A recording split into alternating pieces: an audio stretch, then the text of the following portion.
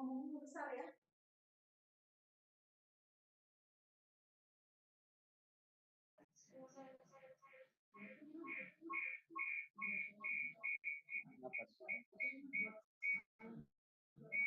Assalamualaikum warahmatullahi wabarakatuh. Good morning, everyone. Firstly, I would like to say the utmost gratitude towards Allah Subhanahu wa Ta'ala for leading us together in today's event with good and stable state of health. Welcome to the first Malikussaleh International Conference on Psychology and Multidisciplinary Behavioral Studies, or in short, Micopsy, with the theme Resilience in Time of Crisis. My name is Aulia Natasha, and I will be your master of ceremony for today's event, guiding you through the event with enthusiasm and warmth.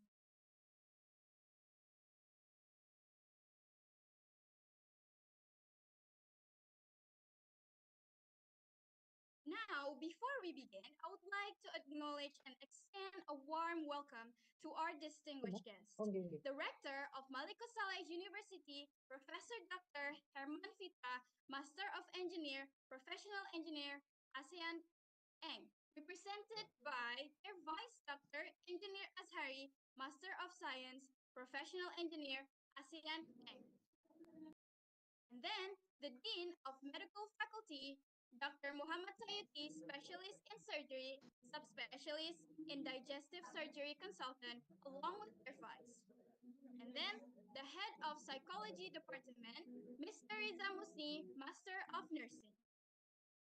And then the Secretary of Psychology Department, Ms. Ella Susanna, Master of Health Science.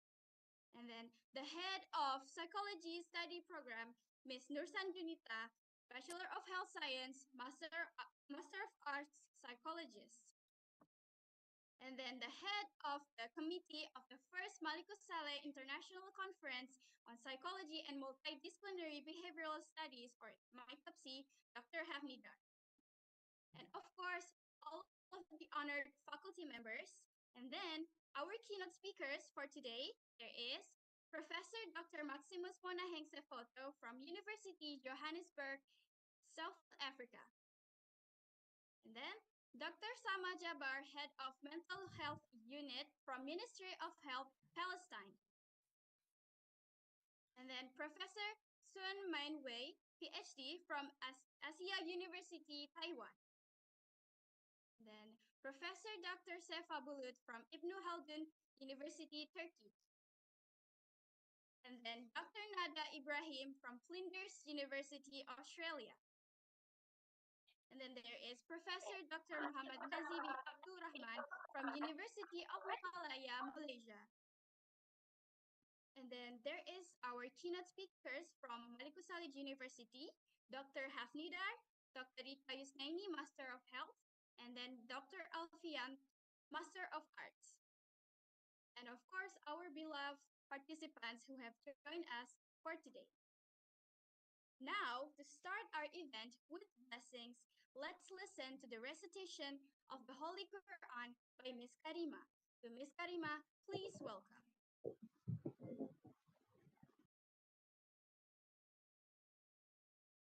Assalamualaikum warahmatullahi wabarakatuh. A'udzu billahi minasy syaithanir rajim. Bismillahirrahmanirrahim. Subhanalladzi asra bi'abdihi laylan minal masjidil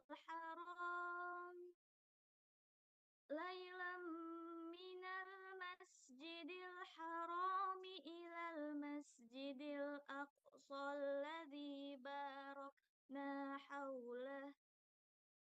alladzi barakna hawlahu linuriyahu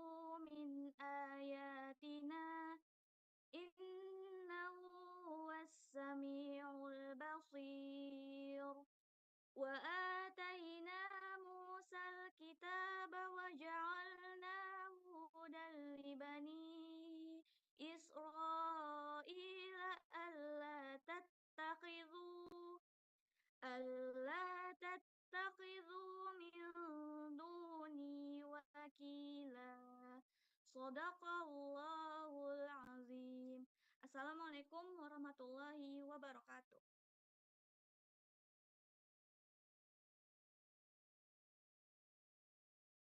Thank you very much, Ms. Karima, for the amazing recitation. Next, we will proceed with the prayer recitation according to each religions and beliefs. For those who are Muslim, the recitation of prayers will be led by Ms. Ran. So, Ms. Ran, the time is yours.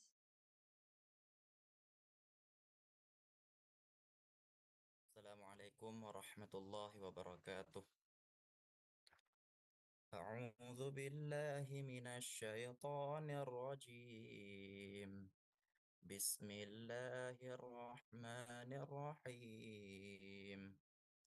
Alhamdulillahi rabbil alamin. Allahumma salli ala sayyidina Muhammad wa ala alihi wa sahbihi ajma'in. اللهم اغفر لنا ذنوبنا ولوالدينا وارحمهما كما ربيانا صغيرا. اللهم اختم علينا يا الله بحسن الخاتمة ولا تختم علينا يا الله بسوء الخاتمة.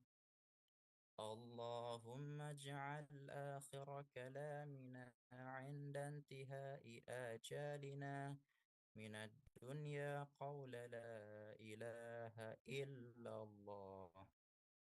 اللهم سهل أمورنا يا الله يا رب العالمين. Oh Allah, nothing easy happens unless you make it easy, and you make difficulty if you want to be easy. Oh Allah, we have believed it, so forgive us and have mercy upon us, and you are the most of the merciful.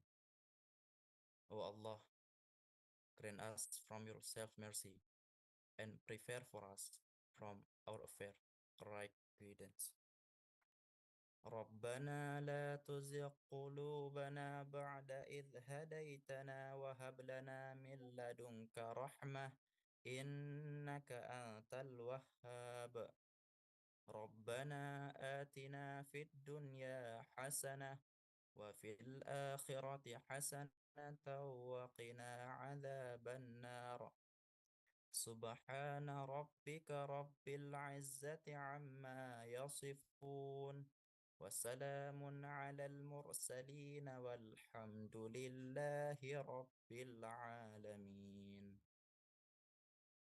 Assalamualaikum warahmatullahi wabarakatuh.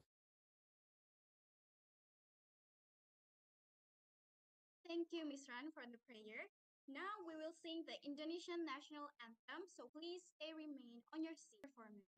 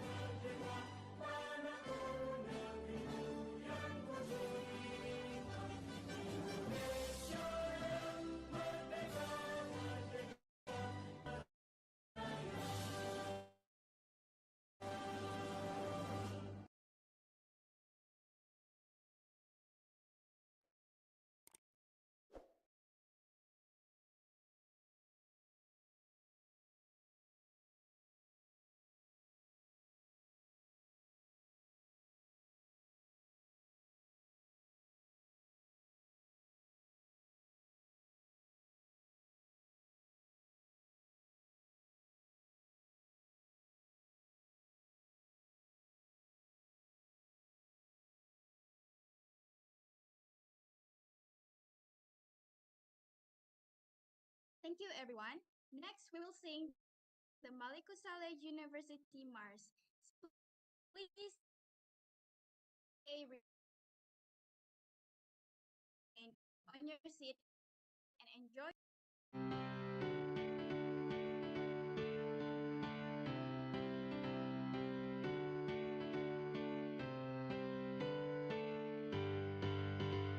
Universitas Malikussaleh milik kita. Mari langkah kaki kejar prestasi untuk membangun negara. Universitas Malikussaleh, alma mater kita, harus kita jaga kelestariannya. Sumber daya manusia kita tingkatkan di sini. Itulah cita Universitas Malikussaleh. Malikussaleh, jayalah engkau untuk selamanya. Generasi terus membawa pelita untuk negara. Malikussaleh, jayalah engkau untuk selamanya. Generasi terus membawa pelita untuk negara yang tercinta.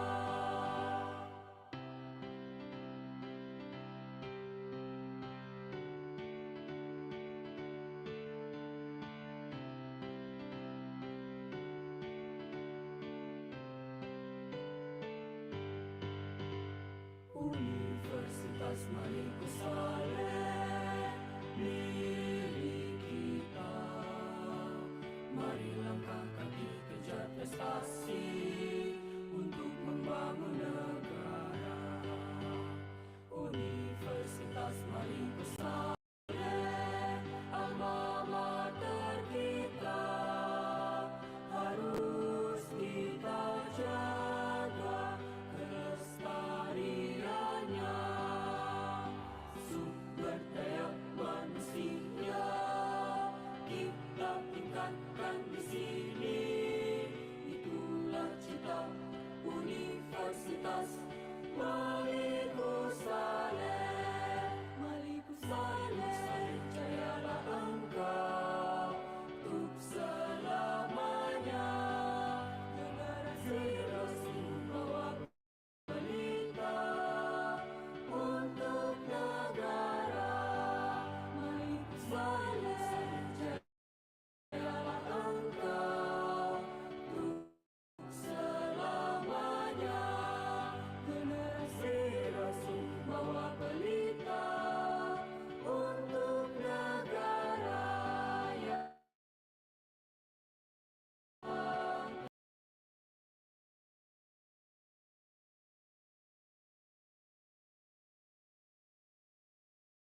Thank you, everyone. Now, to officially open our conference, we will have a welcome speech from the Dean of the Faculty of Medicine, Malikussaleh University, Dr. Muhammad Sayuti, Specialist in Surgery, Subspecialist in Digestive Surgery Consultant. Please welcome Dr. Sayuti. Assalamualaikum warahmatullahi wabarakatuh. Good morning, peace and blessing be upon us all, distinguished keynote speakers, esteemed participants, and dear colleagues. It is a great honor for me to welcome all of you to the first Malikussaleh International Conference in Psychology and Multidisciplinary Behavioral Studies, Micopsy 2024. This virtual event is a significant moment for us as we gather from various parts of the world to share knowledge, exchange insight, and build connection that will strengthen the field of psychology and behavioral studies. First, I would like to express my deepest gratitude to our esteemed keynote speaker, their invaluable contribution contribution to this conference. Professor Dr. Sefa Bulut from Ibn Khaldun University, Turkey, Professor Dr. Maximus Monaheng Sefato from University of Johannesburg, South Africa, Professor Dr. Muhammad Nasri bin Abdul Rahman from University of Malaya, Malaysia, Dr. Nada Ibrahim from Flinders University, Australia, Dr. Samah Jabbar from Palestine as Head of Mental Health Unit, Ministry of Health, Palestine, Professor Dr. Sun Mei Woi from Asia University, Taiwan, and of course, our very own expert from Universitas Malikussaleh, Dr. Alfian, Dr. Rika Yusnaini, and Dr. Hafnidar, who not only join us as a speaker, but also lead this conference as the chairpersons. Your all present adds immense value to this event, and we are truly privileged to have you here to share your expertise. This conference theme, Resilient in Time of Crisis, is a reflection of the critical challenges we face in the modern world. The global community has encountered unprecedented crises from pandemics to natural disasters, and the role of psychology in fostering resilience have never been more relevant. I believe the discussion and research presented here will not only contribute to academic knowledge, but also offer practical solutions to the challenges of our time. I am particularly proud that this event is hosted by Universitas Malikussaleh, and I am certain that the collaboration and connection formed during this conference will lead to future initiatives and deeper cooperation between institutions worldwide. We hope that this gathering become the first of many, continuing to grow stronger in future years. Finally, I would like to extend my sincere thanks to all participants, the organizing committee, and the contributors who have made this event possible. Your hard work, commitment, and dedication are truly commendable. Thank you once again, and I wish all of you a productive and insightful conference. Wassalamualaikum warahmatullahi wabarakatuh.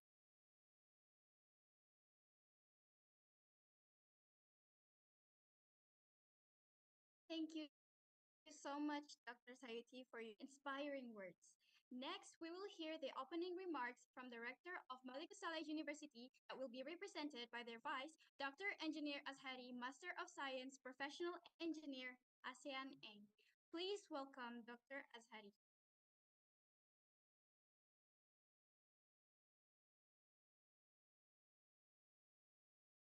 All right. Thank you very much. Bismillahirrahmanirrahim. Assalamualaikum warahmatullahi wabarakatuh, and very good morning. All praise to Allah Subhanahu wa Taala.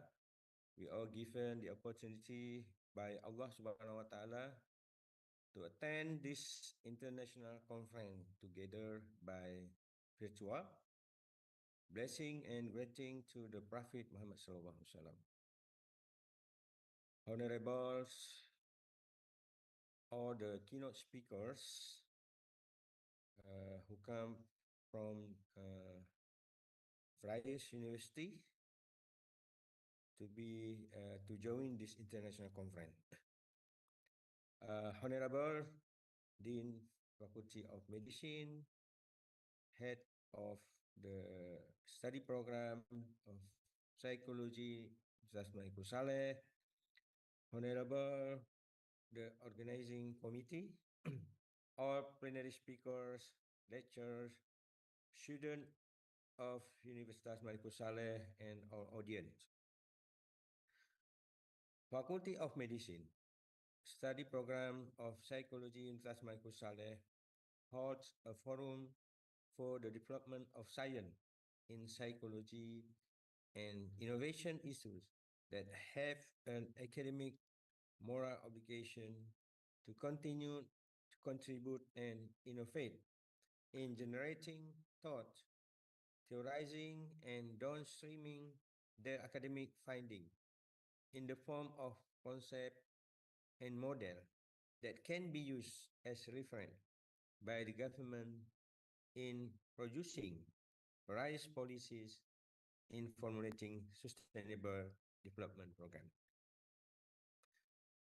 The first Malikussaleh International Conference on Psychology and Multidisciplinary Behavior Studies, or Micopsy 2024. We believe and do hope that today's international conference will not only be a platform for presenting strategic finding and solution to the issue that are developing in the sector of multidisciplinary of science, but also being an arena for the formation of collaboration, academic ecosystem, and institutional collaboration that encourage continuous support for sustainable development globally. One more, thank you very much for the organizing committee. I think this conference will be a very good momentum for us to collaborate with our partner in over the world. Enjoy the conference by reciting Bismillahirrahmanirrahim. On behalf of Rector Untas Malikussaleh, I declare the first Malikussaleh International Conference on Psychology and Multidisciplinary Behavior Studies, or Micopsy 2024, officially open. Billahi taufiq wal hidayah. Assalamualaikum warahmatullahi wabarakatuh.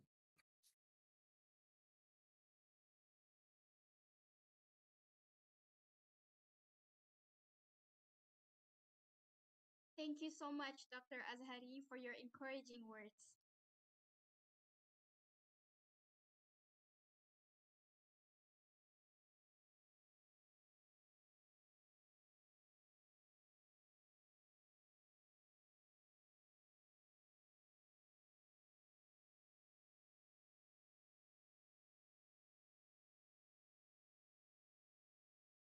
Now, before we proceed to the keynote sessions, we would like to invite everyone for a virtual group photo, starting from slide 1. So now, please turn on your cameras.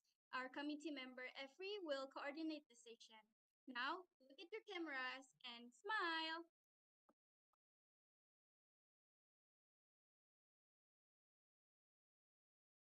One, two, three. All right, moving to slide 2. 1, 2, 3. All right, moving to slide 3. 1, 2, 3.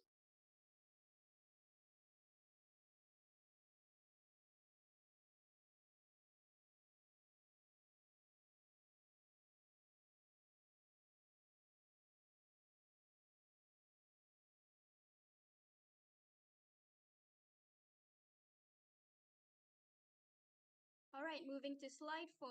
1, 2, 3. Moving to slide 5. 1, 2, 3. Moving to slide 6. 1, 2, 3.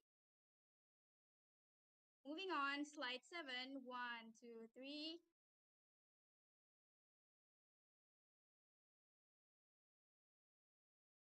Moving on to slide 8. 1, 2, 3.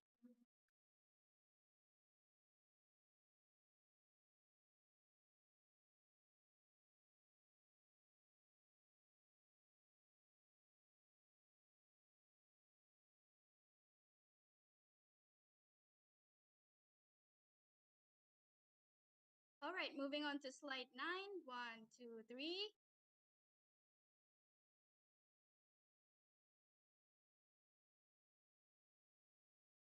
All right, moving into slide 10. Don't forget to smile, everyone. 1, 2, 3. Moving on, slide 11. 1, 2, 3. Moving on to slide 12. 1, 2, 3. Moving to slide 13. 1, 2, 3. All right, moving on to slide 14. 1, 2, 3. Okay, now we will move on to slide 15. 1, 2, 3. Moving on, slide 16. 1, 2, 3. All right, the last slide. 1, 2, 3. All right, thank you very much, everyone. We're gonna move on to next session, but before that, there's song. There's this song.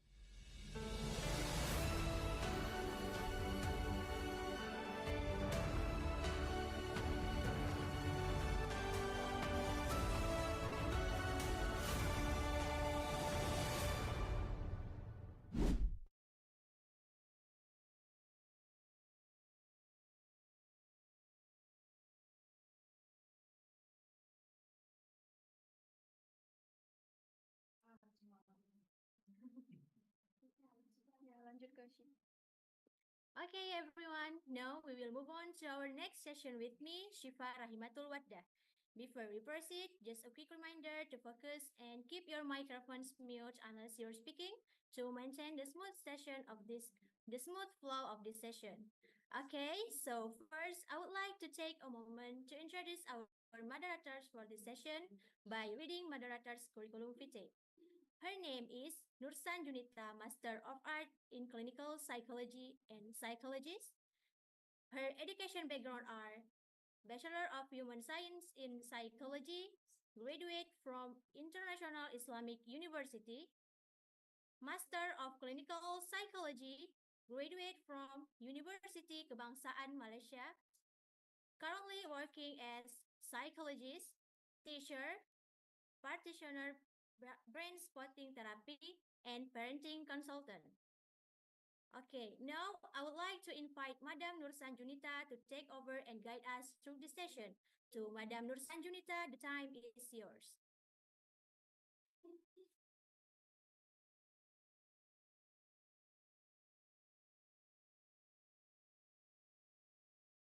Assalamualaikum warahmatullahi wabarakatuh. Thank you, Sifa, for welcoming me.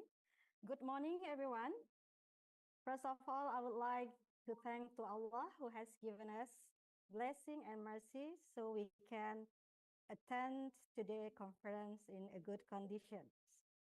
Honorable Rector of Malikussaleh University, Professor Dr. Insinyur Herman Fitra, Honorable Dean of Medical Faculty, Dr. Muhammad Sayuti, Honorable for Head Department, and Honorable for all of us who attend this conference, ladies and gentlemen, esteemed colleagues and honorary guests. Welcome to the first sessions of Micopsy. This is the first international conference of psychology and multidisciplinary behavioral studies in 2024. My name is Nursan Junita, and I'm going to be the moderator for today's conference. Well, our agenda is packed with inspiring keynote speeches and thought-provoking panel discussions designed to ignite curiosity and spark collaborations. I encourage each of you to take full advantage of this opportunity to ask questions, share your ideas, and network with fellow attendees.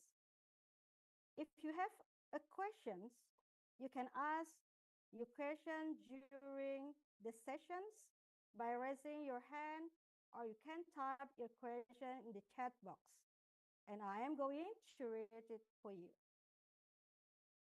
So, without further, I would like very excited to introduce our first keynote speaker, Professor Maximus Monahex-Sefoto, PhD. Professor Maximus Monahex-Sefoto is a professor in Department of Educational Psychology, University of Johannesburg, South Africa. He was also appointed as honorary professor in Department of Health and Rehabilitation Science at the University of Cape Town, South Africa, as well as professor extraordinaries in Department of Psychology of Education at University of South Africa. He holds a PhD in learning support, guidance and counseling from the University of Pretoria, South Africa, and obtaining his master's degree from La Universidad Veracruzana in Mexico. And his bachelor in adult education from the University Botswana. His research has focused on disability, career transition of youth with disability, and entrepreneurship. A neology he coined for a person who are neither in education, employment, or training and is toward transformation and social change. Professor Sefoto coined a neo-formative techno-pedagogy owing to disruption of teaching and learning during COVID-19. Now we welcome Professor Sefoto with the topic of internal cohesion psychotherapy, mental health, and well-being of father of children with neurodiversity. How are you, Prof. Maximus? Hello, Prof. Hello, good morning. Yes, madam. Good morning, Prof. Doctor. I am fine, thank you. And how are you? Greetings to everyone. Yeah. Prof, would you like me to call you Prof. Maximus or Prof. Sefoto? Prof. Maximus, Prof. Sefoto, any one of those is fine. Okay, Prof. So I will love to prefer to call you Prof. Maximus. Is it okay? That is okay. That is okay, Doctor. Okay, Prof, now it's your time. You have 30 minutes to present the topic. It's really Thank welcome you so for much. you, Prof. Yes. Can I please be given the right to show my screen? Okay, Prof, for sure.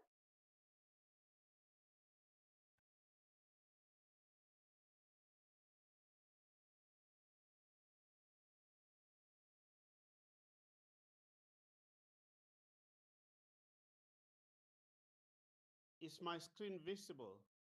Visible. Okay. Can you see? Yes.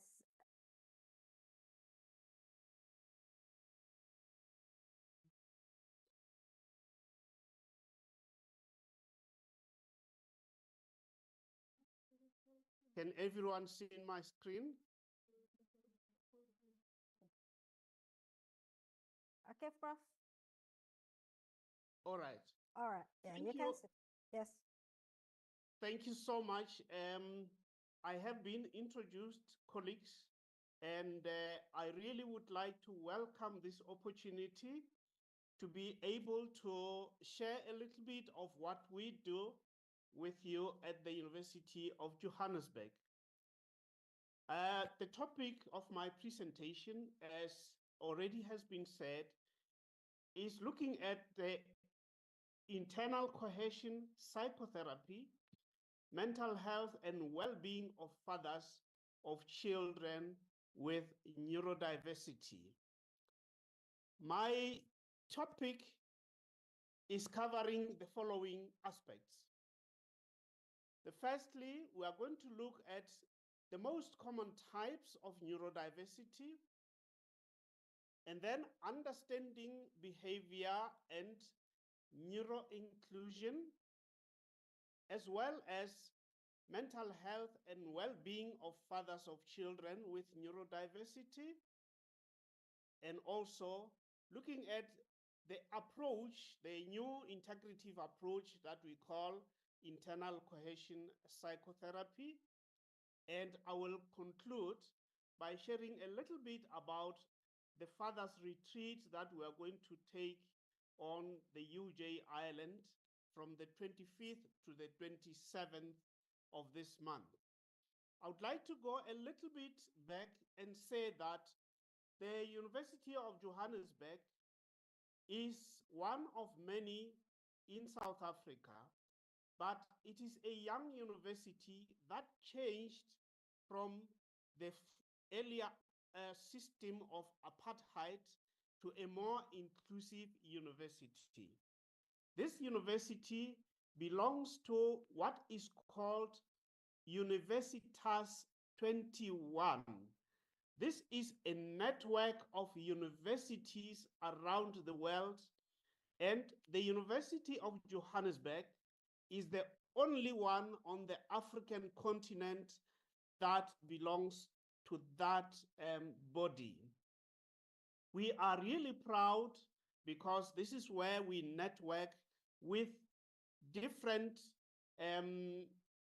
international bodies and colleagues from around the world. I am from the Faculty of Education in the Department of Educational Psychology, where we train educational psychology students. I am also the director of a Center for Neurodiversity. This is a new center that was opened in 2022 to allow us the space to include learners with neurodiversity, to help families, to train professionals, and the community to be made aware of the existence of neurodiversity, which I will talk about in a few minutes. Now,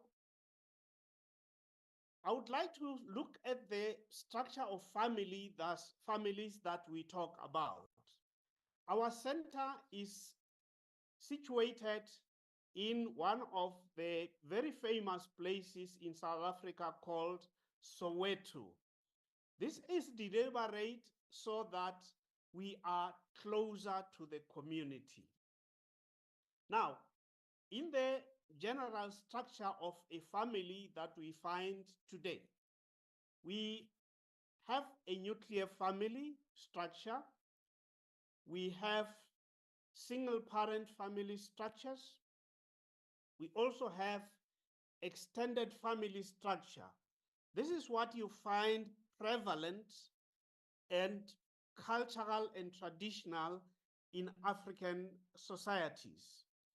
We also have blended family structures, and these are new things that are coming up now. And we also have same-sex family structure. Not very much popular in our cultures, but these are the realities that we are facing now. And my presentation will be concentrating on the aspect number 2, which deals with mostly fathers who come from single parent family structures. Yes, we do have also the nuclear family structure and the extended family, but mostly the group of fathers comes from single parent family structures.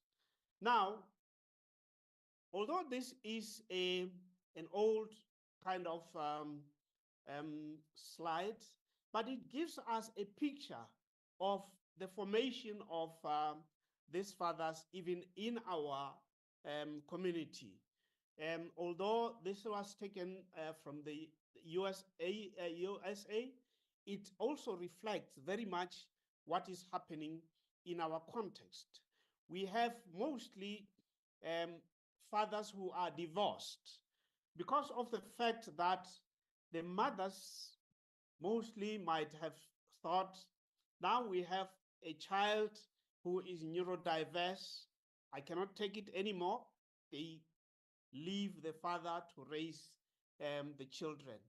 I must admit, excuse me, that this is a new phenomenon. As I said, traditionally, we would have the extended family, and that formed some kind of a support system for the fathers. But now we are more inclined towards the nuclear family and single fathers who are taking care of their children. And also, there are some amongst them who are separated and they are left alone to fend for their children. Now, allow me to talk about the common types of neurodiversity. We find that autism or autism spectrum disorder, or what they call sometimes ASD, has become very popular. And this is because now our societies have begun to be aware of what is going on with autism, and the diagnosis and the testing is happening, and people are beginning now to talk more about it. We do have also associations that work with autistic children, and this has brought about the familiarity of autism. Although it is not the only one, it is the most popular. That is also followed by the ADHD, the attention deficit hyperactivity disorder, or ADD, attention deficit disorder. This also has become very popular, and you find these mostly in schools where children would be diagnosed. And again, we have what one could refer to as learning disabilities in the form of dyscalculia, where children are unable to deal with mathematics, and it becomes really very, very complex when you find yourself in school and you are experiencing a child who finds challenges with calculation. We also have dyslexia, which again has got to do with challenges of reading and writing. And we find that many children sometimes are classified under this, and it is the question of how do we help the children and also the fathers to be able to understand. We also have dyspraxia, or what is called developmental coordination disorder. This is also very much problematic because of the nature of how it disturbs learning in schools. And we also have seen that there are comorbidities in terms of some of these conditions. I would like to mention that we have schools that are dedicated and are working closely with our center, and this is the Randburg Clinic School is one of the most important, and the group of fathers was formed under the auspices of this school. Now, allow me to speak about a little bit neurodiversity. You will see, colleagues, that there is a lot under the umbrella of neurodiversity. If we look on the left, I have just spoken about some of the learning disabilities, dyslexia, dyscalculia, and dysgraphia. And then we also have what we refer to as developmental coordination disorders. But we also have under neurodiversity personality disorders, and then language becomes a problem. South Africa is a country that has 11 official languages, although in schools we now use predominantly English and then another local language that will pertain to a particular province where such is found. We also have under this bipolar disorder, anxiety and depression, with the fathers who will be dealing with this anxiety and depression in the upcoming retreats that we will have with them. I referred to ADHD is there, stuttering and cluttering is also part of it, and obsessive compulsive disorders are also found. I referred to autism as one of the most prevalent in our country now. Society has become lately aware, very much aware of autism. And as it is, it's one of the complex one. I will refer to it a little bit now on my right hand of the slide. And we also have the Tourette syndrome, or what they call tics, where the person is, not able to control some of the movements and sounds they make. And we have now panic disorder and neurotypicality, where we are saying people are different and how they must be accommodated and included. And allow me to shortly look at the autism spectrum. Why is it called a spectrum? It's because we are not looking at one single thing, but we are looking at a larger part of the spectrum, and the person who has autism may be placed at any part of the spectrum. And we have from the most severe and from the less severe and the most people who can function very well. I do have a former student who is now a colleague in higher education. He has autism, and he is an ambassador of autism from Africa in the United Nations. He chairs some of the committees there. This goes to show that there can be change, and as we are talking about inclusion, this is part of what we should be looking at. People who have autism generally face challenges in terms of executive functioning and also sensory processing. They are, find it difficult to distinguish some of what they are feeling, and some of their feelings and how to express them becomes a challenge. And they can have repetitive behaviors that they display.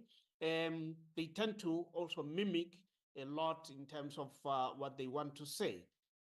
And their motor skills sometimes become compromised, and also perseverative thinking becomes problematic for them, and also social awareness in terms of dealing with other people and understanding how other people operate becomes a problem. There are some who are verbal, who can express themselves, but there are also those who are non-verbal, and they do not communicate at all. It takes them time.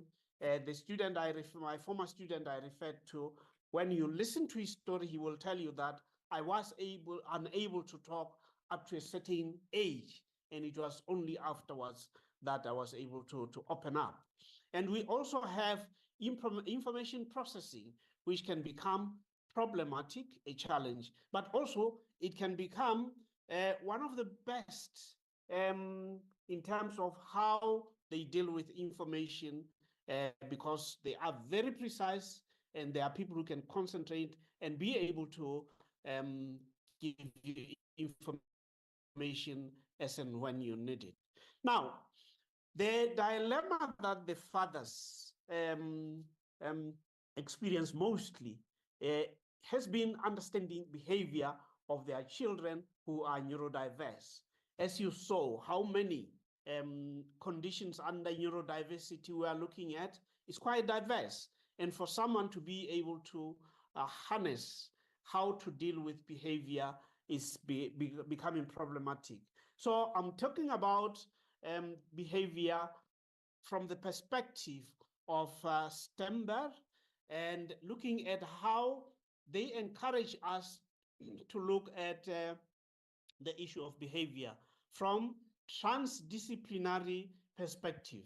I am happy to hear that the field of psychology at your university is housed under medicine, so that we are able to touch base with disciplines across to help us understand behavior. And this is where we are also at the University of Johannesburg. We have just had a week in August where we developed a strategy, and it was to help us to understand and put together transdisciplinary teams which will help us deal with issues of neurodiversity. And also interdisciplinarity, is part of what we are looking at, as well as multidisciplinarity. We really need one another. As you have seen, the enormity of neurodiversity, we can't do it alone. So we need one another, as well as cross-disciplinarity. I must admit that we have several universities that we are working with. We also have hospitals that we are working with to help us understand neurodiversity as it is. So it takes care of the cross-disciplinary nature of what we are looking at in order to help the fathers. But the intradisciplinary within the field of educational psychology, where we belong, is also very, very important, because we need to be focused. Otherwise, we are going to get lost.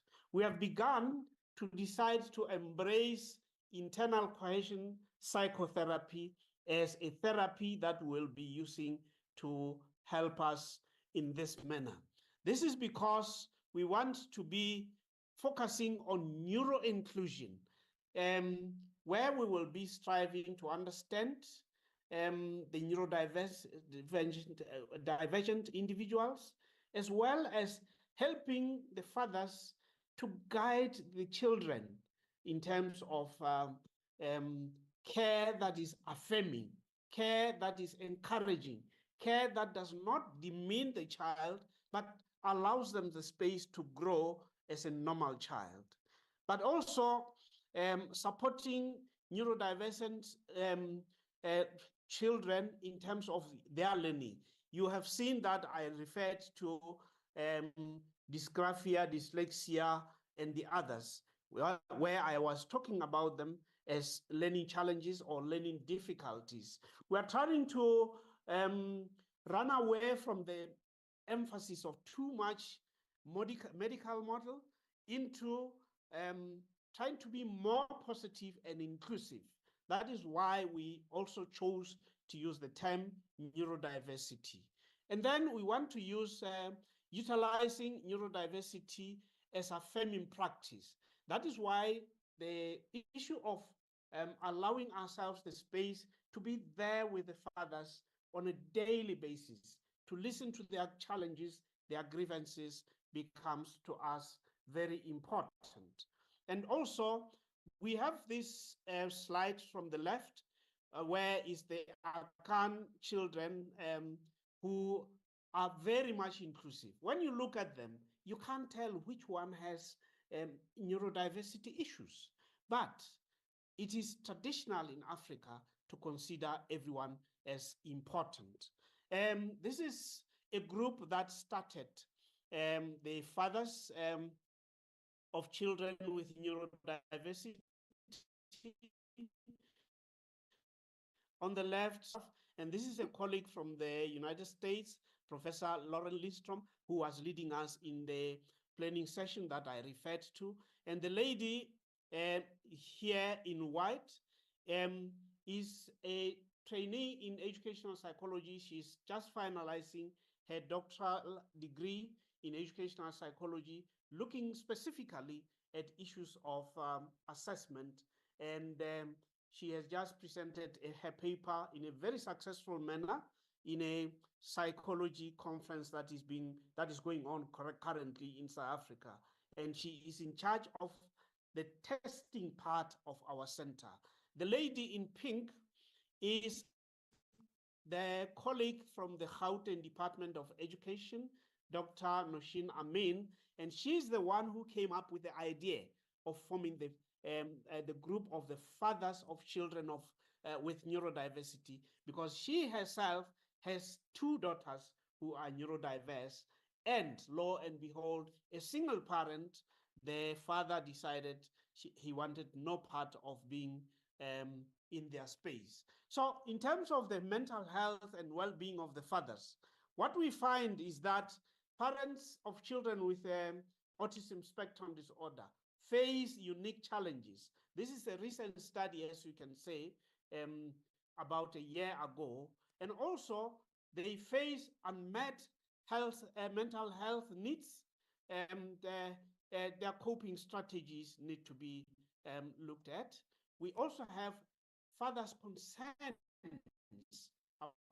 about the future of children.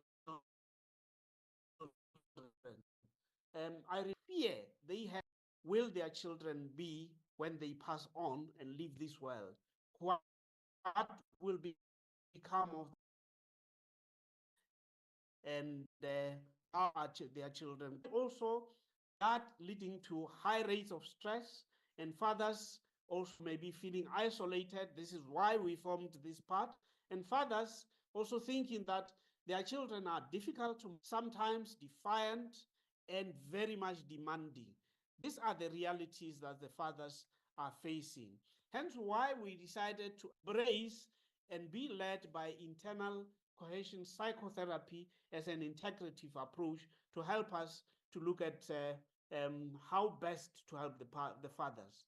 It is departing from the monopsychotherapy approach that has been there throughout. And also, while some of the aspects are more or less like what we have seen earlier, because it emphasizes four important relations that an individual must have, which is intrapersonal and interpersonal, professional, as well as spiritual. The last one, we are trying to look at it from the African spirituality perspective, which we can present more on in later opportunities if granted those. And the techniques that the ICPD therefore uses is that it revisits a personal story, looks at moving across time so that it wants to know what has happened in the life of the person that they are dealing with. And also it gives the client the opportunity to tell their story from a therapist's perspective. This is what we are doing now with the fathers of children with neurodiversity. We have WhatsApp groups, we have face-to-face meetings, and other forums which help them to support one another and engage. We have multiple reflection techniques, and also it encourages dealing with the past and accepting the past. This is very difficult, but we are saying that these are part of what we are doing with the fathers, and then looking at accepting and changing as an individual who is supporting this. I very much fell in love with the diary of emotions, which is part of what the colleagues here are suggesting as one of the techniques. Most of the time, we don't easily take care of how we feel, but ICP is saying that is very important. Hence why it started with the intrapersonal in the earlier slide for us to look at what we could be doing. I want to lastly look at the issue of resilience of the fathers and how do we deal with this. We are striving to support the fathers to be people who are feeling in control of the situation. As I said, most of them are single fathers. You can imagine if one is left with 3, 4 children and you have to fend and be on your own. And the issue of control is becoming very important. And also accepting the change. Instead of blaming the partner who has run away, let's do the best we can and try to cope as much as we can with the situation and develop problem-solving skills. This is why we are going on a retreat so that we learn from one another how best to deal with the issues of neurodiversity. And the network, the Fathers of Neurodiversity, of Children with Neurodiversity, is a growing support network that we are encouraging the fathers to be embracing. We will be working at the University of Johannesburg's Island. Historically, this is the only university we read that has its own island. in the whole world. And we are trying to use this space to allow the fathers to have a peaceful space where they can catharsize, talk about their feelings, address any challenges they face, and allow them the space to interact and learn from one another. Ladies and gentlemen, I would like to end my slideshow here and allow the leader to take us through, and I hope I've not been over time. Thank you so much, Madam, and over to you. Okay, Prof. Sefatu, it's really a fruitful discussions. Thank you for insightful presentations. Your talks regarding the neurodiversity of children of the father who belong to that is very have inspired and insightful for us. So next, we really appreciate the time and effort you have put in sharing your expertise with us today. Now we will open the floor for the question for our audience. For the audience, it's time for you to ask the question. We will welcome. You can raise your hand or you can write in the chat box, please.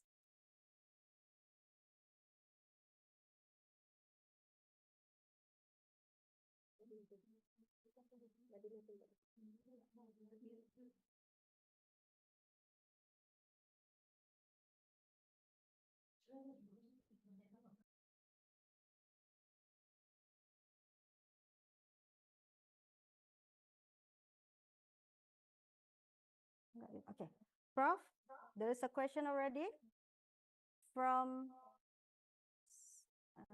Karima. Karima? Karima?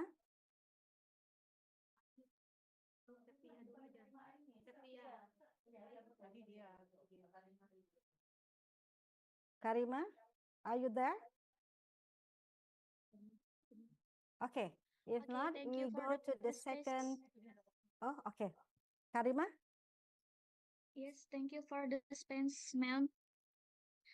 First of all, I want to give appreciation to Professor because the explanation from the Professor is very interesting. But there is one thing that becomes my question. Is the well-being of fathers of children with neurodiversity always directly aligned with the well-being of their children? If not, what are the psychological and social factors that may contribute to this discrepancy? Thank you so much. Thank you, Karima. Prof, is it you like to answer directly or we wait Yes. for another questions? I think let me answer directly so that I Okay. don't get lost. Yes. Okay, please. Thank you so much. The children themselves are facing a very difficult situation of being excluded, of not being understood. So it is important for the well-being of the fathers to be put in the forefront so that they can take care of the well-being of their children. And a lot of psychological factors that arise here, we have already alluded to the issue of anxiety. Most of the fathers are very anxious. They don't know what the future holds for their children. And therefore, most of them also have fallen into depression. We don't want that happening. Let me say that since the group has been formed, we unfortunately have already experienced a suicide. One of the fathers killed himself. And this is part of what we do as psychologists and why specifically I spoke of the interdisciplinarity and nature of looking at all those aspects of how best can we support from different perspectives. And that should take care of the psychological aspects. There are too many. I cannot even begin to point out the challenges, the psychological challenges that the fathers alone are experiencing, as well as the children themselves. But let's not also forget the teachers who are helping these fathers and the children are also in need of psychological support. So we are working in that space. In fact, we had training for educational psychologists that we conducted in July to bring them to be aware and help them also to go back to the drawing board, because the field of education in South Africa has not been emphasizing issues of neurodiversity. So this is a new field altogether for most of us. Thank you so much for the question. All right, madam. Okay, thank you, Prof. Karima, I think the answer is very clear, yeah? As a Very, father, very they clear. need Thank to you, make Professor. sure that the well-being of the father of neurodiversity children should be taken care. Okay, next for the second question, Prof. For Satya Priska, would you please to ask the questions directly?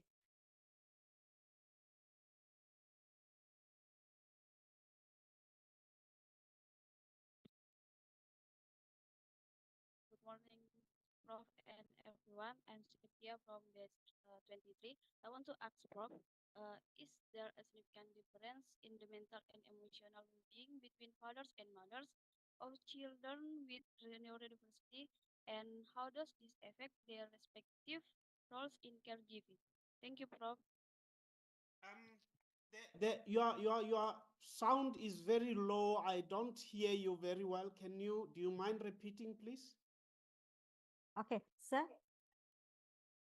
The question is there differences between the well-being of the mother and the father of neurodiversity children? Okay. A parent is a parent, whether male or female. There will always be challenges, but we have come to look at the scenario of the fathers deliberately, because if you look at the world movement, the emphasis is on females, on mothers, and we leave out the fathers, which means they are experiencing a double blow in terms of who they are in their families. We do not discriminate.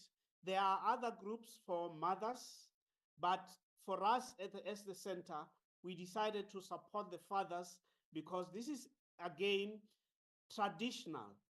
Why am I saying that? You will realize that in the African cultures, a father with a child who is neurodiverse might be blamed to say that their children are not okay, and therefore it has stigma to it.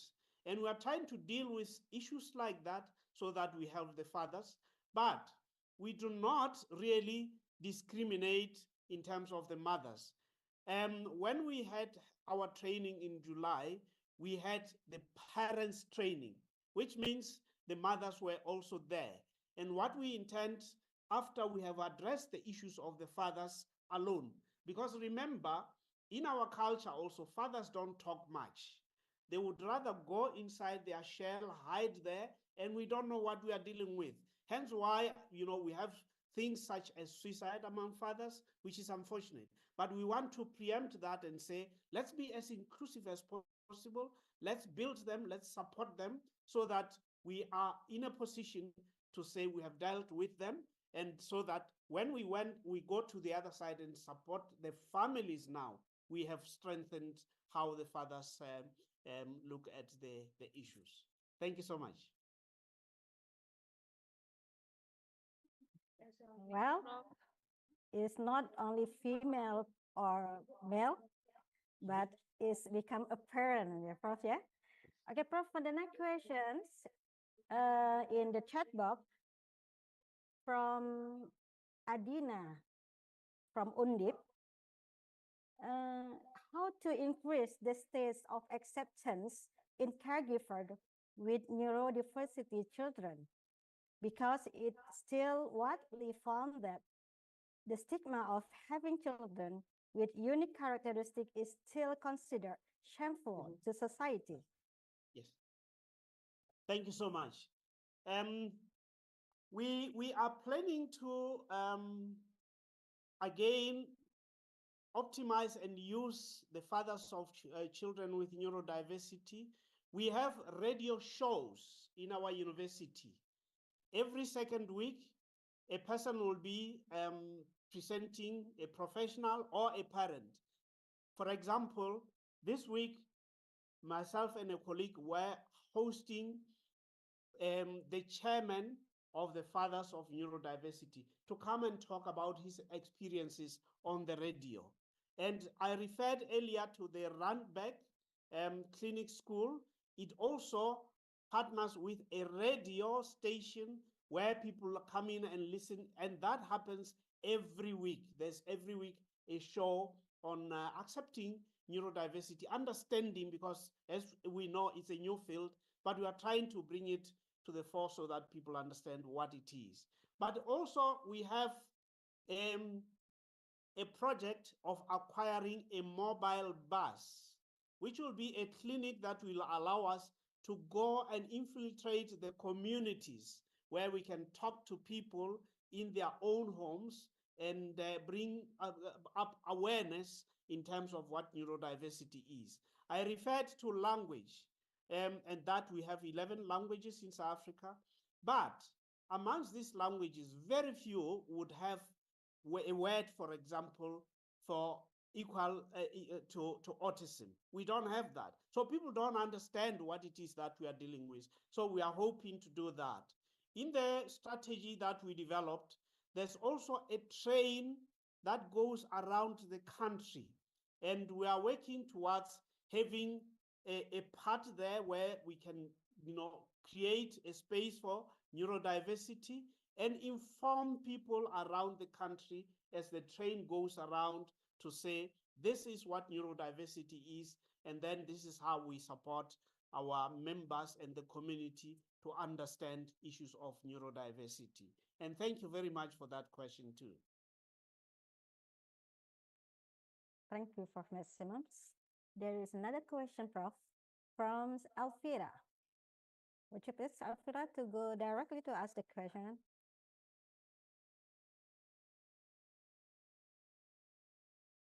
There's no sound. I don't hear the colleague.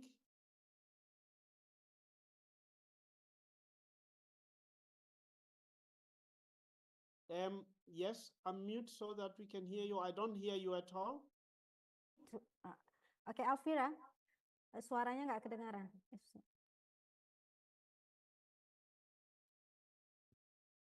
Oh, you can write in the chat box, Alfira. Okay.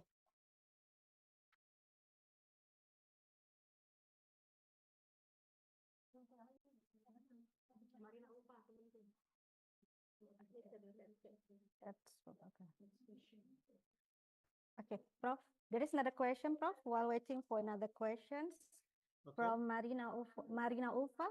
The question is, Prof. Maximus, you presented interesting phenomena. The father take the role of caretaker, which is uncommon we see before. Is there unique explanation for this in respect of the phenomena like this won't happen overnight? What lead to do this? What coping strategies would efficiently for the single fathers, and if any also for the single mothers? All right. What we are trying to do is to yes, rightfully, as the colleague is saying, encourage the fathers to take care of their children, to be responsible of their children.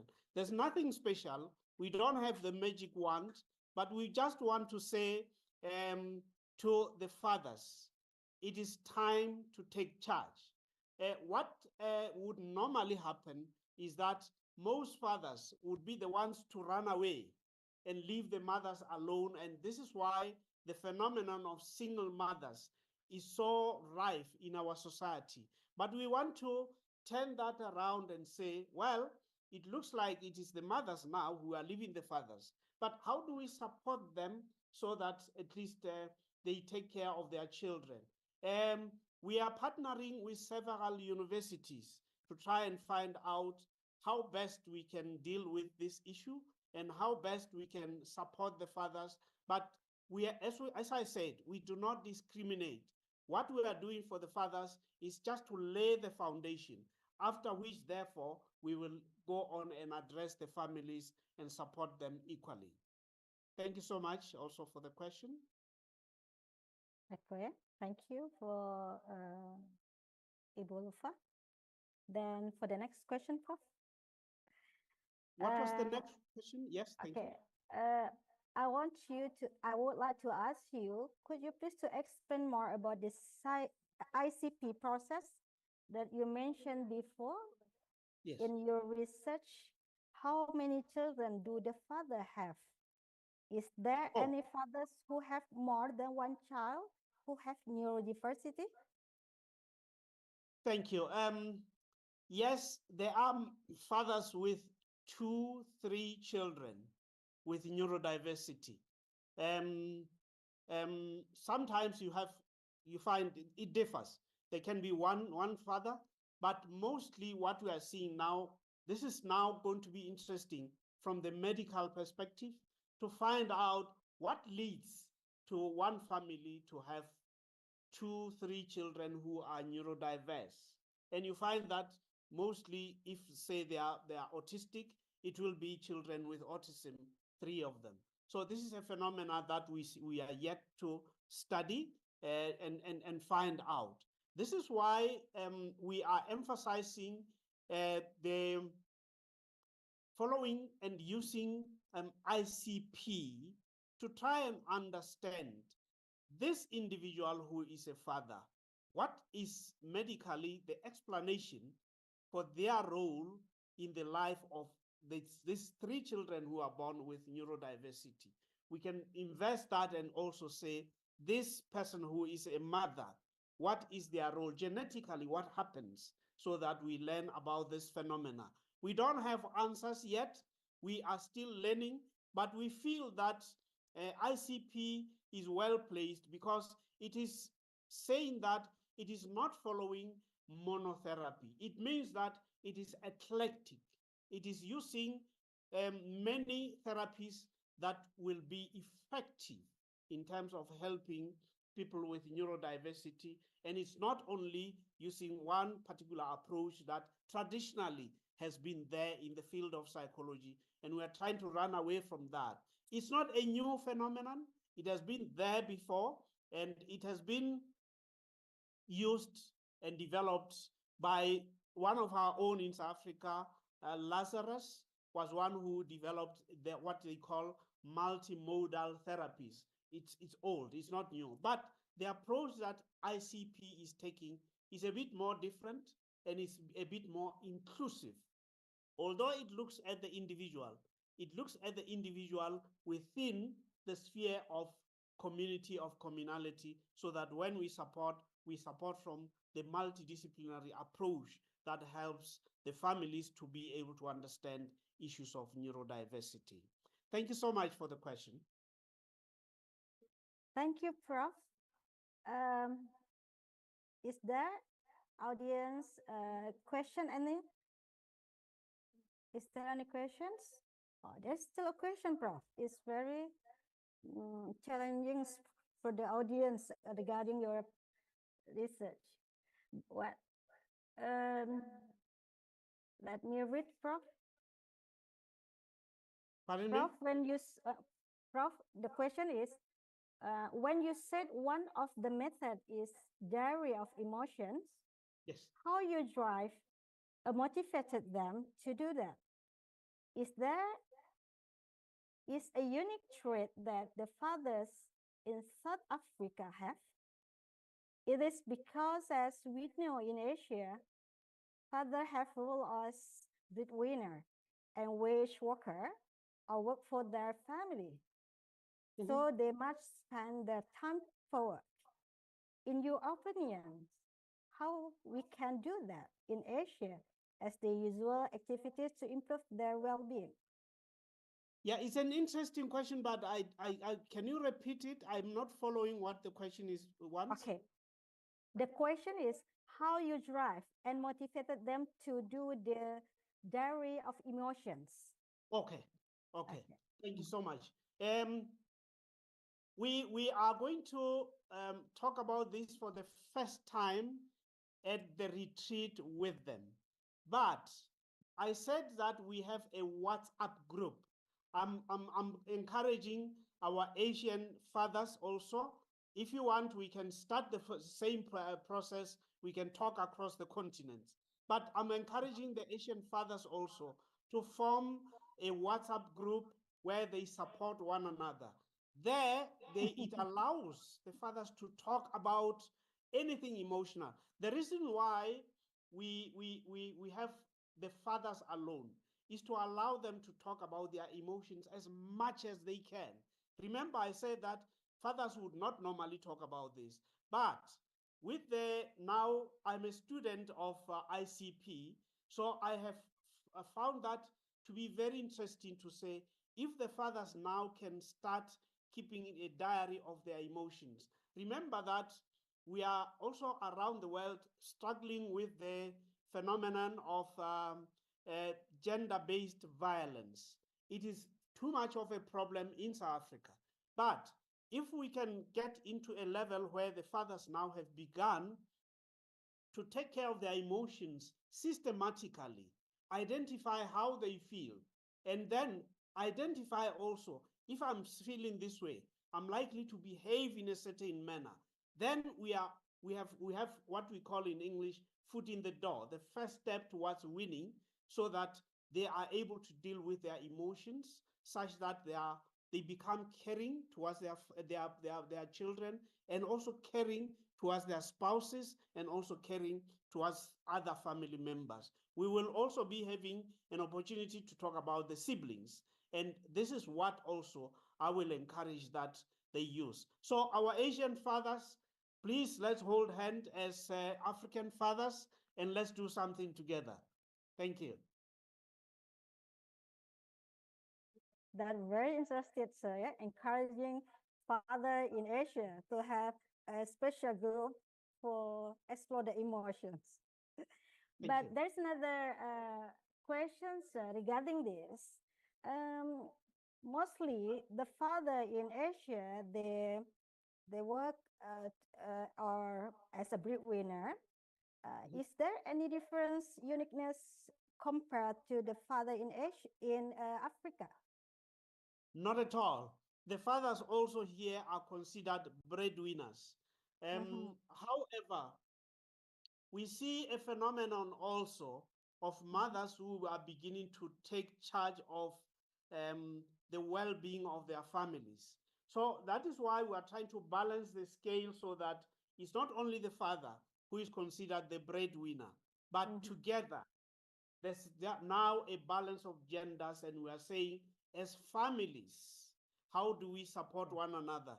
Because we can appreciate, colleagues, that it is very difficult to provide for a child with neurodiversity because of the needs, medical needs, psychological assessments needs, everything.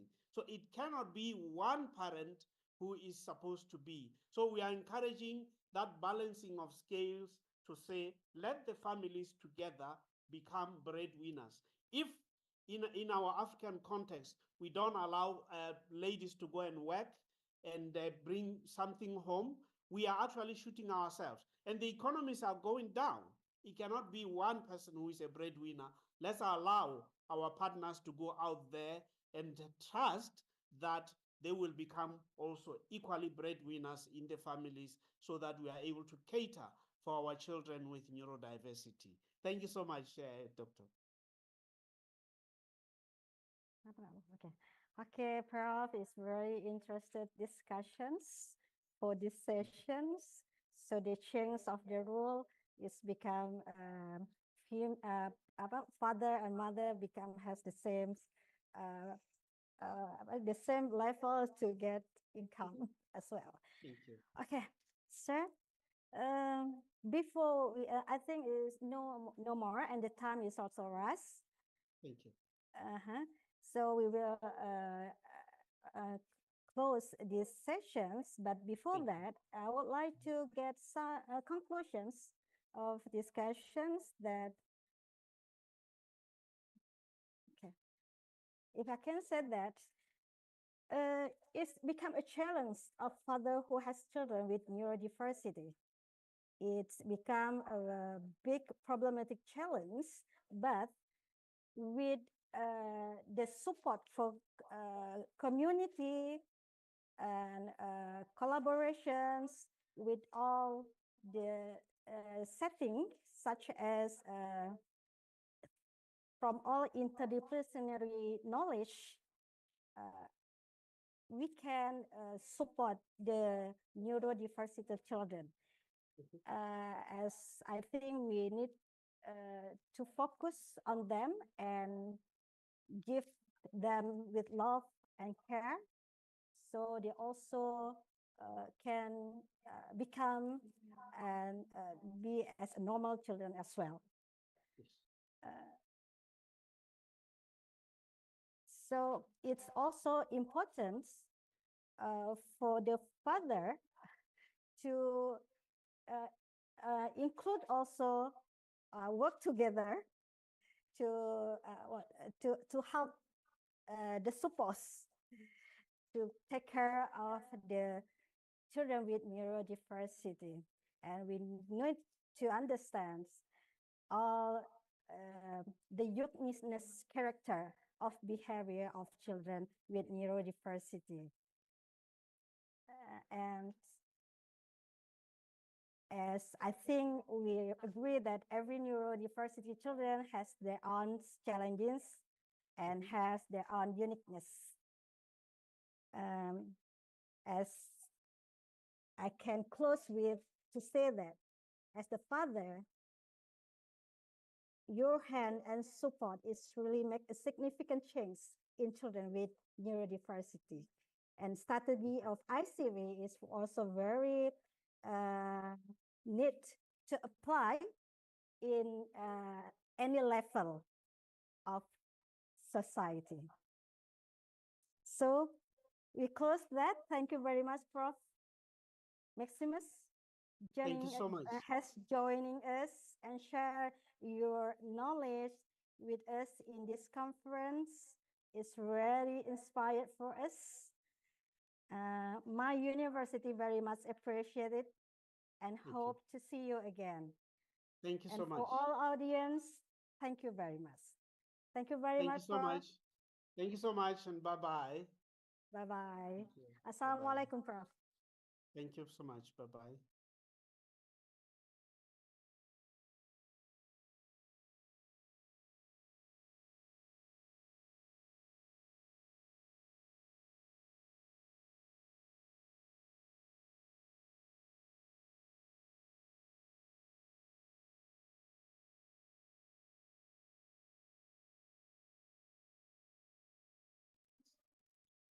Okay, thank you very much to our moderator, Madam Nursan Junita, and of course to our speaker for the amazing knowledge that enrich our event today. Okay, so everyone, let's give applause for the amazing session.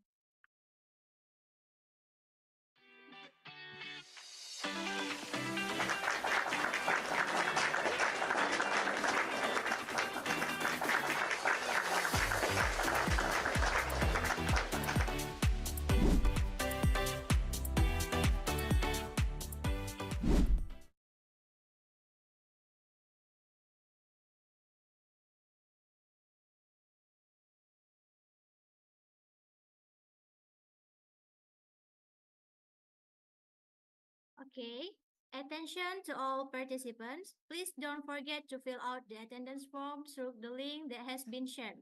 Your participation is important, so make sure to complete the form. Thank you.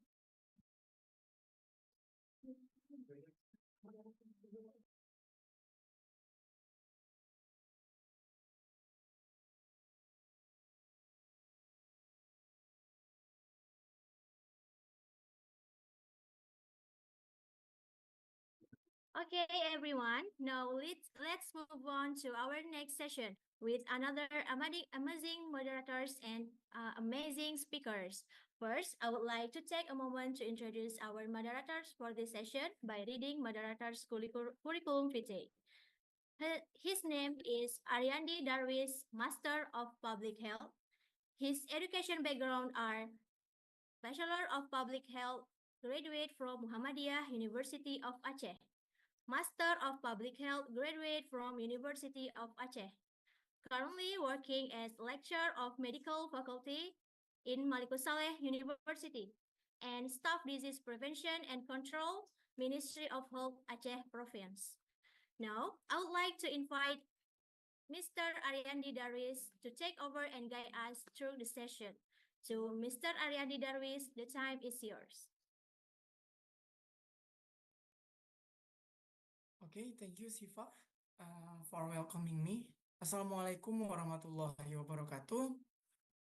Good morning, everyone. I would like to start by expressing my gratitude to Allah for blessing us with the opportunity to gather here today for this conference. Honorable Rector of Universitas Malikussaleh, Professor Dr. Herman Fitra, and Honorable Dean of Faculty of Medicine, Dr. Muhammad Sayuti, Surgical Specialist.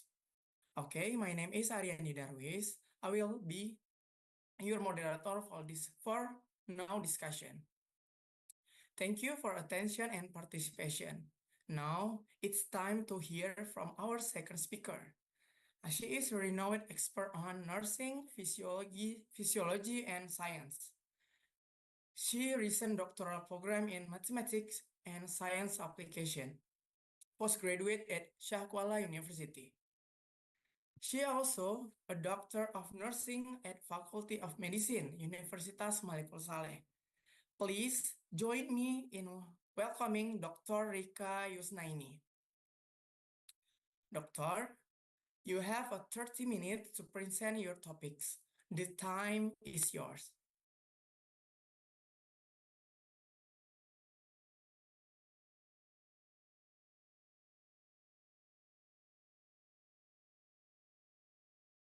Good morning to all distinguished attendees. First of all, I would like to express my sincere thanks to the conference organizer for giving me the opportunity to stand here today as the keynote speaker. It's a real honor to share my thoughts and ideas in such an important forum, bringing together experts, researchers, and practitioners from around the world. On this occasion, for the few minutes, let's share about enhancing crisis management, how the role of nursing's perspective in understanding behavioral responses.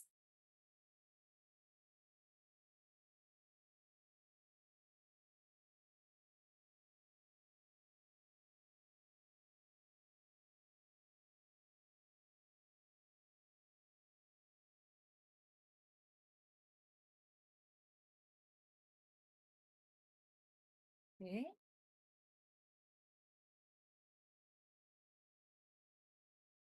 Okay, so let's get to know what is a crisis.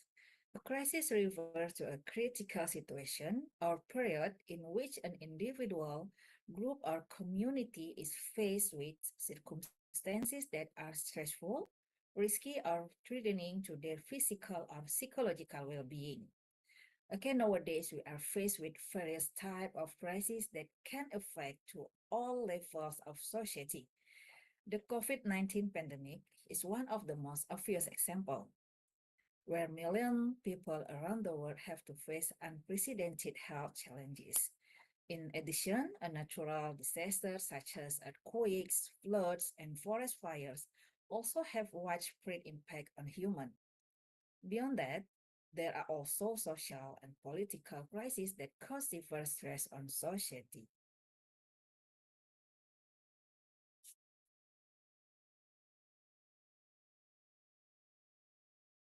In time of crisis, humans often exhibit three primary behavioral responses known as fight, flight, and freeze. The fight response occurs when an individual decided to actively fight or confront a threat.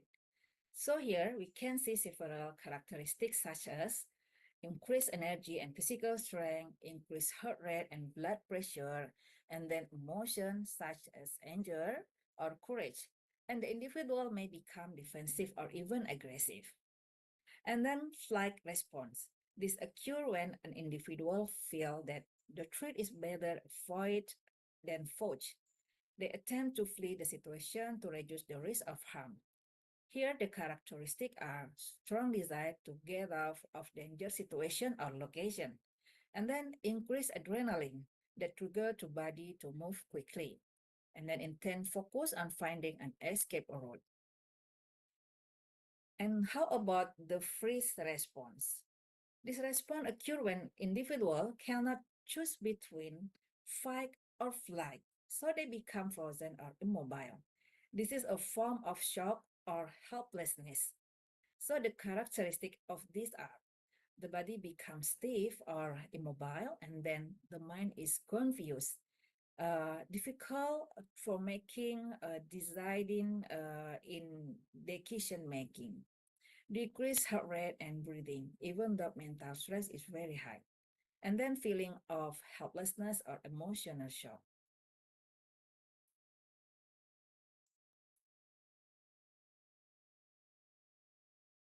Okay, this is the stress response cycle during crisis. In simple terms, the cycle consists of several stages. The first stage is alarm stage. When a crisis occurs, the body and mind first recognize that there is a threat. At this stage, there is a surge of stress hormones such as adrenaline that prepare the body for fight or flight. People will feel tense and anxious or afraid. And then resistance stage. If the crisis lasts longer, the body tries to adapt to the stress.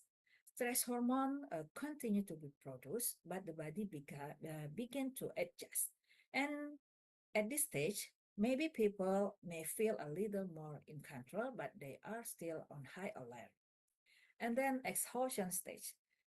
If the crisis continues without resolution, the body and mind begin to run out of energy to fight the stress. This can lead to physical and mental exhaustion, feeling of hopelessness, or even burnout.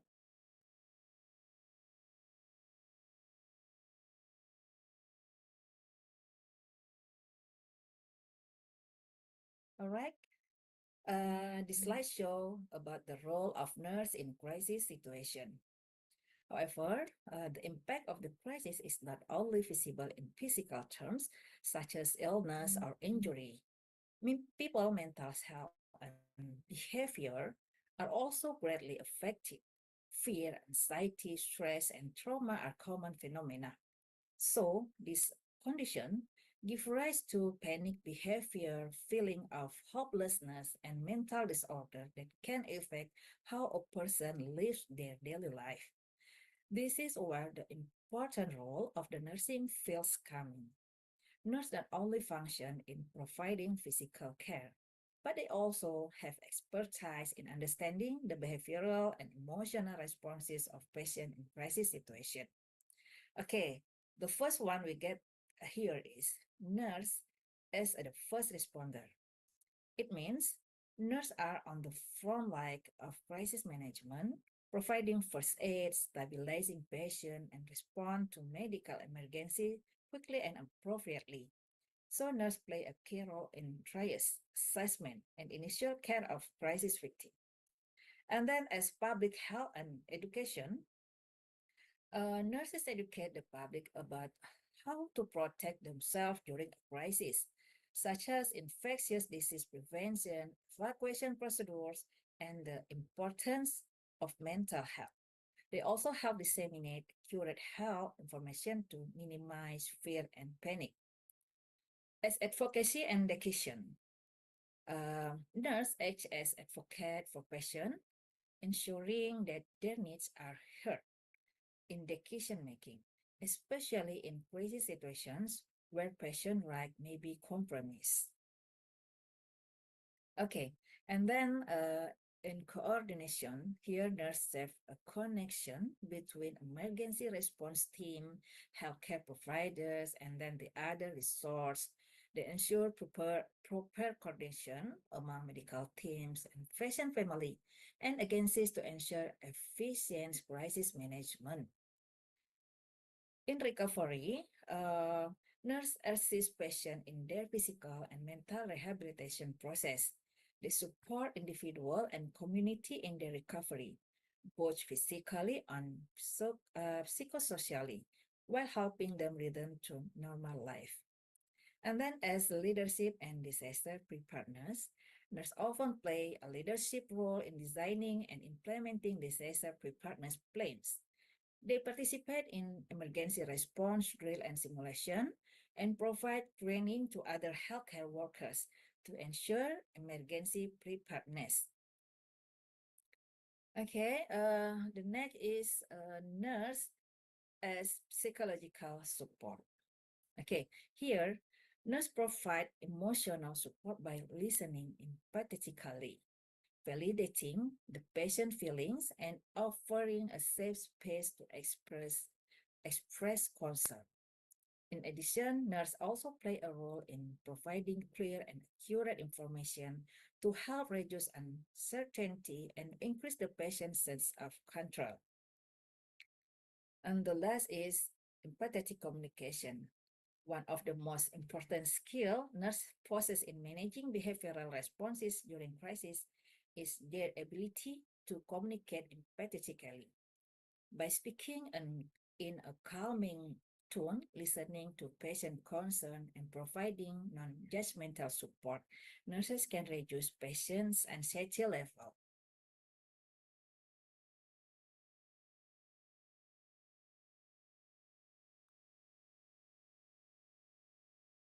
Okay, now let's see about effective nursing intervention deal with this crisis situation. Here, nurse can apply the holistic approach, stress and anxiety management, and health education. Okay, in holistic approach is mean nursing focus on addressing the patient as a whole, so not just reading the specific symptoms. This approach integrates physical, emotional, social, and even spiritual aspects of care, ensuring intervention are well-rounded and patient-centered. This holistic approach can be done by physical care and then emotional support and social connection, also spiritual care. Okay. In stress and anxiety management, nursing intervention to address this include tailored relaxation techniques such as breathing exercise and then progressive muscular relaxation or guided imagery are intervention that nurse can teach to help calm patient. And then communication and reassurance, providing clear, timely, and honest information. It's reduce uncertainty and fear, which are primary triggers for anxiety. And then give environmental modification, creating a calming and safe environment such as reducing noise or adjusting lighting can alleviate stress. Psychological first aid, nurses can use this approach to offer immediate support, focus on stabilizing emotions and promoting a sense of safety.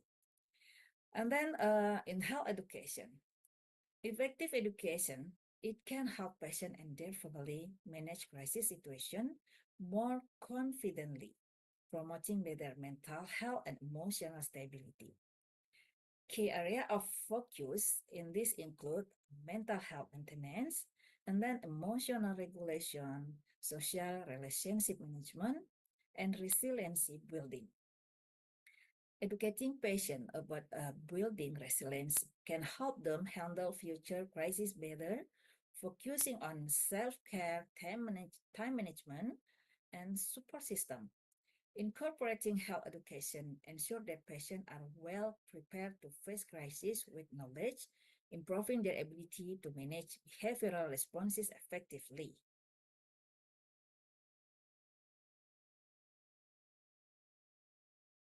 Okay, Effective communication, it will allow nurse to not only identify patient needs, but also provide intervention that can reduce anxiety, fear, and other emotional response. Okay, effective communication has positive impacts such as it's building trust and safety, identify behaviors and emotion, and then it can reduce excessive emotional response, providing health education, providing psychosocial support, providing choice and control, and also building connectedness with the patient's family.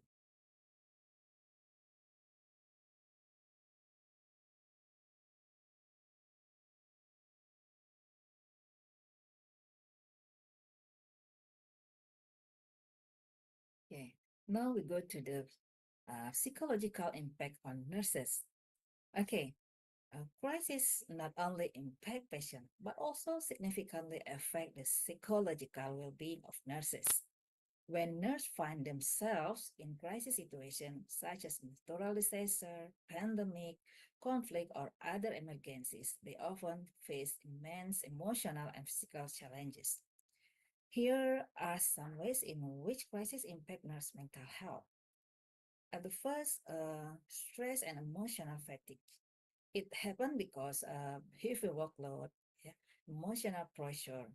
For example, during the COVID-19 pandemic, many nurses experience emotional fatigue from witnessing a large number of deaths or managing severely ill patients without adequate resource. And then burnout. In crisis situation, nurses are at high risk as burnout due to extreme job demands and difficulty maintenance balance between work and personal life. Burnout in nurse often manifests as persistent fatigue, decreased motivation, and difficulty finding satisfaction in their work. This can affect the quality of care they provide. And then nurse may experience in secondary traumatic stress. It can happen because exposure to patient trauma and symptoms of secondary trauma.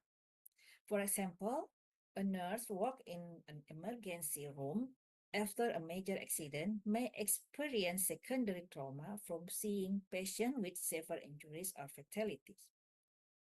Nurse also can feeling anxiety and depression.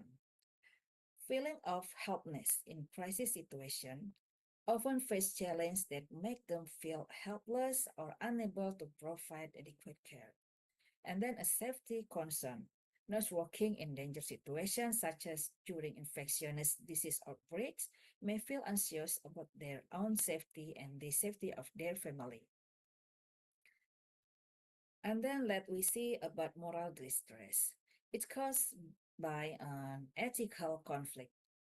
Nurses may experience moral distress when they feel stuck in situations where they cannot do what they believe is best for the patient due to the resource limitation or organizational policies. They may be forced to make decisions that conflict with their ethical value. For example, during crisis situations involving limited medical resources such as ventilators or medication, nurses may have to prioritize some patients over others, causing significant moral distress. And then the impact of personal and social life, where they will get lack of time for themselves and family.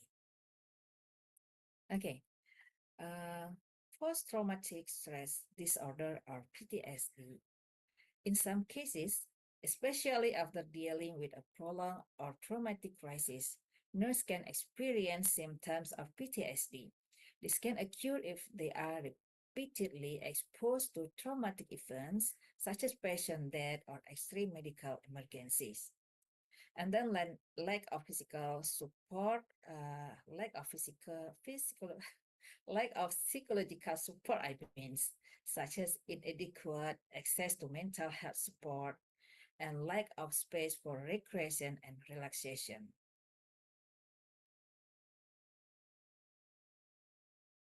Okay. So, how the coping strategies for the nurse in that crisis situation? First, nurse should have a mental health support, such as counseling session, mentorship programs, or support groups. And then nurse need to stress management training.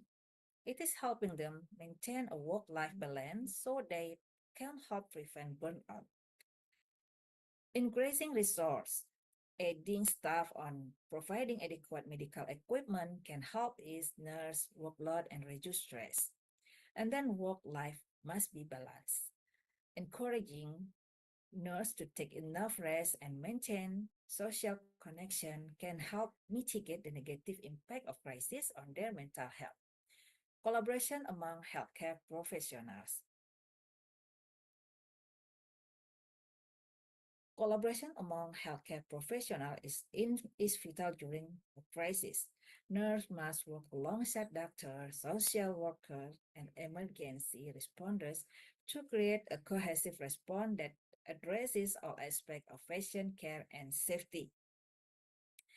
In this approach, collaboration is key, ensuring that resource, expertise, and information are shared efficiently to minimize harm and provide effective solutions during emergency. This could involve working with other healthcare teams to provide patient care, communicate with family, and manage the healthcare system during crisis.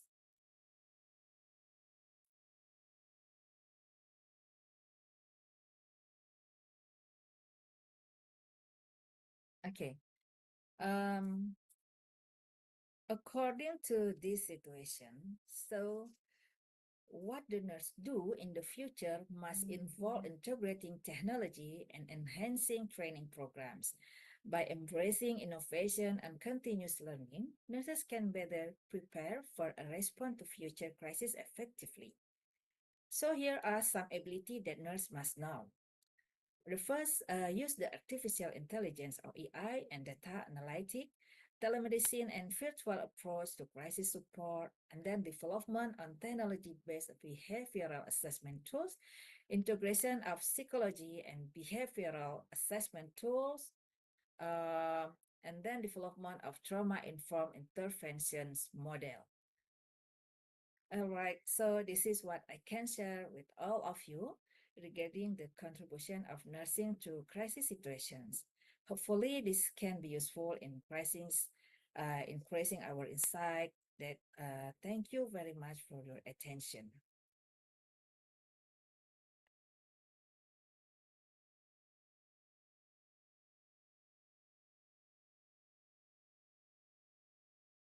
Okay, thank you, Dr. Rika, for your insightful presentation, very informative and interesting.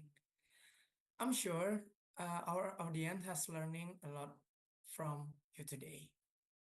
Nah, before we move on the Q&A session, I have a question for you, Doctor. How did you become interested in the roles of nursing perspective in understanding behavioral responsive? What motivate you pursue this field of study and research? Thank you.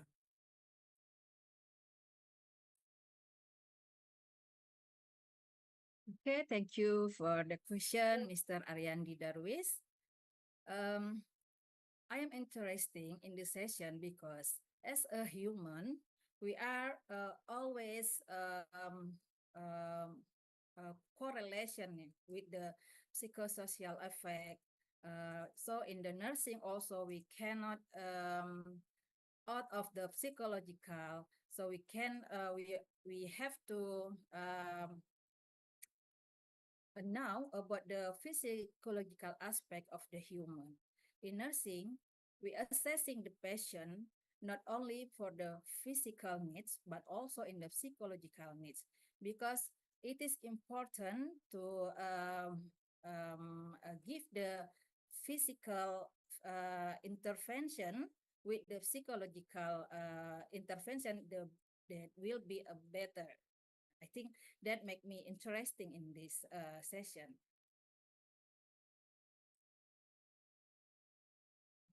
Oh, all right. So special. Thank you for your time. Now, let's open for question from our audience. If you have any question, audience, please type them into the chat box or raise your hand. I will be called on you to unmute.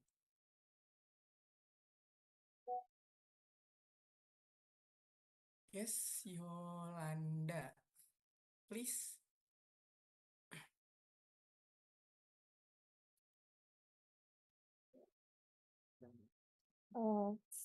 Okay, thank you very much for the interesting presentation and the opportunity, Dr. Rika. I'm Yolanda Matapan. I would like to ask, before we can understand behavioral responses in crisis management, uh, what are the criteria or limitations that determine whether an event tragedy can be categorized as a significant crisis requiring immediate intervention from a nursing perspective? Thank you. I'm sorry, yeah. I can't hear you clearly. Maybe you can repeat the question, please? Or you can type the question. Yeah, can repeat, Yolanda? Okay, thank you. Before we can understand behavioral responses in crisis management, what are the criteria or limitations that determine whether an event or tragedy can be categorized as a significant crisis requiring immediate intervention from a nursing perspective? Thank you, Doctor. I'm sorry, I still can hear it Oh clearly. yeah, I will repeat Okay, it. you can write in Yeah. the chat box, please. I will ask for you, Okay. Doctor. Before the question is, before we can understand behavior responses in crisis management, what are the criteria or limitation that determine whether an event or tragedy can be categorized as a crucial crisis requiring immediate intervention from a nursing perspective? Okay, I see. The criteria for the crisis emergency. Right. Okay. Okay, all right. Thank you for the question, Ms. Yolanda. I'll try to give the answer. Nursing assessment includes some stages. The first stage is we can do the anamnesis of the patient in the crisis stage. Nah, and then here in anamnesis, and we are collect the data from the subjective and objective data that can we find from the patient. Subjective data collect from the sign and symptom from the patient, and the objective we can collect from our assessment directly to the physical needed of the patient. So the characteristic of crisis emergency, the first we have to assess about the oxygenation need from the patient as the basic need of human. And then we can find the characteristic, the other characteristic, if the patient have a trouble in the fluid and nutrition balance. This is the first step that we have to aware, because this is two important needs of the patient in a crisis, in situation crisis.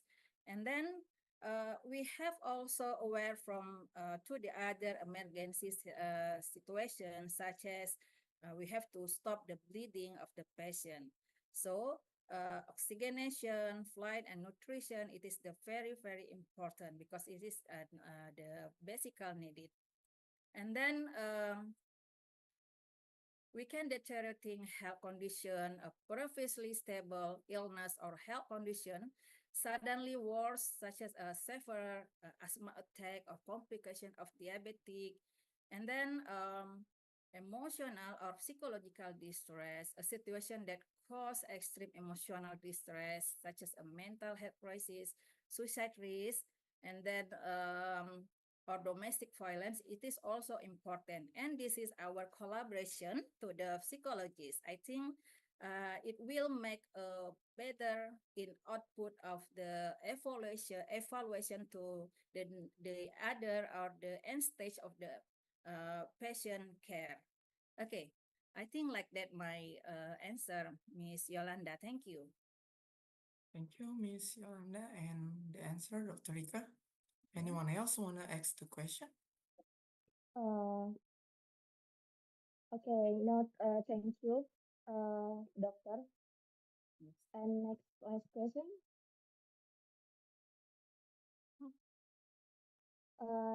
There there are 7 key roles for users in crisis situation.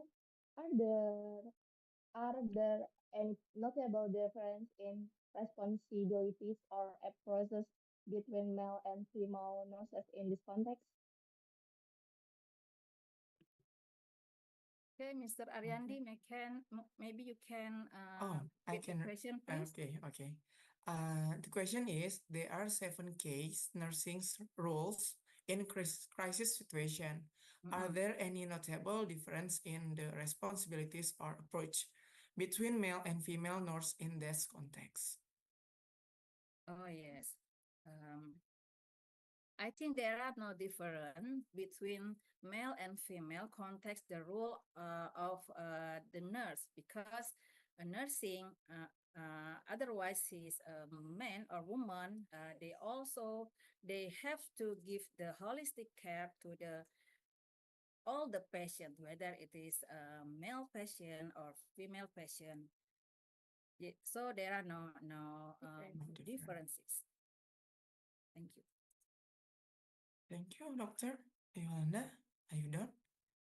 No, thank you, doctor. Okay.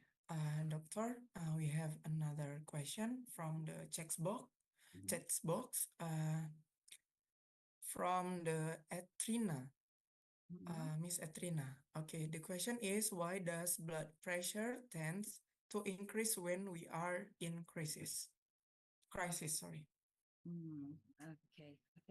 Thank you for Miss Etrina for the question. Okay, increase blood pressure in crisis.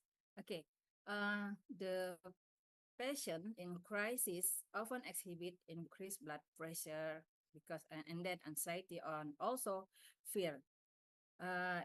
It's become because the body reacted to stressful situation with physiological and psychological mechanism.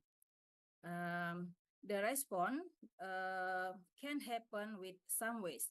The first, fight or flight response.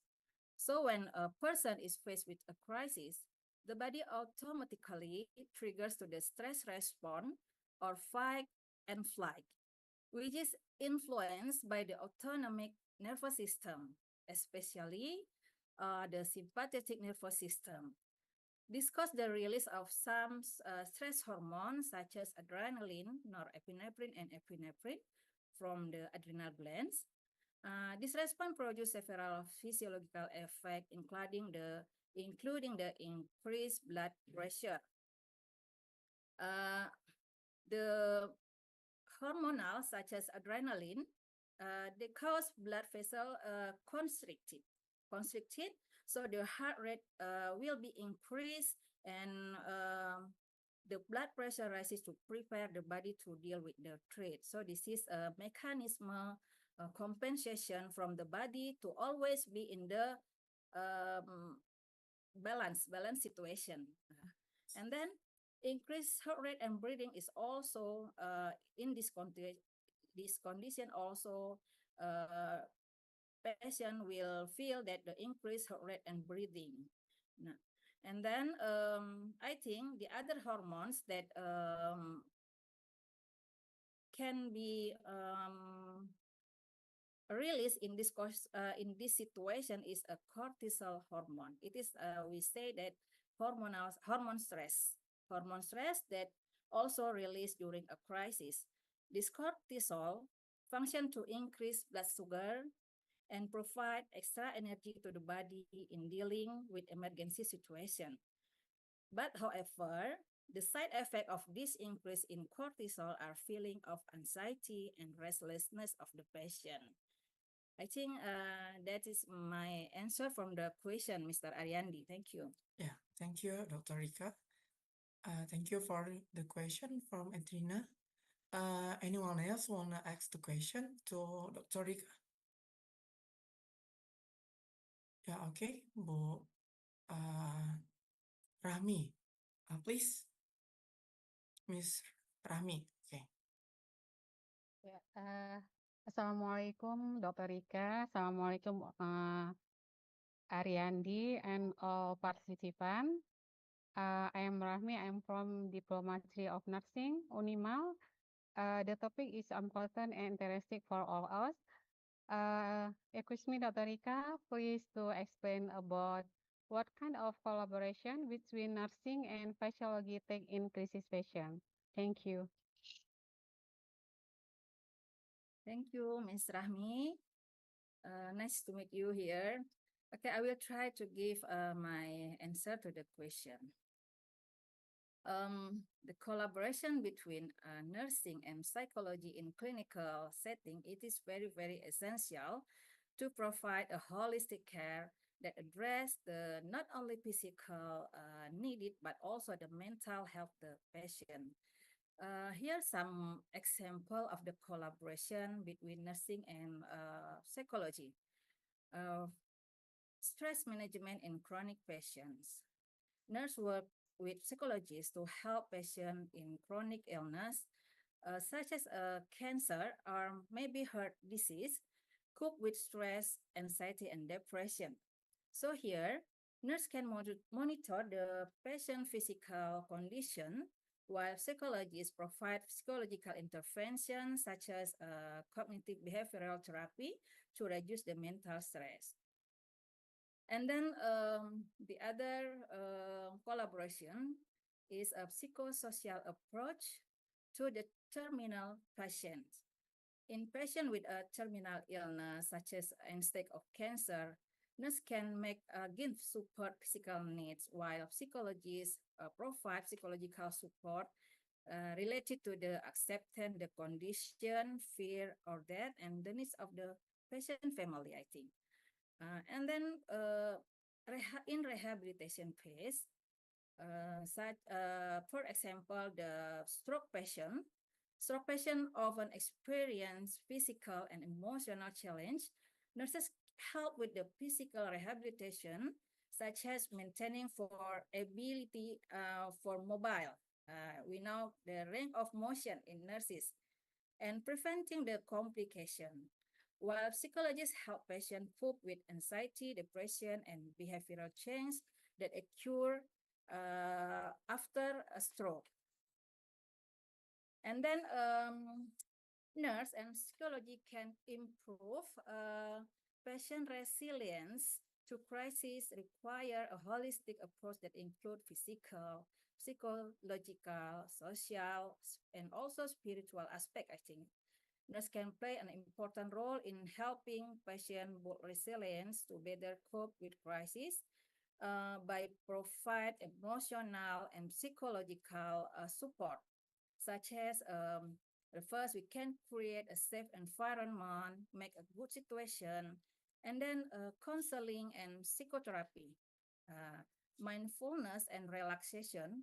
We can teach the patient to relaxation techniques such as meditation, or teach the patient to take a deep breath and then inspiration, expiration for 10 minutes. And then what we do, it's help reduce the physical and emotional stress response that's experiencing during a crisis. And we can also give the health education to the patient. Collaboration, nursing, and psychologists to educate patients about the crisis they are facing, include the body response to stress. I think this knowledge can help the patient understand their physical and emotional symptoms thereby reducing excessive fear and anxiety. I think like that, Miss Rahmi Inayati. Thank you. Okay, thank you, Doctor. Thank you, Miss Rahmi. I think you done, Miss Rahmi? Yeah, okay. Maybe this one last question, Dr. Rika from chat box from Mr. Iskandar. The question is, how long does it usually take from someone to get out of crisis, and what factor influences? How long? How long? Okay. If you ask how long we can out from the crisis, I think it's various time, because this is different from each other.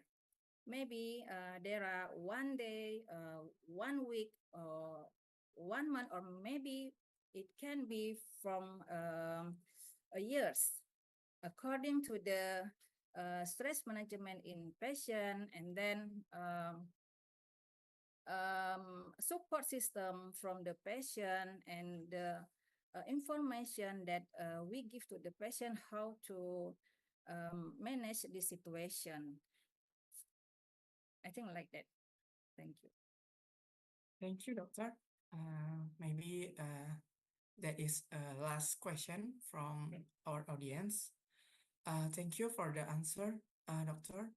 Thank you for the attention and participation for all. We have come to the end of our session. I hope you enjoy this session and gain some valuable insight and knowledge from our speakers. Before we close this session, let me briefly summarize the main point and takeaway from our speaker. Dr. Rika explained to us the role of nursing perspective in understanding behavioral responsive, and show us the role of nursing words and what are the concept and principle behind it. We also had some lively and interesting discussion, Doctor, and question from the audience. Thank you for your active involvement and contribution. I would like to thank our speakers once again for their time and expertise. Let's give a big round of applause. Thank you very much. Yeah. Thank you so much, and have a great day. Okay, time to go back to the master of ceremony. Assalamualaikum warahmatullahi wabarakatuh.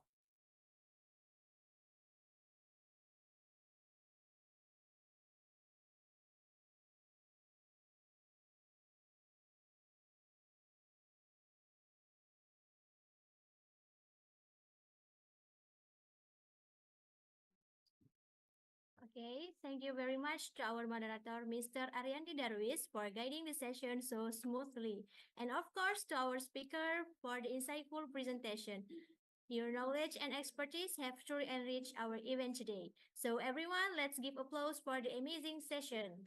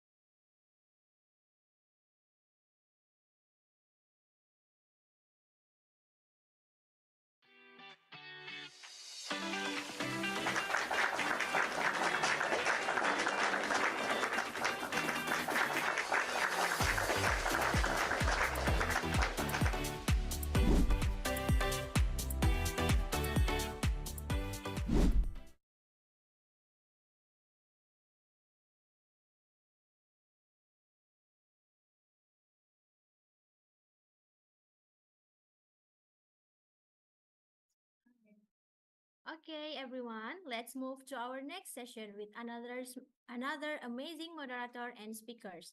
First, I would like to take a moment to introduce our moderators for this session by reading moderator's curriculum vitae. Her name is Maya Lestari, Master of Education. Her education background are Bachelor of Education, graduate from Al Muslim University, Master of Education, graduate from International Islamic University Malaysia, and currently working as lecturer at Malikussaleh University. Now, I would like to invite Madam Maya Lestari to take over and guide us through the session. To Madam Maya Lestari, the time is yours.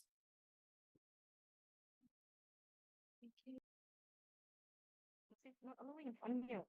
Good. Thank you, Shifa. Assalamualaikum warahmatullahi wabarakatuh. Hello, everyone.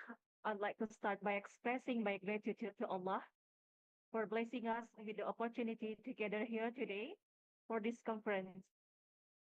Honorable Rector of Malikussaleh University, Professor Dr. Engineer Herman Fitra, Bachelor of Engineering, Master of Engineering, Professional Engineer, ASEAN Chartered Professional Engineer. Honorable Dean of Medicine Faculty, Dr. Muhammad Sayuti, Specialist in Surgery, Subspecialist in Digestive Surgery Consultant. Honorable Head of Psychology Department, Liza Musni, Bachelor of Nursing, Master of Health. Ladies and gentlemen, esteemed colleague, and honored guests, welcome to Micopsy, the International Conference on Psychology and Multidisciplinary Behavioral Studies in 2024. My name is Maya Lestari, and I will be your moderator for this session. Our agenda is packed with exciting keynote speeches and interactive panel discussion designed to inspire curiosity and promote collaboration. I encourage you all to participate by asking questions, sharing your insights, and networking with others. And if you have any question, you can raise your hand or type it into the chat box, and I'll make sure to read it for you.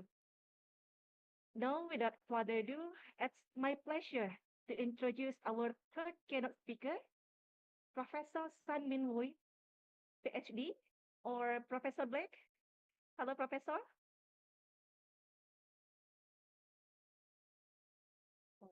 Okay. Professor Blake will be discussing psychological applications, challenges, and innovation in the era of generative AI and SDG. Professor, I will read your profile first. Okay, thank you. Okay, and I think it's a very honor to be here and to giving a talk.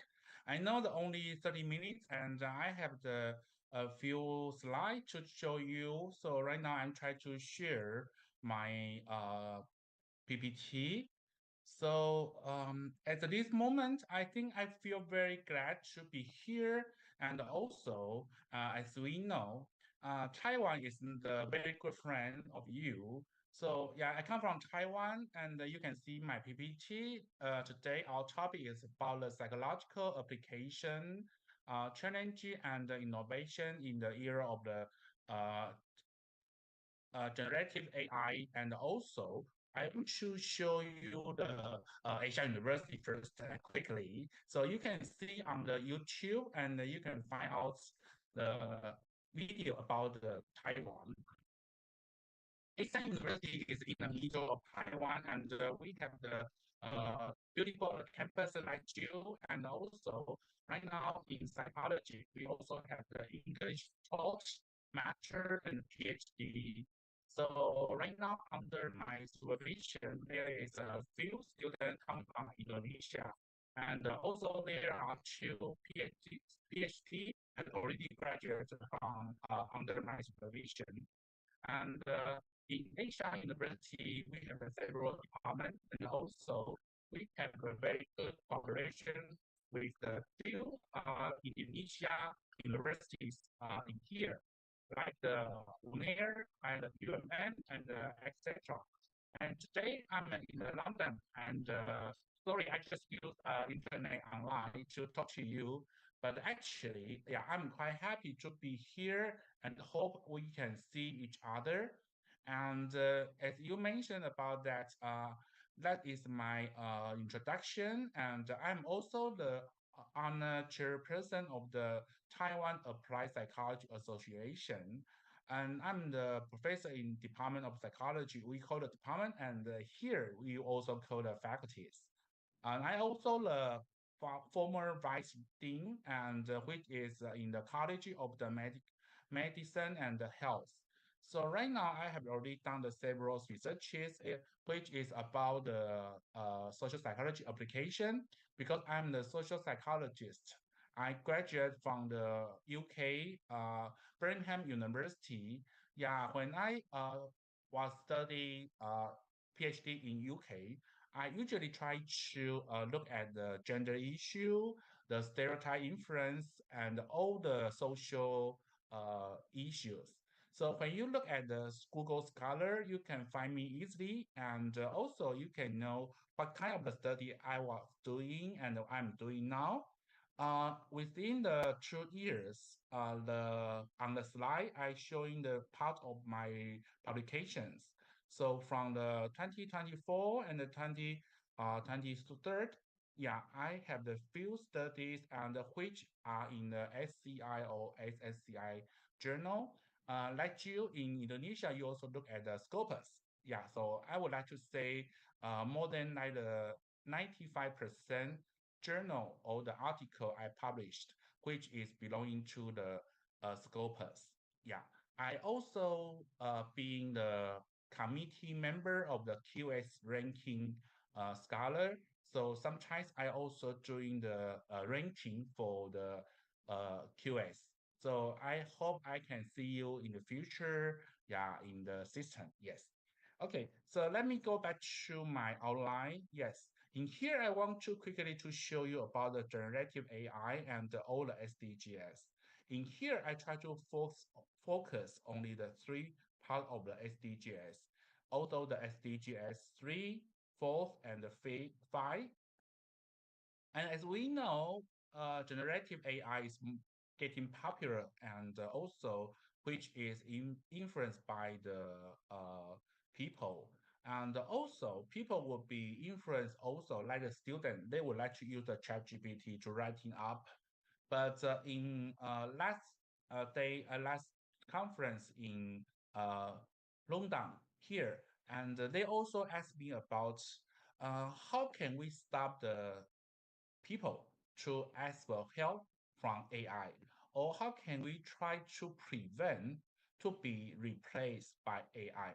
Actually, I would like to say AI only can replace the people who doesn't know what is the AI, the generative AI.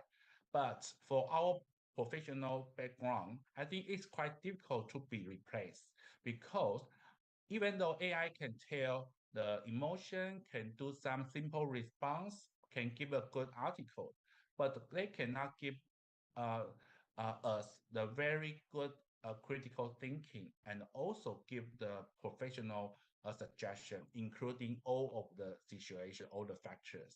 So no worry too much, but we need to know AI first.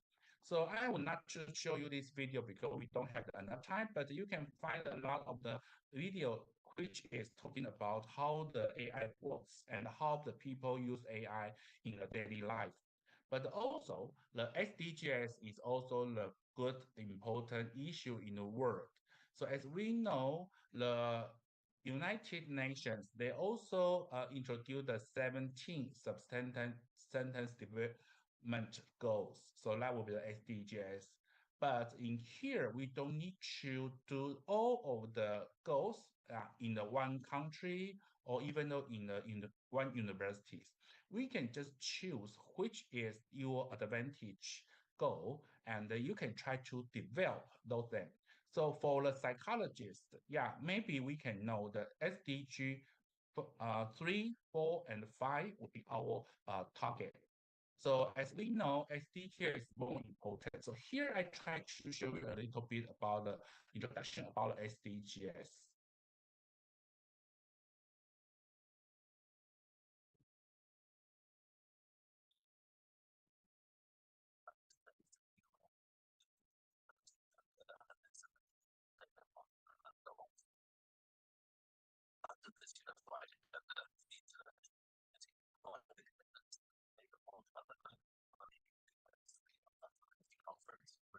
Multidisciplinary development goals until 2015. Agenda is estimation by member states, most developed countries of population themselves. Each of these goals must be achieved in a way which respects the three dimensions of sustainable development: social, economic, and environmental. Among the 17 goals that have been identified are those related to policy, education, energy, gender equality, environmental conservation, responsible consumption and production, and the fight against climate change. The universal nature of the 2030 agenda means that each of the 17 sustainable development goals will be implemented differently in different countries. For example, while certain countries continue to struggle with hunger, others should be more concerned with promoting a healthy diet and combating obesity.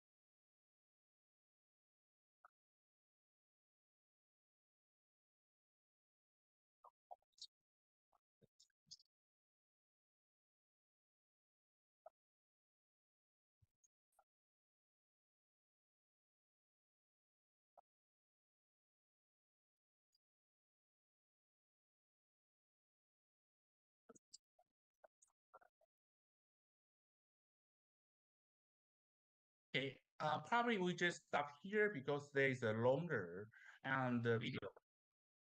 So maybe we just try to go for the next one.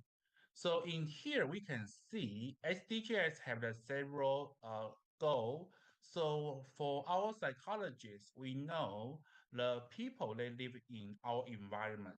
So that would be influenced by our environment, your society, and the economics. So maybe we can just pick up the few goals should do. Um, I think social psychology, we can do a lot of the topics. For example, like the last year, I have the master student, and he's doing like the climate psychology. That means people will be influenced for the climate changes. So that is also the good topic we are going to do. So in the follower slide, I'm going to talk about the few study we can do in the Indonesia. For example, like the mental health, yeah, SDG has the mental health challenge. And that means in Indonesia, we know only 2% patients they can receive the resources to treatment, yeah, to be treated. And actually, so it's not enough.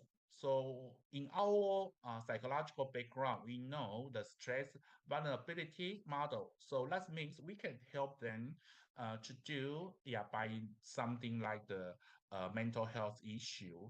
And also we can try to use the AI applications in the mental health. For example, like the emotional analysis technology, we can try to use the computer to monitor the voice, the text, and the facial expression and to do the analysis. In that case, right now we can have the app, which is more than like the 85% accuracy. So in this case, maybe we can try to automatically diagnosis and the intervention to our client or our students, the fresh student in the campus. But actually, so we can also use a real-time support system based on the cognitive behavior therapies. We call the CBT. So for the clinical trial, we can know there is a 90% improvement in the user's emotion status. So I think that is a good research to support you. And also, we can try to use the remote more mental health service. Remote mental health service, that means because we know few population they can receive the service, but especially during the COVID-19 pandemic, we know AI played a very critical role in addressing the sources gap. And also, most people, they get used to use the app or the internet or the mobile phone. So in this case, we can try to follow the situation and try to let the people, they try to get used to use the AI. So in here, we can report that 90% improvement in the user's emotional control. And also in the United States and European, we can also see that if we try to use the AI to help us, maybe they can reduce 30%, 35% of the anxiety symptom. That would be also easy to helping the people. And also we can try to analyze the social media data because we know there are so many people they using the media and media is also very popular in the young generations. So in that case, we probably need to know how to create, how to successful using the AI-driven sentiment analysis. So in this case, we can prevent some suicide risk. We can do the early detection for the suicide event. So in here, we can also try to analysis. And also, we can also doing the early warning system. So in this case, we can try to ask for example, like the elderly people or some people they can wear the watch, electronic watch, the wearable measures, and then they can monitor their physical signals. So for analysis the signals, we can try to do the early warning. So in that case, we can warning the target or we can warning the clients, family members. That would be good for us to taking care of them, even though they are in the mountain or in the seaside, that is not in the downtown. I think we also can do that by the internet. And also, sometimes AI is very good used in the suicide prevention. For example, like the crisis text line, this company, they use the AI to analyze the message and identify high-risk individuals. So they multiply on the whole the internet interaction. So we can try to know some people who is in a high risk. So right now the accuracy rate would be exceeding the 85%. So in this situation, psychologists, we can also try to use this equipment to screen or to detect early detect those high risk target. And also we can also try to using on the long-term monitoring because long-term monitoring is getting more popular in our daily life. Even in Taiwan or in Indonesia, I know people, they were getting older and older. The older population were getting higher. So that means we can have the more detector. Also, we can try to detect their depression and anxieties. So I think that is also good to help them. And then after that, we can reduce the depression symptoms. Usually, we can also try to accessibility to the mental health care because by using the remote mental health diagnostics, we can try to do online, even though the hospital, the doctor, or the nursing, or the healthy care, or the psychologist or counseling psychologist, they can just do online and they can try to giving the professional service and online. So in that case, people, they can get the service immediately or try to easy.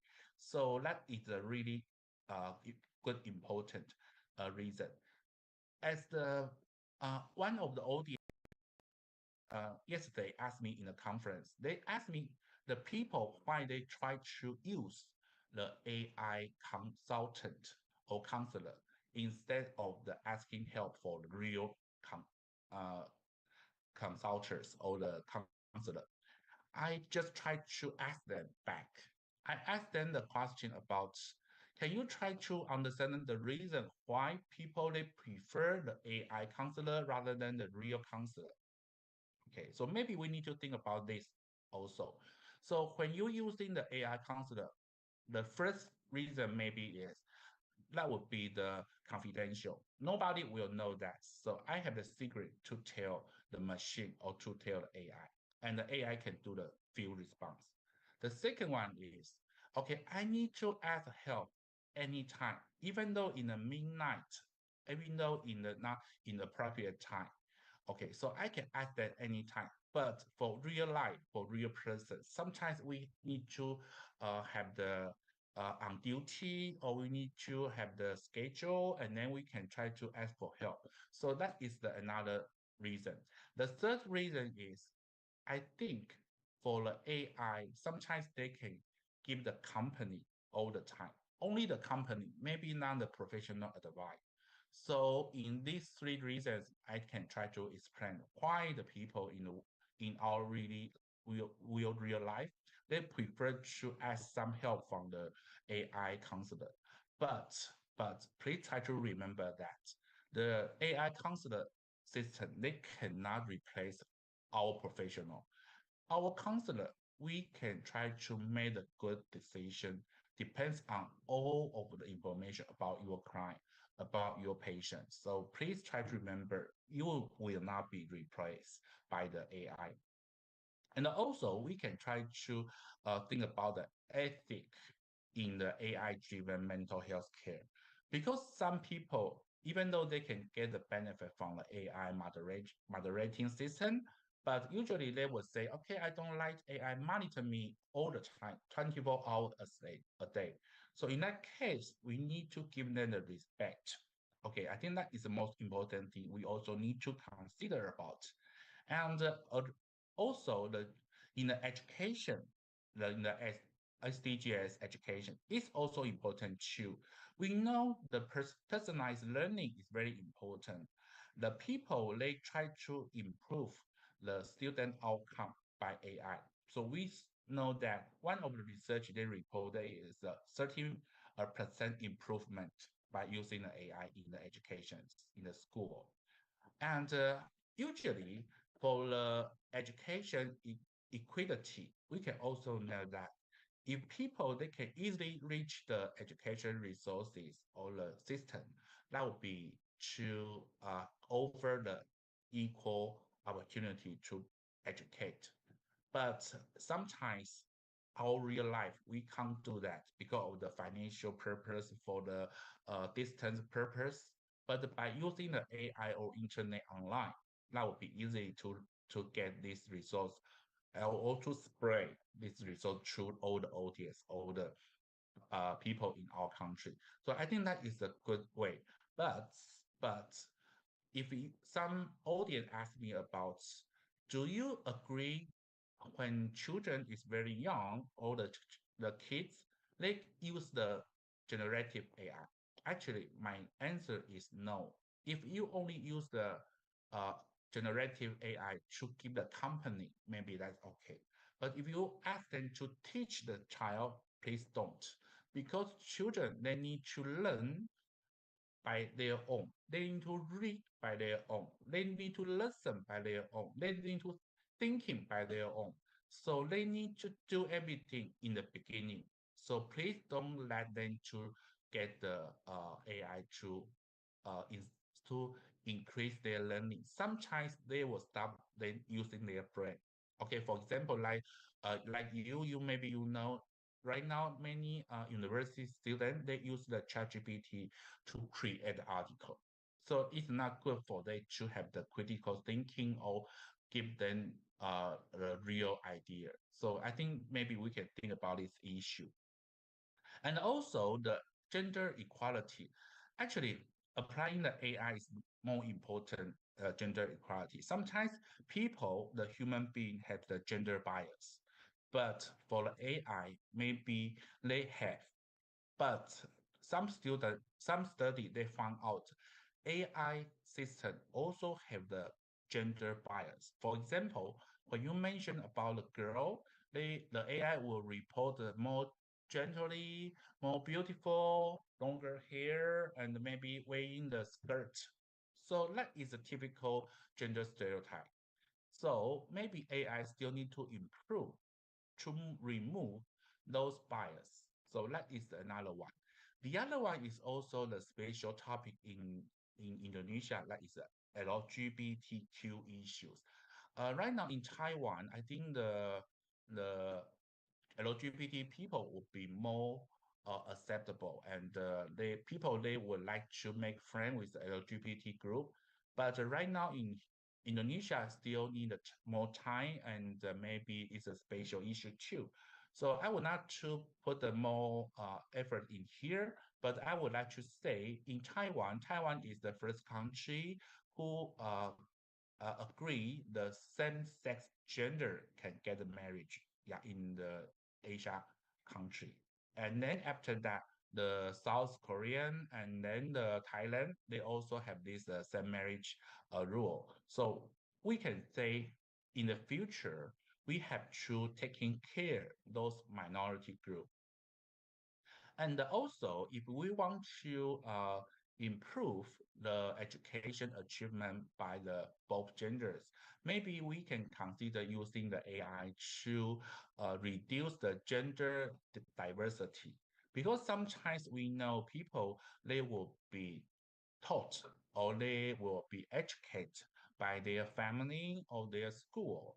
Sometimes family and school will try to pass the traditional gender stereotype, but that is not good. That is not good, to be honest. So that's the reason we need to use the AI to design the gender diversity education. Yeah, we need to do that. So, and for in the future, yeah, probably AI will be good in the mental health, but most important things, our psychologists, we need to know how to lead, how to use, how to apply the AI into our professional study or services.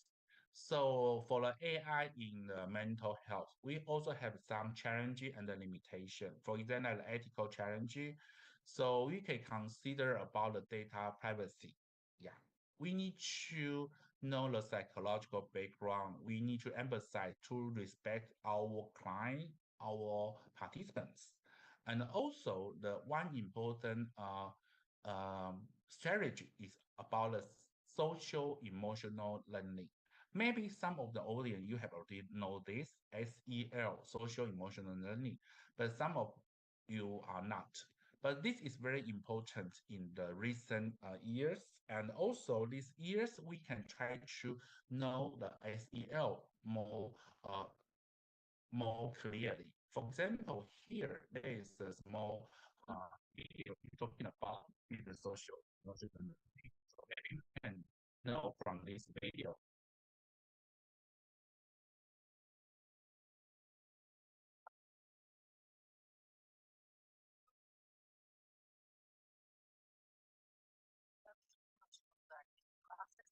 Social and emotional skills. It's just as important as learning reading or math. This learning process is most effective when it begins early and high school. Social and emotional skills are essential for success in school, work, and life. SEL, students learn to manage their own emotions and behaviors, have empathy and show care and concern for others, solve problems effectively, make responsible decisions, and maintain healthy relationships. Students learn to recognize what's happening inside them and to be aware of their emotions, which helps them deal with strong emotions and impulsive behaviors. It helps them stop, take a breath, think about a situation before acting.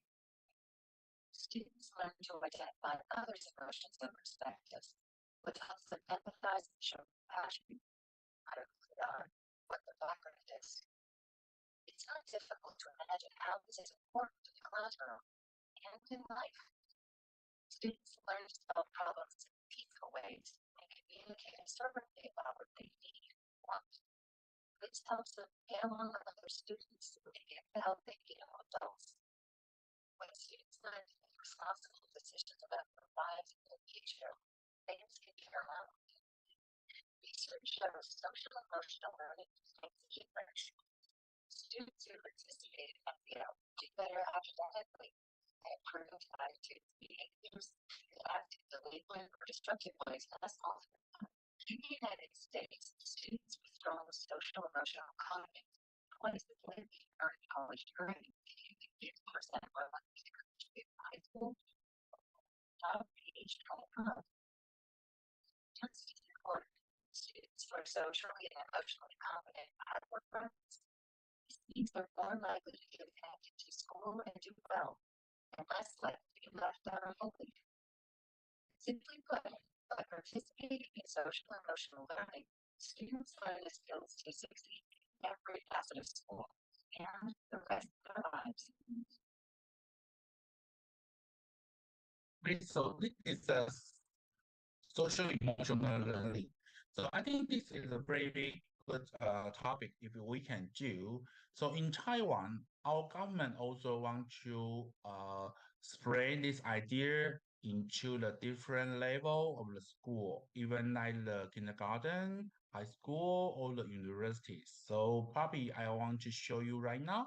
You can try to know the social emotional learning as well. And also in the child medical health, mental health, yeah, that is also important too. So according to the report, we can know 10% of children, they are suffering by the mental health issue.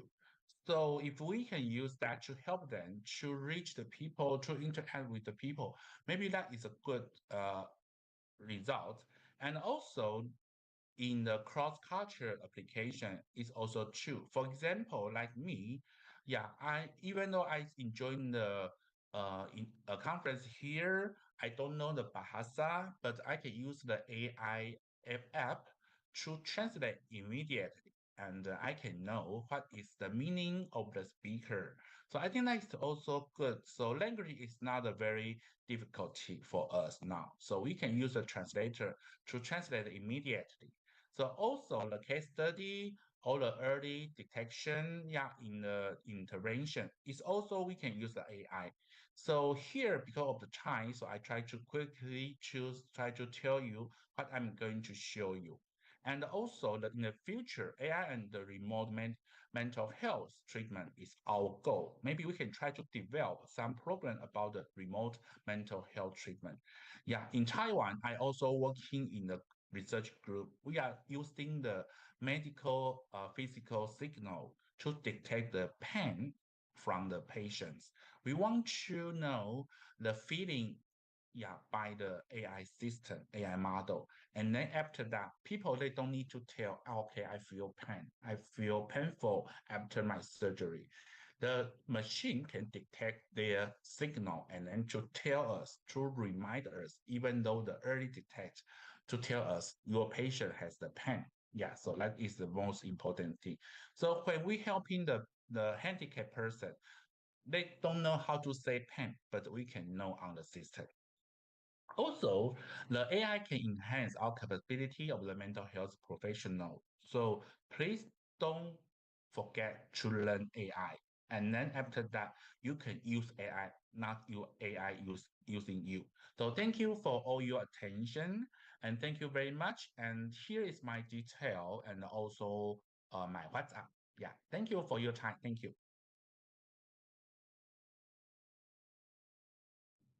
Thank you, Professor, for the insightful presentation. Okay, now we'll now transition into Q&A session. We have 15 minutes for this session. And for audience, if you have any question, please type it in the chat box, or you can raise your hand to ask question.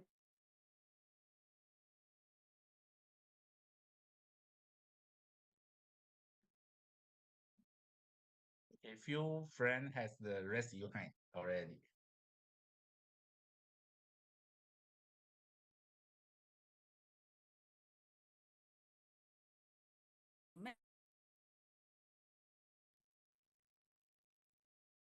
Question here from Adina Undip in the chat box. Thank you, Yes. Professor, for your insight. Pardon me if this question is on off topic, but I want to ask you how to prevent the negative effect of the presence of AI in education. As we know, the student can misuse AI. Is there any policy for using AI in education setting? Yeah, I think this is a very important question actually. And also when we're talking about AI in psychology application, yeah, few audience will ask that. So like when we use the AI-driven education tool, yeah, we can try to give them the specific way they need it. So AI can try to know, for example, when I speaking in one of the topic, if the student they need a slowly English conversation, so AI can automatically slow down my speaking. But if their English quite well, so probably yeah, I can speak very quickly, and AI can try to give them the more information about that. And also, if the AI they know okay they don't have the enough vocabulary about this topic, so maybe they can have the more analysis or the explain on the screen on the side. So that'd be easier for them to understand. And also they can try to uh, give some question or the small quiz. Yeah. And for the reader, for the students, they can try to do the practice. Yeah, after they have this lesson. So I think that is the individual the learning purpose. So yeah, that would be like to say that even though in the SDG 3, 4, and 5, we also can try to think about the good way to using the AI in the different SDGs. But actually, sometimes in your one class, you can mention about both the SDG 3, 4, and 5. Yeah. So you don't need to just put the one goal in one class. Thank you.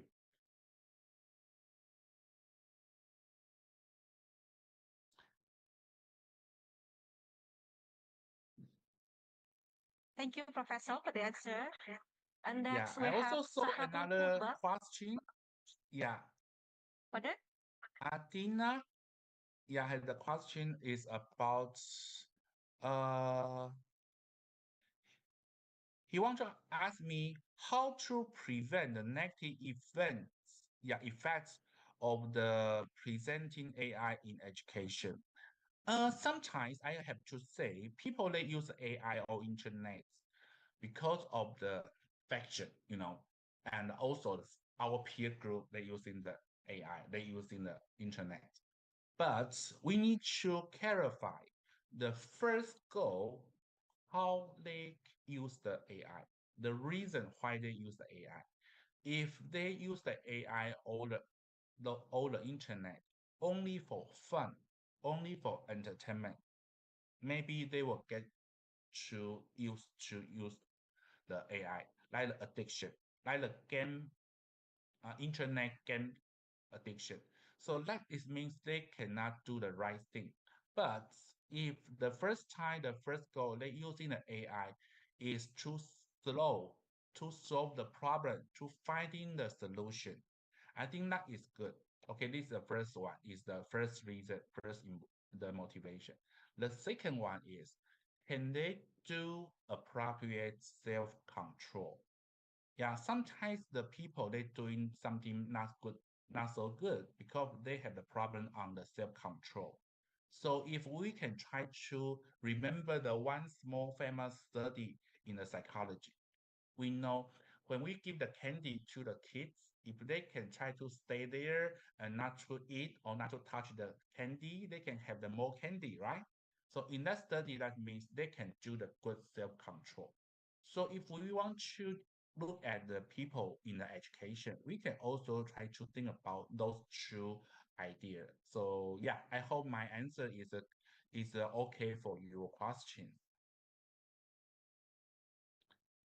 And also the we, yeah, and here mentioned about is AI can improve much in the future. Of course, yeah, AI can improve a lot in the future, and also AI will be increasing our living benefits. Yeah, I think we are in a very good generations. You know, in the past, maybe 10 or 20 years, we can give a big step. But right now, maybe only 1 year, only few months, we can have a big step. Yeah. So we need to learn all the time for our own life. So I think that will be telling you that. But the AI is very, very difficult to do the empathy, to giving the warmly feelings, or to giving the unconditional positive the regret. So I think the reason why I mentioned about before, the counselor will not be replaced by AI system, but but the but means very important. We need to improve our skill, our helping skill. Yeah, in order the AI will increase very fast. Okay, I hope I can also answer your question. Sorry, there are so many questions, and thank you for all your thank you. So yeah. So is there anything I can do right now, because I know I don't have time enough. Yeah.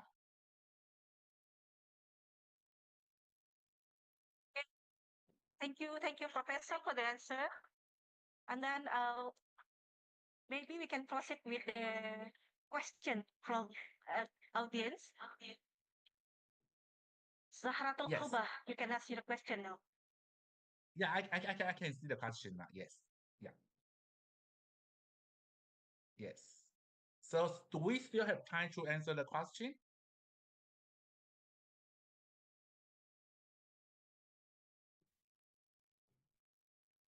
Zahratul Khubah, can you open your mic, please? Yeah. Do we still have time to answer the questions? Yeah, Professor. We still have the Yes. time. Okay.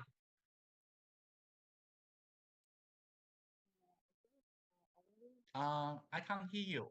You need to turn on your.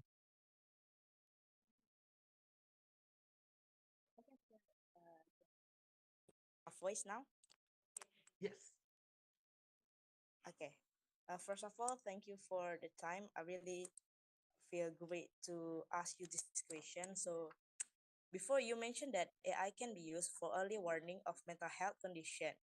In the future, do you see the possibility of developing AI that could provide psychological first aid during crisis situation without requiring an internet connection, considering the frequent lack of internet access in disaster-stricken areas? So that's my question. Okay.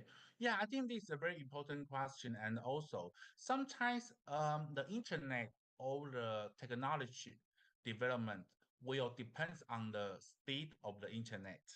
Yeah, for example, when we know the internet, we have a different type, the G4, G5, yeah.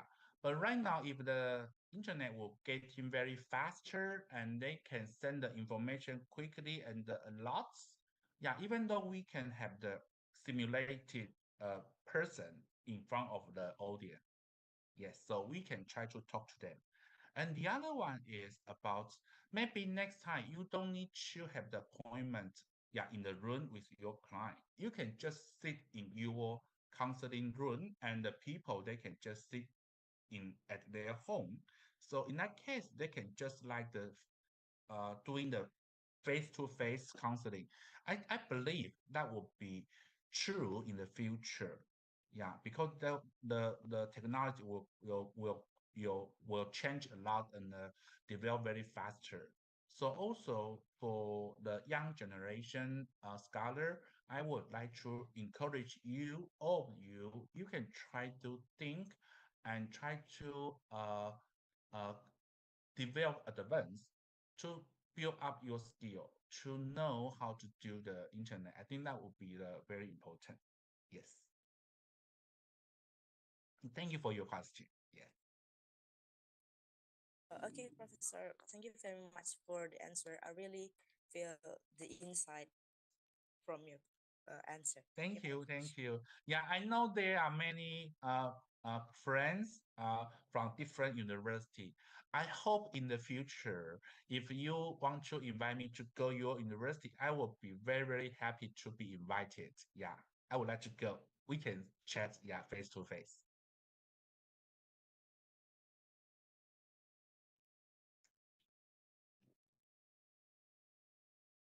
Okay. Sorry, I can't hear you. Thank you, Professor. It will be great opportunity for our students also. Yeah, that's my Next, the honor question too. comes. Next question from Cindy. You may ask your Okay, question. Cindy. Very Hi, Cindy. How are you? hello, Rob. Thank you for interesting presentation, Rob. I want to ask, you highlighted the use of AI in gender equality initiative, including detective implicit bias. How can AI system be improved to account for cultural difference in gender rules and ensure that they are effective in diverse global contexts? Thank you. Okay, I think the gender, sometimes we know AI is still developing now. So some of the researchers, they find out AI have the typical stereotype. Yeah, for example, if you ask them to create the description about a girl, yeah, they would like to say, "Oh, girl is a beautiful, long hair, and with a beautiful skirt." Yes, they are not using the very brave, very smart, very clever. Yes, so I think that is a gender stereotype. So right now we still need to educate those AI systems. Yeah, because we don't want our students to learn the gender bias again. Yeah.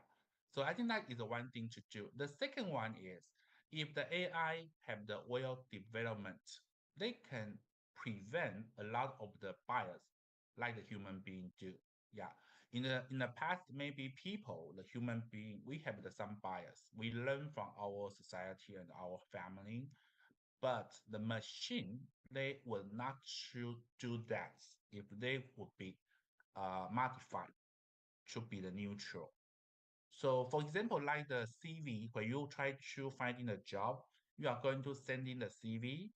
Usually we will put the gender or we want to put the photos. Yes. But right now in the Western country, they are not encouraging the people to put the photo or to leave the gender on the CV to finding a job because they want to prevent the some our uh, inappropriate bias to selecting the employee. So I think that is also new one thing we can do. So for the gender, that we know some the LGBT person, people have the a lot negative the stereotype on those participants. So maybe they will face the more struggling situation or a challenge in the life. So yeah, to be honest, I have the few experience about knowing the people in the Indonesia university. Some of the students, they are the minority group, I mean the LGBT group. Yeah, they say they don't want to come out because their society, their family, even though their religion cannot accept that. So they always be alone. So in that case, probably they need to face a lot of difficulty. So also I hope the AI can help them and try to accept them and then try to give the company.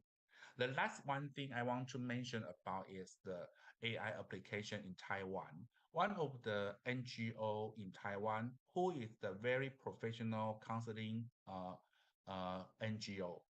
They provide a lot of the online or the on the phone counselor to doing the counseling.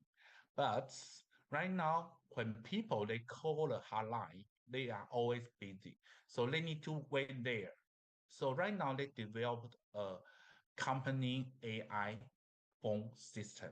So that means when the people they call in there, but when they are on the busy line, so the AI can give the company, they can try to have some simple or oral interaction with the client. For example, like showing the greeting, also showing say hello to them and ask them how are you, how do you feel, and also they will try to detect the specific word. If they showing the very important word, they will put the mark And then when the real person, real counselor answer the phone, they will try to look at that detail.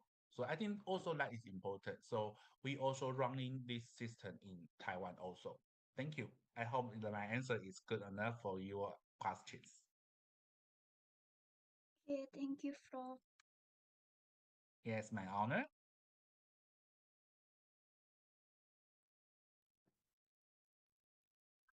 Thank you, Professor, for the answer. Yeah.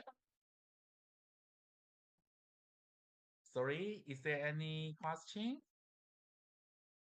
We have 4 minutes left On for the session. Okay. So we still have one raise the hand. Yeah. Do you want to turn on your? Yeah. Okay, Naisa, you can ask your last question. Okay. Thank you for opportunity. My name is Naiza Verona. I have any question, Prof? Considering in the rapid test, considering in the rapid advancement in AI, how can we ensure that AI-driven education tools like personalized learning platform remain accessible and equitable for students in underdeveloped regions, in line with the goals of SDGs 4? Thank you, Prof. Okay. I'm sorry. Can you try to speak slowly because the internet is not very clear? Yeah. Can you try to say again? Okay.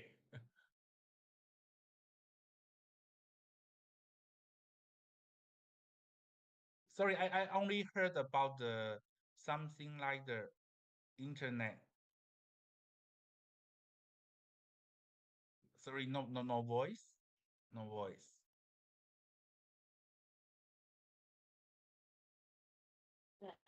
No. This professor. Yes. Considering the rapid advancement in AI, how can we ensure that AI-driven education tools like personalized learning platform remain accessible and equitable for students in underdeveloped regions, in line with the goals of SDG 4? Yeah. Okay. Actually, yeah. As I mentioned before, the AI-driven education system, I think that would be offering the personal or personalize the education equipment or the class. So we can try to make sure you students potential or their situation and to offering the good system for them to learn. So I think sometimes we need a good group, the professional educational group, to test or to know the AI system works. In that case, also we can invite a few students to come to be the participant to give some feedbacks. So I think that is also important too. So if we can do that, I think that would be good. We can also save our time. For example, I give the very example, maybe the older psychologist you knows about the questionnaire. In the beginning, we have the paper, pen and the paper questionnaire. After that, we have the computer, yeah, questionnaire. That means we can do the questions there on the computer. The new one is the adaptive, the computer-based questionnaire. That means each following question will depend on your previous answer. Like the English GRE or STA or the etc. They have the adaptive the computer-based questionnaire. So that means we don't need to spend so much time. The computer will give us some good evaluation. Yeah. So also, I think sometimes we need a professional to create this to test this system. So for the researchers, maybe you can try to do some the researches to confirm those system is good enough for the specific student. Okay, I hope my answer is good enough for you. For the answer, this is We are at the end of the third session, and thank you very much for the insightful presentation. As we know, the world is facing significant mental health challenges, and it's crucial to enhance resources. And AI technology now offer promising solution for improving diagnosis, suicide prevention, and long-term monitoring. Thank you for joining us today and sharing your knowledge in this conference. My university greatly appreciates your contribution and hope to see you again soon. Yeah, that's my thank you. honor Thank too. you. And thank you for all your time. Thank you. Thank you for your listening. Yeah. Thank you. Thank you for the audience for your participation for the session. And we are back to MC. Thank you.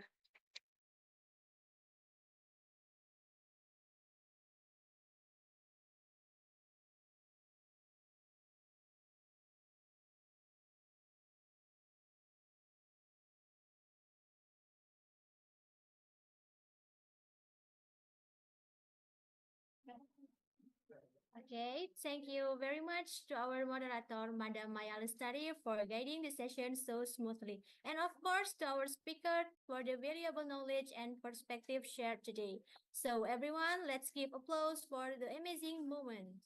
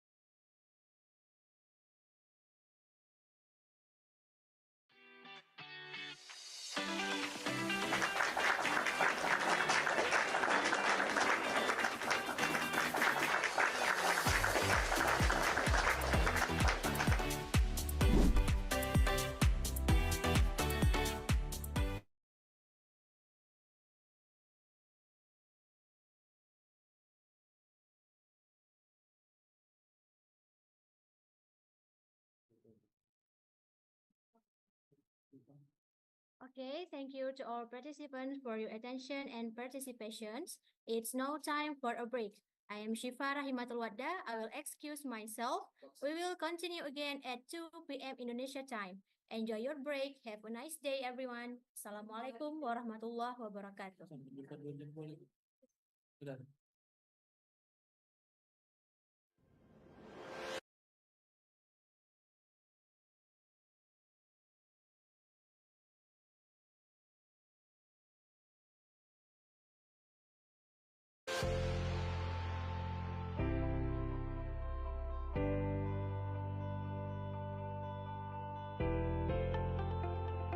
Recording stopped.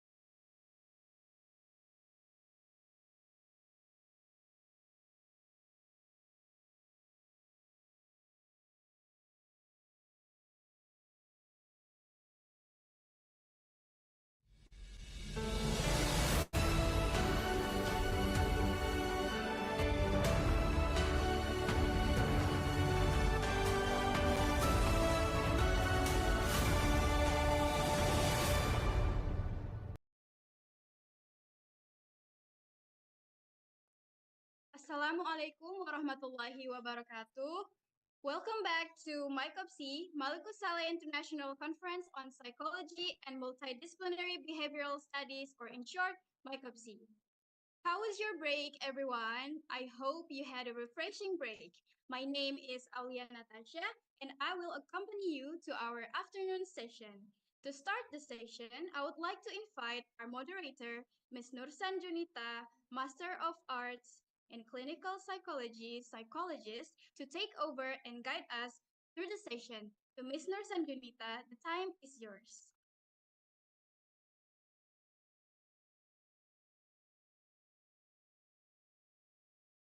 Okay, thank you, Natasha. Assalamualaikum warahmatullahi wabarakatuh. Good afternoon, everyone. Welcome back again after the break session for the fourth session. I would like to thank to Allah who has given us blessing and mercy so we can still continue to be here for the conference sessions. Honorable Rector of Malikussaleh University, Professor Dr. Insur Herman Fitra, Honorable Dean of the Faculty of Medicine, Dr. Muhammad Sayuti, Honorable Head of Psychology Department, Bapak Riza Musni, esteemed college and guests, welcome to Micopsy, the first international conference on psychology and multidisciplinary behavioral studies in 2024. I'm Nursan Junita, your moderator for these sessions. We have an exciting agenda with keynote speeches and panel discussions. I encourage you to engage by asking questions and networking. You can raise your hand or type questions in the chat box. Let me introduce the impressive next speaker for the fourth sessions, Professor Dr. Sefa Bulut from Ibnu Khaldun University, Department of Counseling Psychology, who will bring the session topic with resilience in time of crisis. Good afternoon, Professor Sefa. Good afternoon, everyone. Selamun alaikum and Juma Mubarak to all of you. Dear esteemed rector, dean, and faculty members, and my friend Hafnidar, thank you so much for inviting me. I am very happy to be with you. I have presentation, PowerPoint presentation. I can go ahead and start and share with you. Okay, thank you, Prof. Sefa. Let me introduce you first for the audience. Okay, Professor Sefa Bulut is from Ibnu Khaldun University, Turkey. Professor Sefa Bulut completed his undergraduate degree from Ankara University, Department of Psychology. He received his master's degree from Oklahoma State University School of Applied Behavioral Studies and got his PhD from Oklahoma University School of Applied Health and Educational Psychology in 2003. He has served as a trauma expert in American Red Cross. He worked as a military psychologist at the Gata Medical School in Ankara. He has been coordinator of Student Counseling Center and working as a faculty member at Ibnu Khaldun University Department of Counseling Psychology. His research interests focus on PTSD, ADHD, bullying, mobbing, gerontology, child sexual abuse, and neglect child sexual abuse. So it's very impressive experience from Prof. Sefa Bulut. Now it's your time, Professor. You have 30 minutes to give your experience and share your idea with us.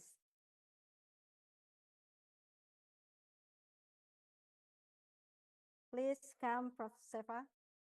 Yes, good afternoon again. I'm going to open my PowerPoint presentation and I will I will continue with my presentation.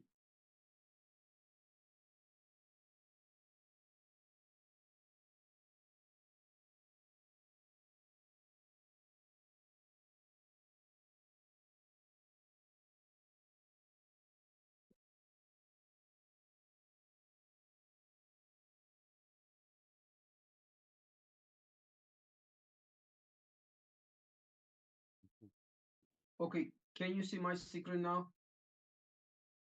Yes, you can see, right? Yes.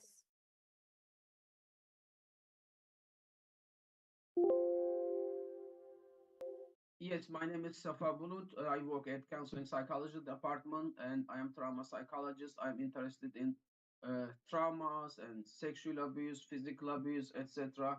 Uh, and I would like to take again University's Malikussaleh, the Mr. President, and Honorable Dean Mohammed Saiti, and Dr. Hafnidar Hafnidar. She has been a contact person with me. I really wish to thank to them for inviting me this wonderful occasion.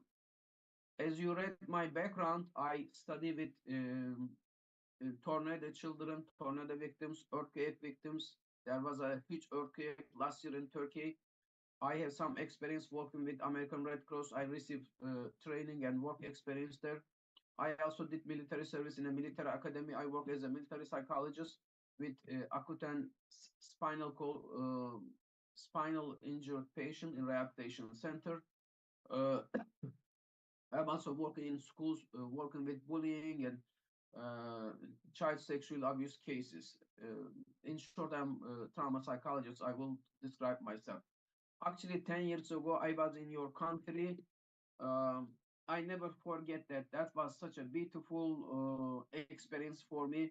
I met a lot of good people, students, faculty members, ordinary people. I have such a wonderful experience. And also, I would like to mention my friend Nurnaila Effendi from Semarang. She is a Positive Psychology Association leader. She introduced me to the topic of psychology because I used to study trauma and war, that type of things.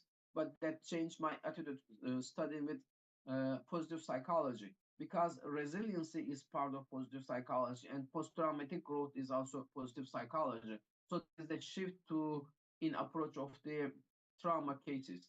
I have been in Satyavakana University. They host me wonderfully.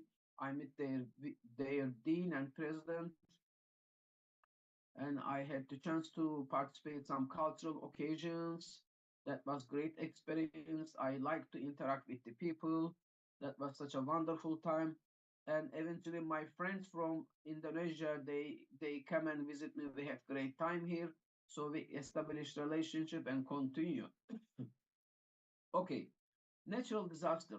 Every country, every region has their own natural disaster, such as in Turkey, we have earthquake. We live in earthquake zone.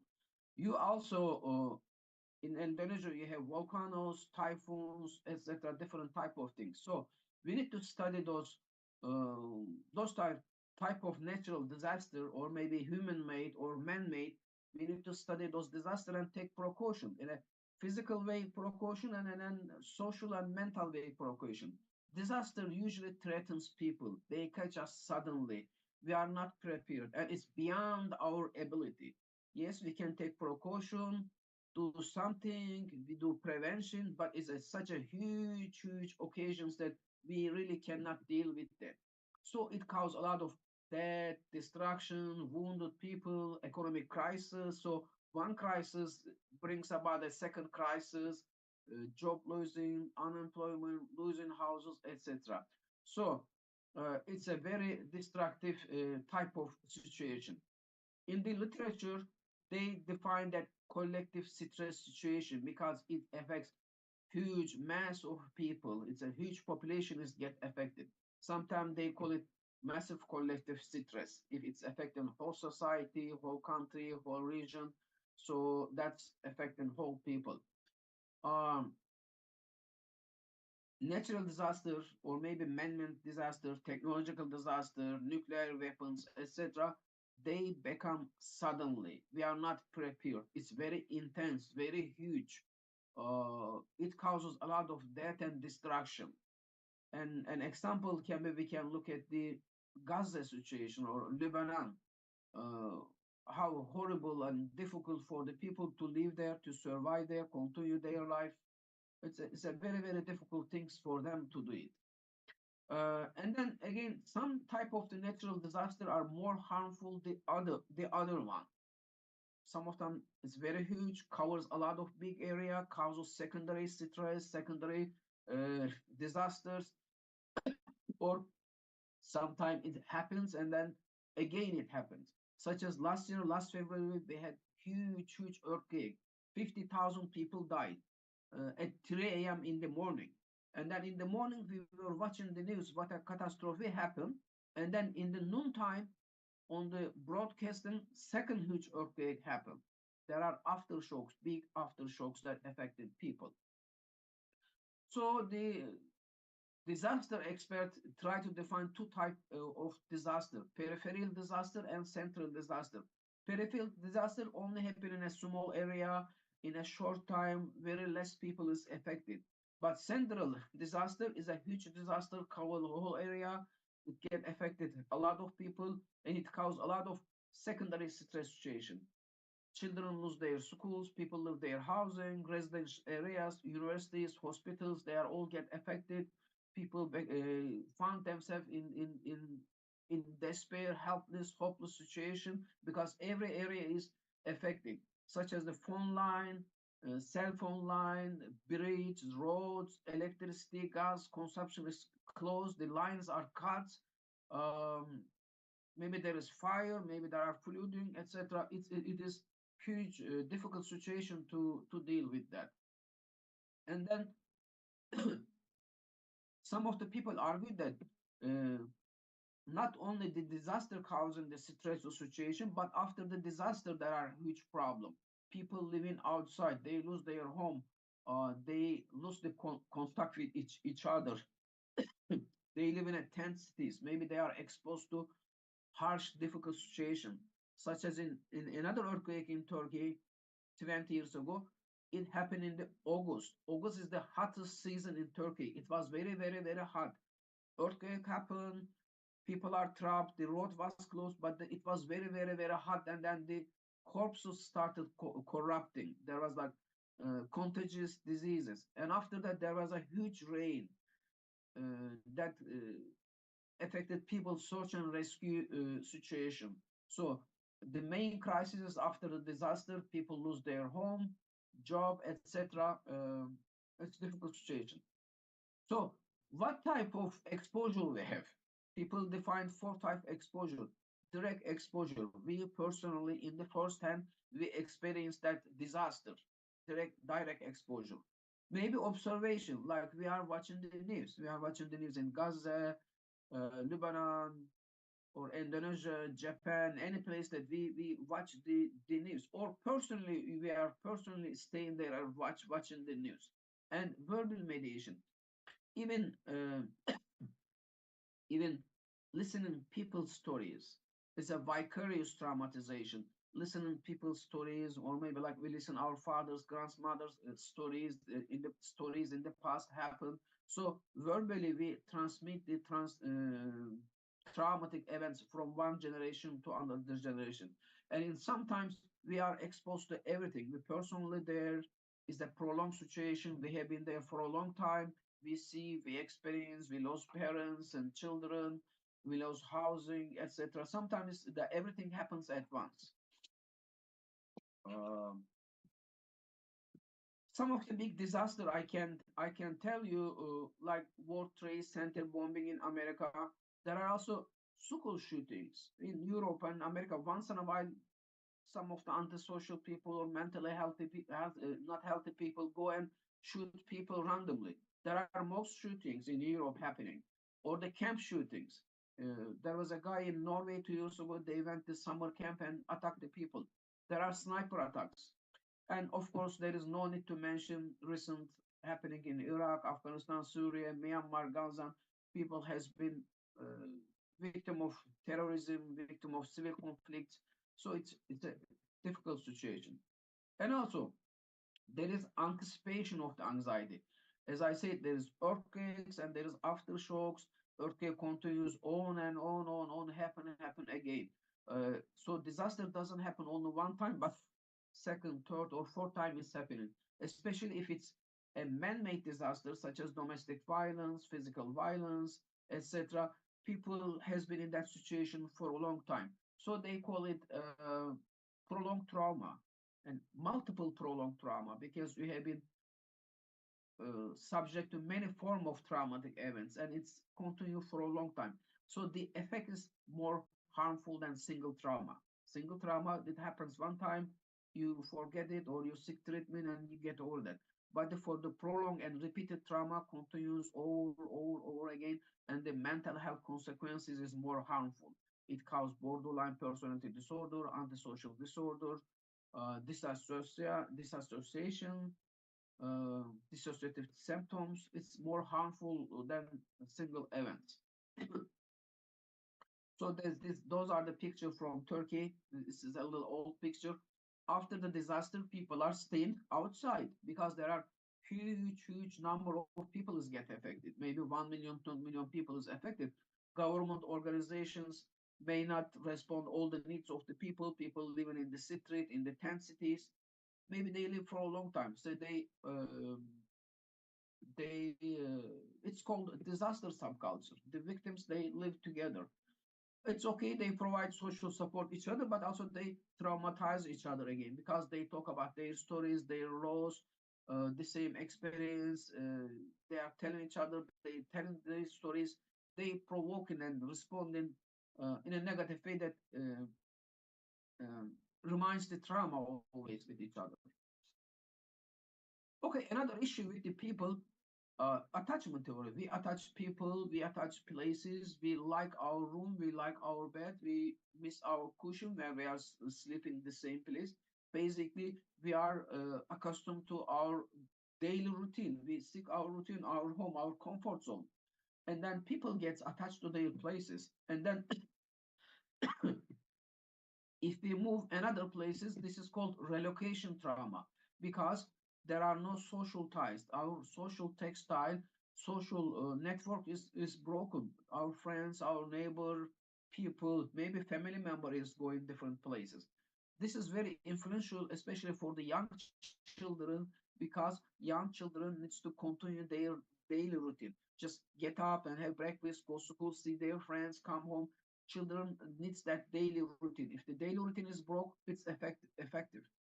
Maybe as an adult, we can tolerate loss of family, loss of friend, but this is very difficult for the children, losing the social ties.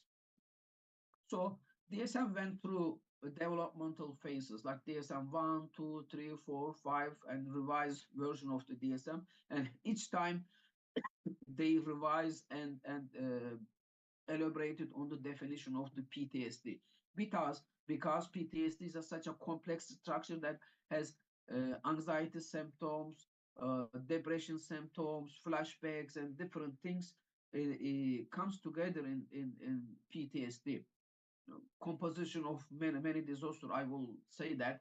And then we believe that children doesn't get affected with trauma until in 1980s and 90s. Clinical studies show that children has different symptoms. They also sense it, they understand it, and then they internalize it. Children can also develop PTSD. In 1890s, we realized that they have also traumatic events. Type 1 trauma, I said, it happens only one time, is a single traumatic event. It can be either physical violence, traffic accidents, sexual abuse. That happens only one time and then that's finished. But type 2 trauma is a chronic stressful situation. You have been in an abusive situation, stressful situation, in a mobbing situation, the same thing happen again, and sometimes it comes in a multiple form. You may be exposed to poverty, psychological abuse, physical abuse, sexual abuse, like children living in the orphanage, in the street, homeless people, or child labor people, children in very early age, they have to work, etc. They have been exposed to multiple form of trauma and for a long time. That's difficult than the other form of trauma. So again, Again, children lost their families, maybe in a war situation, disaster situation, they lose their parents. Sometimes they lose all of their parents and grandparents, all of the family they lose. They lose their home, they lose school connections, everything. So maybe type 1 trauma turned into type 2 trauma because there are secondary consequences. And then, as I said, there are multiple forms of trauma, may go on a long time. It's called prolonged trauma. How children react, how children behave from different than us. They play traumatic games, such as they play with the guns, uh, they play war game, etc. Maybe do like they play kidnapping, etc. And children who has been sexually abused, they may repeat the same type of actions. They have reenactment, and people has anniversary reactions every year. When that time comes, as if the traumatic events happening again, they react the same way. And then children, they never believe that they will grow up again. They will grow up, have a job, have a family, have a children. They think they may end their life any moment. And another reaction is the omen formation. It's a like mystical thinking. They think if I wouldn't wear my white jacket, this will not happen. If I wouldn't close the door correct way, this wouldn't happen. It's a mystical um thinking that I'm responsible for that. Again, natural disaster, earthquakes. We are very afraid of earthquakes. Earthquakes happen once in a while. Actually, we are in a constant fear in Istanbul that we are on the earthquake fault line. It can be happen. Floodings, again, floodings happens here very often. Some countries there are volcanic eruptions and then volcanic mountains. You can see the fire and fog every time. Tornadoes, hurricanes, and also people may have severe burns, traffic accidents, or work accidents, and terminal illness, like such as cancer, bone transplantation, and then any medical situation they may go on, and then they get affected with this. People by themselves may get affected, and their caregiver and loved one may also get affected. We call that secondary traumatization because you go through the same difficult hardship with your loved one, with your patients.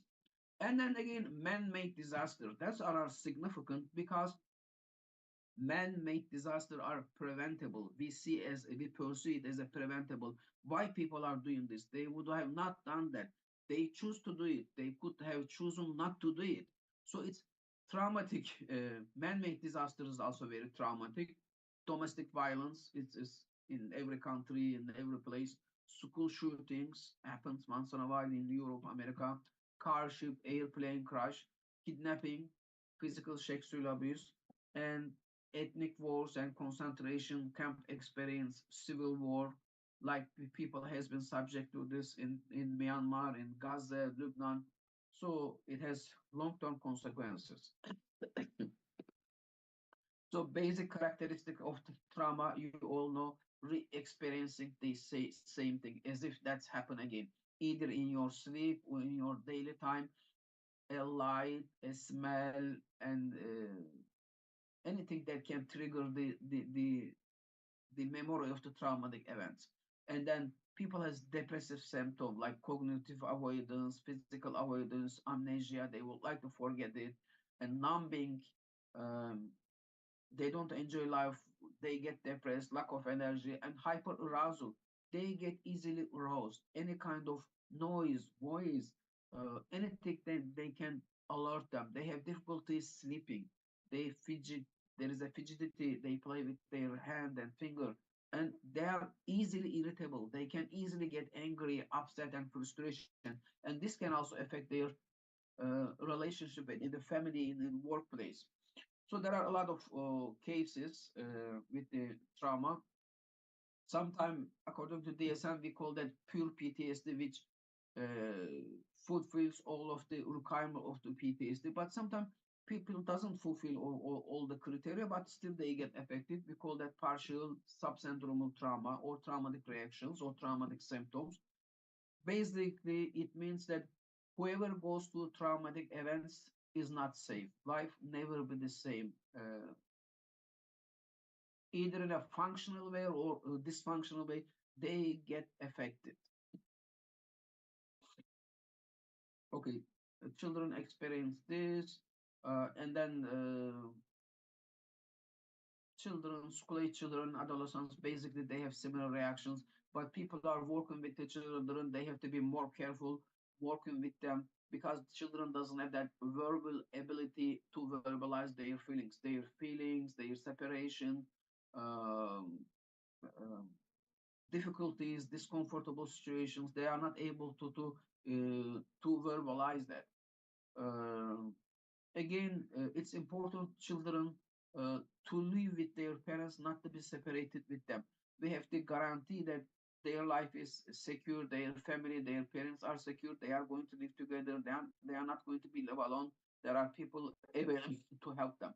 And then for the children in the schools, we can do after the disaster, we can do screening activities and debriefing activities and artwork. We can have them draw something, maybe write a paragraph. It's like expressive art, expressive techniques are very important because they don't have that verbal ability. And then another important thing that if the disaster is very big, very huge, it's just like the Second World War time, the Hiroshima and Nagasaki, the atomic bombing, it can affect whole population. It can affect whole country. It can affect a whole generation of the people that they may get affected with that.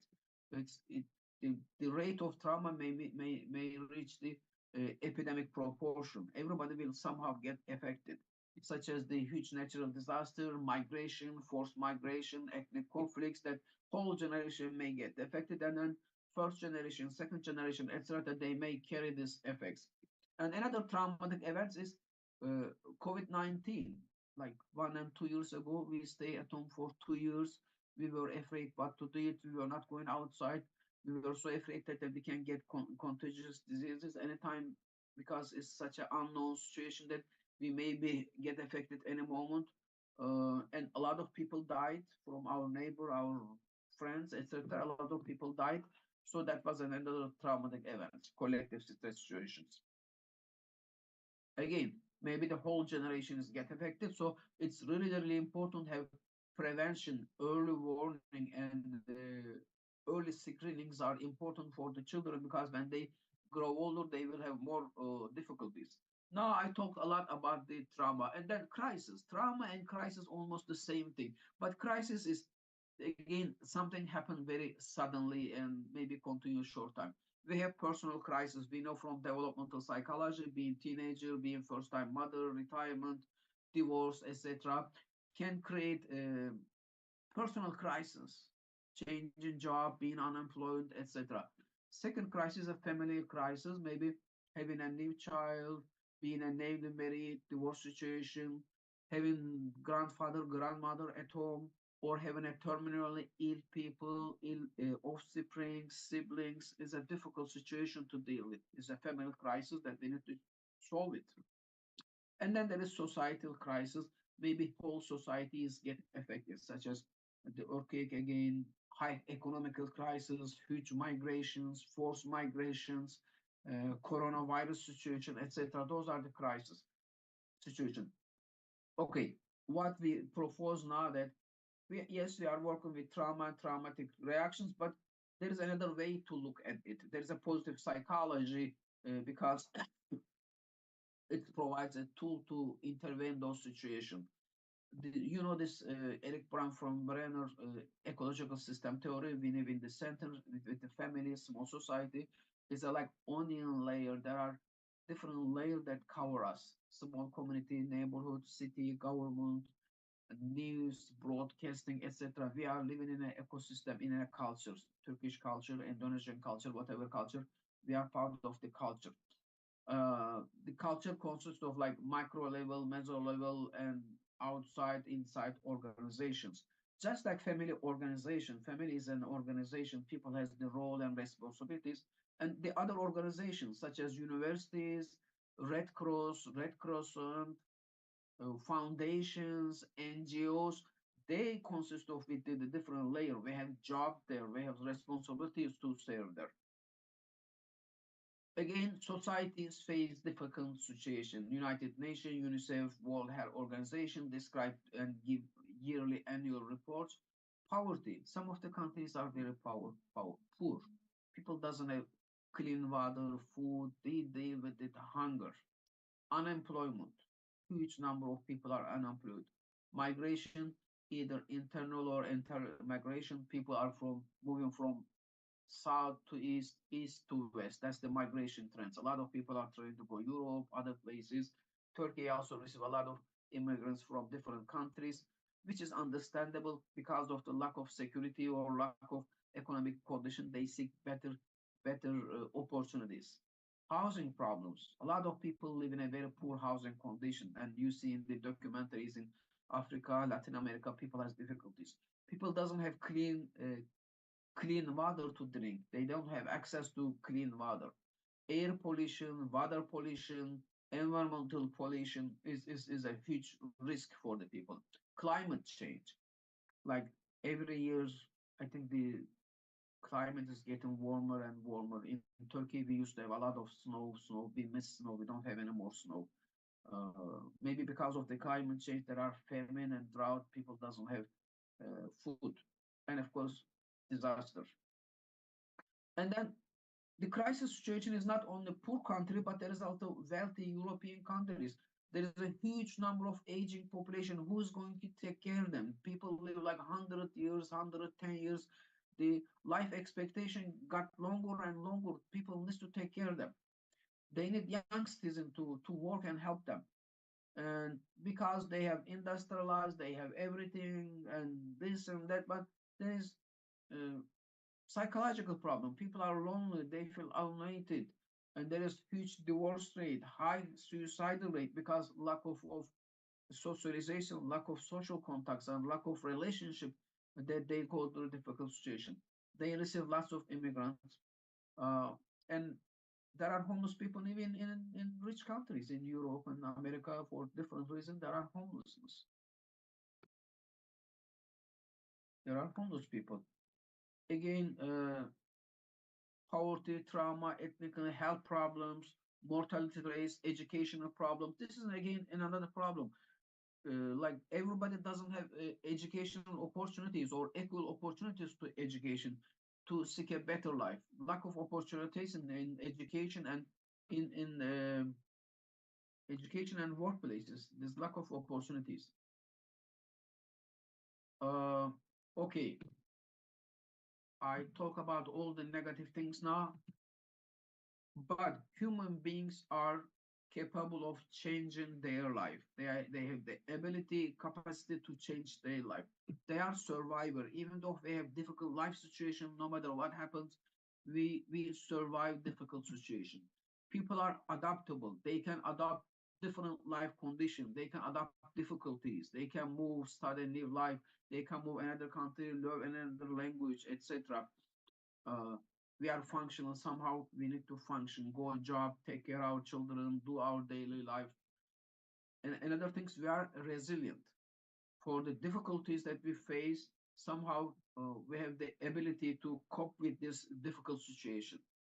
People are flexible or has to be flexible in order to survive in difficult situation. Maybe you had more comfortable home, but now you have less comfortable home. Maybe you had better job, less better job. And we are developing every time emotionally. We grow, we learn new things. We call that meaning making process. Whatever happens in our meaning, we think about it and then we process it and rethink about it. So we are in the process of making meaning and searching meaning in our life.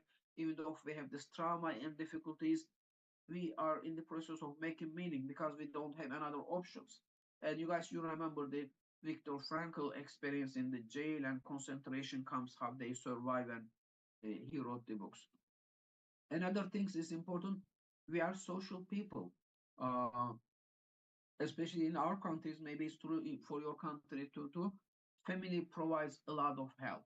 If you are raising the children, they can raise your children. If you are financially in difficult situation, they give you money. They will buy a home, help you in a family family-wise, we provide a lot of support, social support, economic support, personal support to people. And also our organizations, government organization, NGOs, Red Crescent provide a lot of help for the people. But important thing is also social and psychological help. We provide a lot of help and we receive a lot of help. And also we have inner strength. We have to discover our inner strength. Like we are human, but sometimes we don't realize our capacity, how we can do it, what we can do it, what we can accomplish. So in an individual level, we have a lot of good qualities to survive, to do better, and to develop. In a family-wise, we have also the same thing, where we have resilient families, and in a society, the same thing. Society may be prepared for the disaster, for the difficult situation. They can provide help. Neighbor can provide help to neighbor, or NGO organizations, civic organization can help with the other people. Such as individual level, we have this inner strength. We have to discover that. Maybe unless we face difficulties, we don't know that we have that inner strength. And there is another term, post-traumatic growth. Yes, we go through difficult things, horrible things happen to us, but we are able to make sense of that. Like there are positive interpersonal relationship in our life. People are coming and helping us. Emotionally, we get stronger. We appreciate the life. There is a gratitude. There is spiritual growth in our life. Maybe we pray and meditate more. We realize the God and people. We can develop self-disclosure, that we can explain our experiences. We do a lot of self-analysis. We provide social support and receive support. And then highly resilient people have some qualities, such as social support, giving and receiving social support in difficult times. This can be either your friend, mother, father, neighbor, or in a professional counseling center, we give social support. We help people develop problem-solving abilities from an early age. How can we solve this problem? How can we problem solution-oriented? Past events help us to create better abilities. We can create daily routine and daily targets, like what I'm going to do it and what I'm going to do in the future. We can set goals for the future. And again, meaning making process goes on. Some people can make faster growth. Some people can go slow progress.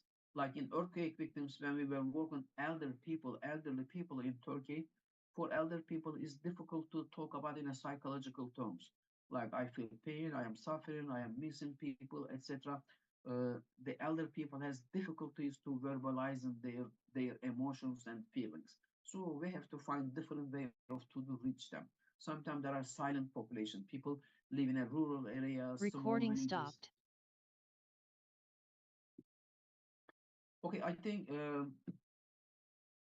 I'm finished my time. We can go question and we can question and answer part. Actually, I have a lot of long presentation, but I don't keep you here for a long time. You got the main point. I can answer a couple of questions. Prof. Sefa, excuse me, Prof. Your time Yes. is 5 minutes more. Do what? Your time is 5 minutes more.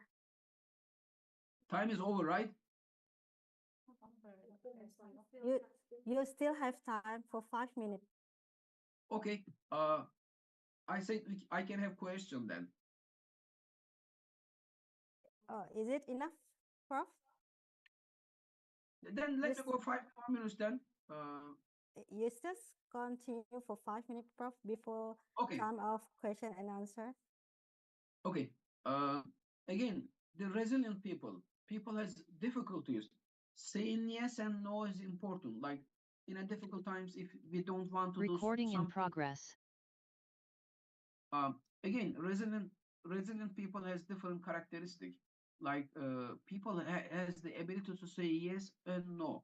If we don't want to do something, if we are not comfortable doing this, we should be able to say no. I know in my culture, probably to in your culture too, we have difficulties to say no. And then again, saying yes. In difficult times, if we are in need of help, in need of money, in need of anything, we again have difficulty saying yes. If we need something, yes, come and help me. I need this, I need that. Like it's difficult to say people yes, say yes. So we should be able to say yes and no according to our needs. Okay, components of the resilience. Resilience, a term we borrow from positive psychology, is a sense of optimism. We have to be optimistic from the day we get up from our bed, like what we can do under the condition. Even though I went through these difficulties, from now on, how can I do? What can I do to do better? Instead of being problem oriented, we can be solution oriented. Self-belief, again, we have different strengths, different abilities, qualities. We can survive in difficult situations. Another thing is self-control in difficult times. um, Fights, anger management, traumatic events, whatever it's happened, we should be able to in a control ourselves or our emotions. That's we need to learn emotional regulation to control ourselves. And another things like we should be able to adapt difficult situation, maybe moving another city, starting another job, learning another language. Like we should be able to make an efforts to do survive in that situation. And again, flexibility, as I talked, somehow we human being requires flexibility in order to function in a daily life, in a daily routine. Even normal people, we need that flexibility to work with other people or survive our life. Again, problem oriented solving the problem. The other things, emotional awareness. We should be able to in touch with our emotion, how what we feel, what we are supposed to be feeling, maybe not denying our emotions, accepting the emotions, etc. I talk about the social support is important, very, very important. And then sense of humor. Humor is a good characteristic, even though if there is difficult situation and we have difficulties, like to be able to joke ourselves or to make a joke out of difficult situation is a good quality. And some communities has like trauma center, therapy center. We would like to create a trauma resilient societies and communities with our government organization, with our school, universities, NGOs, like how we are going to helping people uh, pre pre-trauma, pre-natural disaster, post-disaster, first aid, mass media, how we are going to deal with the media, broadcasting, mass care. There's a lot of people, they need to be staying in hotel, in dormitories, in sport hall difficulties. So we need to work on that, how we can create trauma resilient societies. And then as people grow and flourish, we make ourselves better, we can grow, and then we can learn to solve problems. Instead of being a learned helplessness, we can uh, uh, have the learn optimism. We can have that optimistic idea to reflect in the society. So positive psychology provides a lot of good terms and concepts to the difficult situation. But like it is not fake. We accept that we people society has difficulties, but we have optimistic positive approach to solve their problems, help the dysfunctional people, students, etc. And positive psychology propose that people has meaning in their life. They can help in mental health. Again, protective and preventive medicine and mental health is very important in our organization, schools, Red Cross Zone, families can have that optimistic attitude to helping other people. Again, in schools, we go to the finished. Okay, that's good. Okay, Prof. Thank you so much for your Sure. insightful presentation. It's really give a new insight for us, especially Aceh is in the fire of the rigs. So it's really helpful learn about natural disaster and PTSD. Well, for the audience, it's time now for the question times. please raise your hand, or you can write in the chat box, please.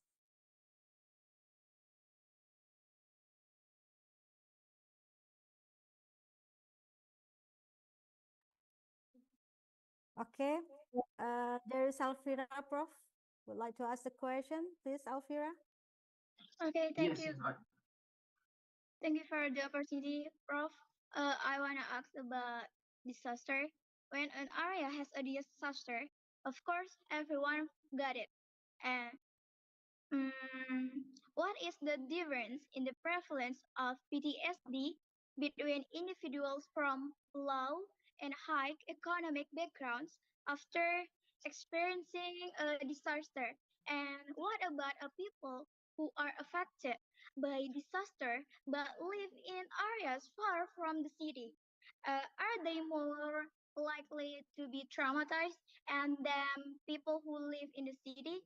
Okay, thank you, sir. Okay, Prof. Maybe you can yes. answer directly. Yes. This is actually a good question, really good question. Generally, the epidemiology of trauma changed between like 5% to 50%. 50% is a high rate of that. But like it's changed between 10, 15, 16, 20. It depends of your population, such as soldier going to war or being ethnic cleansing, or woman has been at risk for sexual violence, rape, that differs. We are talking about the poverty being in a poor condition. It's already a traumatic conditions, like lack of opportunities, lack of food, lack of housing. People already at risk for that.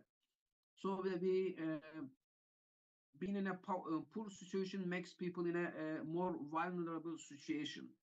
And then again, after the earthquake, we call that secondary disaster.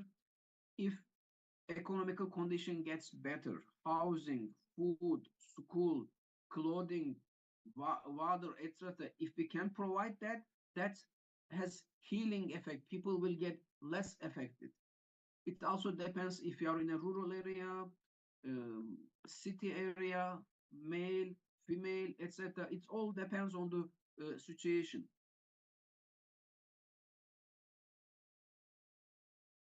So it's very contextual things. If you are going, like you can experience the natural disaster and then nothing happen. Oh, then it's exciting things that you go through. But if you lose your houses and families and then catastrophic events, it depends. Like if you lose your houses and your sister, brother, family, friends, we have seen a lot of different type of disaster.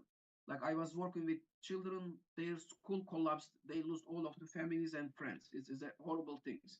But sometimes the earthquake shakes and goes.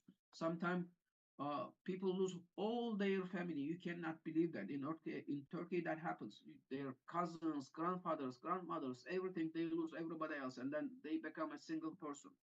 Or maybe there is amputation under the rebels. They stay under the rebels. They lose their legs, arms, etc., or their children. It's a difficult situation. I think it's a every traumatic event has is its own their context. What is important is like uh, first aid after the traumatic events, how we can provide help to the affected people. Sometimes they don't know what they are going through. Like they have these flashbacks, they have sleeping disorder, they are upset, angry, frustrated, but they don't know what they are emotionally feeling and how they are going to be fixed. Like after the sometime after the disaster, people smokes more, they use alcohol, they use more medication to do self-medication. And I said, like maybe younger children are not able to verbalize it, and elder people, for the elder people, they are afraid to talk psychologists. They think they are out of their mind. People will stigmatize them. They don't seek help. They don't say that like I am sad, I'm suffering, I miss my children, etc. Like even crying in front of the people may be difficult for some people. Okay, thank you, Prof. It's very Sure. nice answer. So next, there is Alifa here, Prof. Please, Alifa.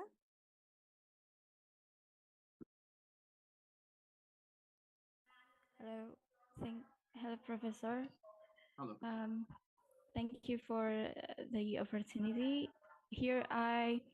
So the question will be, I was seeing all over social media about the Gaza and people in the Middle East, how they faced a lot of circumstances there and how great their resilience. And I was thinking here as a psychology student, here we will give some things like psychological first aid interventions. So here I was going to ask you questions about how can possibly psychological first aid intervention be designed to effectively enhance individual resilience in the aftermath of traumatic events or crisis.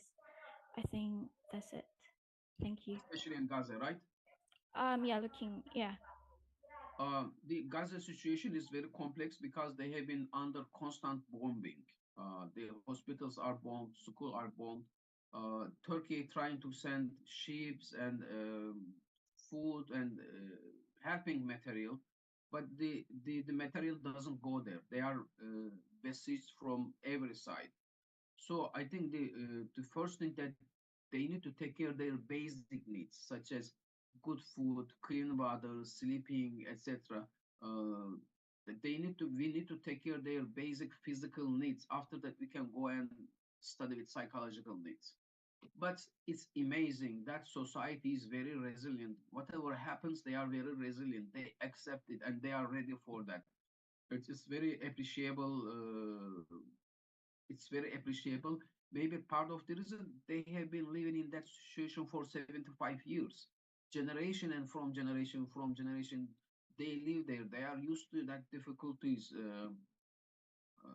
They survive in that situation. It's obviously it's a horrible situation. It's beyond our comprehension what's happening because we don't see everything on the news. Like corpses, dead people, blood, etc. They don't show us, but the media doesn't show us. But people are under the rebels. They lose their family, their children. Those things happening. We don't see them. Um, it's a good idea providing some help to them, but now we are not able to do anything. I know Indonesia had a hospital there, and the Indonesian hospital is also bombed, right? I forgot the name, but Indonesia had a hospital there. But yes, then we should somehow either money wise, psychological help, something we should have our brothers to not to leave them alone there.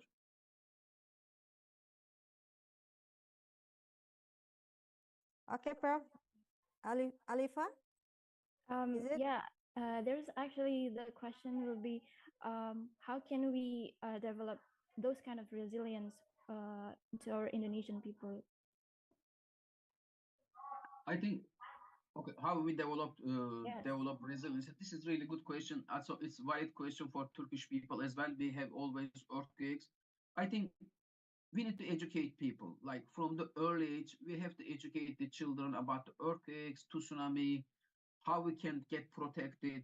Actually, after the earthquakes, the Turkish government built uh, parks like educational parks. They do earthquake simulation. You go to the room and then earthquake shakes. How you protect yourself? It's like warning system. Every month or every once in a while, we have to do a warning system in case of the earthquake. How we can survive? Where we to go? Like prepare a readiness bag, maybe water, medication, this and that for each age group, for the young children, adolescent, elderly people, because in case of emergency, people need their glasses, they need their medication, people have diabetics, they need insulin, they need their sticker, etc. Like we need to be able to prepare for the difficult situation, and we have to do exercise for that. Exercise for that, like how we do it, what can we do it, and then like the Red Crescent and search and rescue teams, whatever organization you have, they have to be ready and organized in difficult times. And after that we can go the psychological aspect, like training people, briefing and debriefing people. Maybe right after the trauma, we can give you debriefing. psychoeducational programs in schools and universities. Um, as I said, screening and helping TV programs, community program. Like education is very important to educate people, get readiness. Then and after the trauma, the trauma center, psychology center can work with that with people. Okay, thank you, Prof. Sefa. I think the answer is very clear, Alifa. So there's one more question, Prof. For the rest, I am so sorry, cannot allow you anymore because the time is rush. But there's one question in the box I need to read regarding I'm interested in secondary trauma. How do we prevent secondary trauma? As we know, we are exposed to the news about the genocide experienced by our brothers in Gaza, but we cannot do anything and feel helpless. Maybe you can give a short answer, sir. Yeah, that's inevitable. We watch the news and we get affected, even though they are far away from you, far away from us. By watching the news, we really get affected. Maybe we have difficulty to sleeping. Children are maybe afraid. What we can do is like help them in any way that we can. Maybe praying, maybe joining the demonstration. That's as a personal manner. Um, donation, and maybe working in a voluntary organizations to receive help, to give help, educate people.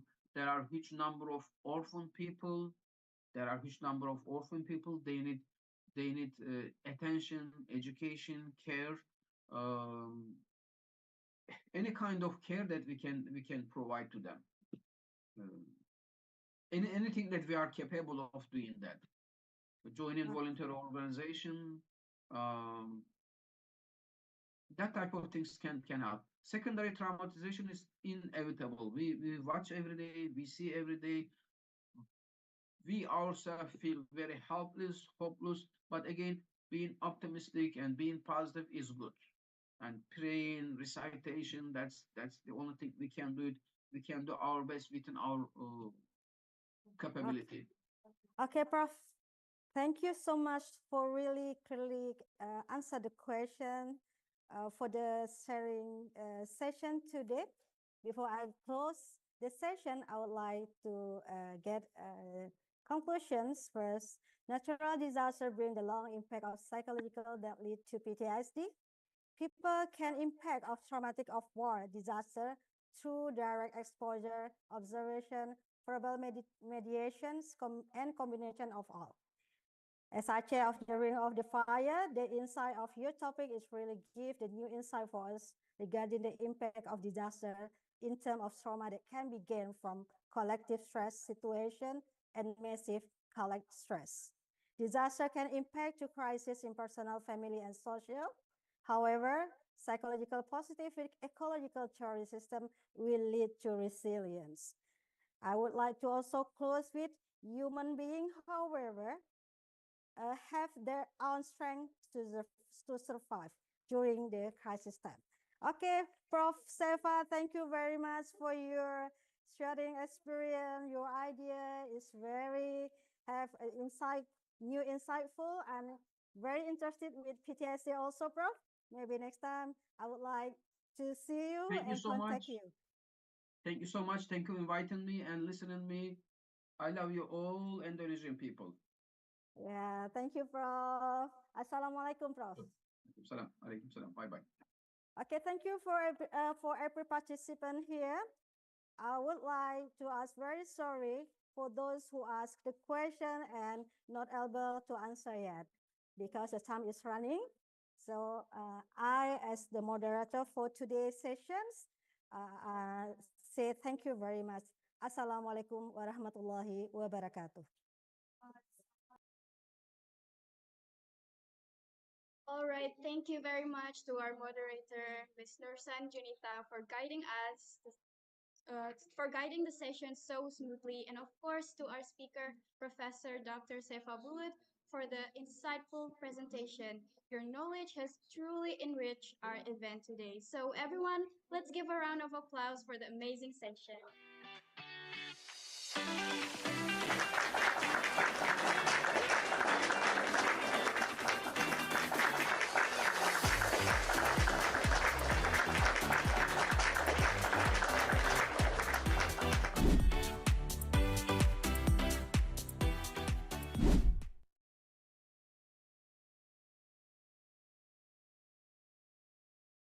everyone, now let's move to our next and final session for today with another amazing moderator and speaker. First, I would like to take a moment to introduce our moderator for this session by reading moderator's curriculum vitae. Her name is Miss Ella Susanna, Master of Health Science. Her education backgrounds are Bachelor degree on Psychology, graduated from Bandung Islamic University, Indonesia, and Master of Health Science, graduated from International Islamic University, Malaysia. And she is currently working as Secretary of the Psychology Study Program at Malikussaleh University, and she also a lecturer at Malikussaleh University. Now, I would like to invite Miss Ella Susanna to take over and guide us through the session. To Miss Ella Susanna, the time is yours. Thank you, Aulia. Assalamualaikum warahmatullahi wabarakatuh. Good afternoon, everyone. I like to start by expressing our gratitude to Allah for blessing us with this opportunity to gather here today for this conference. Honorable Rector of Malikussaleh University, Professor Dr. Engineer Herman Fitril, Bachelor of Engineering, Master of Engineering, Professional Engineer, Asian Chartered Professional Engineer. Honorable Dean of Medicine Faculty, Dr. Muhammad Sayuti, Specialist in Surgery, Subspecialist in Digestive Surgery Consultant. Honorable Head of Psychology Department, Mr. Riza Musni, Bachelor of Nursing, Master of Health. Ladies and gentlemen, esteemed colleagues and honor guests, welcome to the 5th session of Micopsy, the International Conference on Psychology and Multidisciplinary Behavioral Studies in 2024. My name is Ella Susanna, and I'll be your moderator for this session. Our agenda is packed with exciting keynote speeches and interactive panel discussion designed to inspire curiosity and promote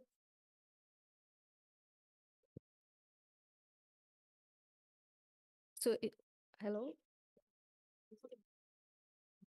Our agenda is packed with exciting keynote speeches and interactive panel discussion designed to inspire curiosity and promote collaboration. I encourage you all to participate by asking questions, sharing your insight, and networking with others. And if you have questions, you can raise your hand or type your question in the chat box, and I'll be sure to read your question out of during the session. Now, without further ado, it is my pleasure to introduce our 5th keynote speaker, Dr. Nada Ibrahim. She will be discussed about a role of faith-based leadership in supporting the domestic and family violence victims during crisis. Hello, doctor. How are you? I am good, Alhamdulillah. Assalamualaikum. Alhamdulillah. Waalaikumsalam, doctor. I will read your profile first, okay? Dr. Nada Ibrahim holds a Doctor of Philosophy degree in criminology and earned a Master of Education in Guidance and Counseling. Dr. Nada Ibrahim is a criminologist specializing in culturally and linguistically diverse and faith-based domestic and family violence at Flinders University. She is also an adjunct research fellow at the University of South Australia. Dr. Nada's domestic and family violence research and publication centers around CALD and Muslim communities, exploring its extent, harmful attitudes or belief, risk factors, gender drivers, victims' experience with Australian criminal justice system, children's experiences of domestic and family violence, mental health impacts on domestic and family violence, forced or arranged marriage, child abuse in Muslim communities, and so on. Dr. Nada recently completed research with colleagues from Flinders University on arranged and forced marriage in multicultural communities that produced an associate social media YouTube video, Arranged Marriage and Forced Marriage in South Australia called Communities. Dr. Nada has also assisted in research on child abuse and neglect in Aboriginal communities, international child sexual abuse medical reviews, harmful sexual behaviors, and exploratory research in child abuse and neglect in Australian Muslim communities. Dr. Nada has in the past taught and coordinated various courses in psychology at the University of South Australia, criminology and humanities course at Griffith University, and psychology course at the International Islamic University, Malaysia. Now, let's proceed to the presentation, Doctor. You have 30 minutes to present your topic, and the time is yours. Okay, can I ask before we start, am I sharing my PowerPoint slides or is that going to be done by you? Sure. Do I share the slides? Yes. Yeah, okay, I can see that now I'm allowed to share, so all right, beautiful, I'll do that now. Just let me know that you can actually see my screen. Yes, sure. You see my screen, okay? All right, wonderful. So let me begin by a recitation in Arabic. أعوذ بالله من الشيطان الرجيم. The meaning of it is in this on the slide here. أعوذ بالله من الشيطان الرجيم. بسم الله الرحمن الرحيم. إن الحمد لله نستعينه ونستهديه ونستغفره ونعوذ بالله من شرور أنفسنا ومن سيئات أعمالنا. من يهد الله فلا مضل له ومن يضلل فلن تجد له وليا مرشدا. رب اشرح لي صدري ويسر لي أمري واحلل عقدة من لساني يفقهوا قولي. اللهم لا سهل إلا ما جعلته سهلا وأنت تجعل الحزن الصعب إن شئت سهلا. اللهم صل وسلم على سيدنا محمد وبارك وسلم عليه. Can I just ask a quick question about, are you able to see just only the slides or are you seeing also my notes? What are you seeing? Can you full screen the slide, Doctor? It's not full screen? I only see the half. The half? Okay, let me Yes. just look. So, oh, okay. So it's, let me just move it the other way around. Because what ends up happening is that I'm just going to move it the other way so that you can actually see the other screen. That's all right. Let's do a very quick pulse check here. So what are you seeing now? What are you seeing? Are you seeing okay? Are you seeing the full screen? Yes, the full screen. Okay, lovely.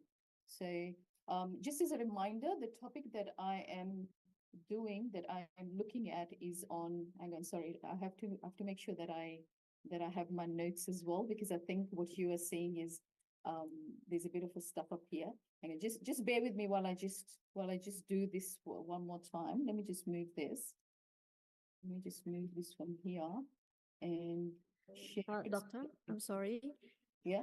Can you speak more slowly, please? Because sorry, I'm just saying that I'm just stuffing. It's just making sure that you can see my slides. Okay.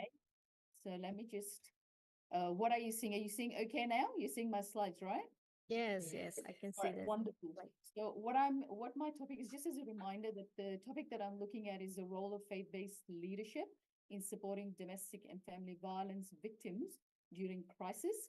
I wanted to just, before I begin, I just wanted to acknowledge that I'm actually coming to you from Ghana land here in Adelaide, and I wanted to thank Dr. Hafnida and the organizing committee for inviting me to participate in this first conference of yours in this space. And I'm hoping that what I share with you today would be something that would be of use. And I wanted to actually preamble that with the fact that what I'm sharing with you today is a combination of some of the work that I do in the domestic and family violence space in Australia.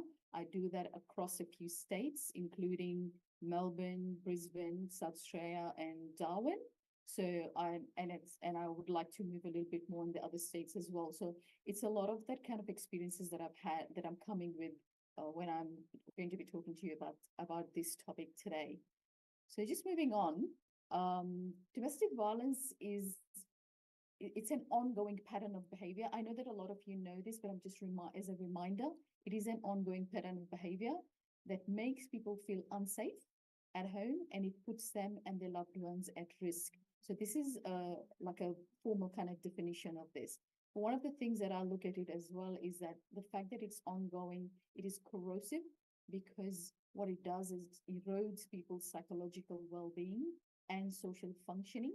Can I just say something that if I'm speaking too fast, please slow me down, because I do have a tendency to speak a bit fast. Yes. So I am going to try and slow myself as much as possible. So when we are looking at what domestic violence does, its impacts, I'll come to that in a slide soon. But when we look at the types of domestic violence that we can be looking at, there are different types of violence. So there's the physical, there's the social, there's the verbal, there's the financial, there's the emotional, there's the spiritual, and so on and so forth. So you could find that actually some victims might have some of these types of violence, but not all of them. But often, if you find physical violence in a relationship, you know that the other forms of violence do exist. So that's kind of like a given when it comes to identifying domestic and family violence. So that's a really important thing to know. And when we're looking at domestic violence, it's quite broad. It's not only the violence that happens between intimate partners. A lot of the research that I look at is with intimate partners, but there's also the violence that is with siblings, between the parent and the child, between child and grandparents, between elderly, and so on and so forth. So there's whatever relationship exists in a domestic setting.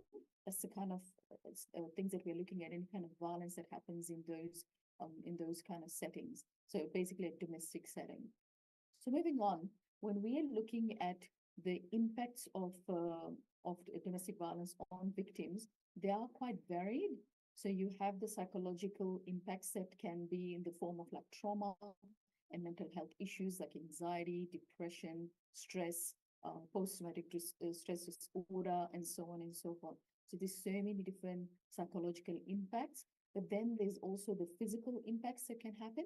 And when we are looking at victims, I want you to remember, I want to remind you that the victims are not only the women, they're also children, also form part of the profile of a victim, as well as the fact that the families, particularly when we're looking at collective communities, like Muslim communities, it actually spreads around to the extended family as well.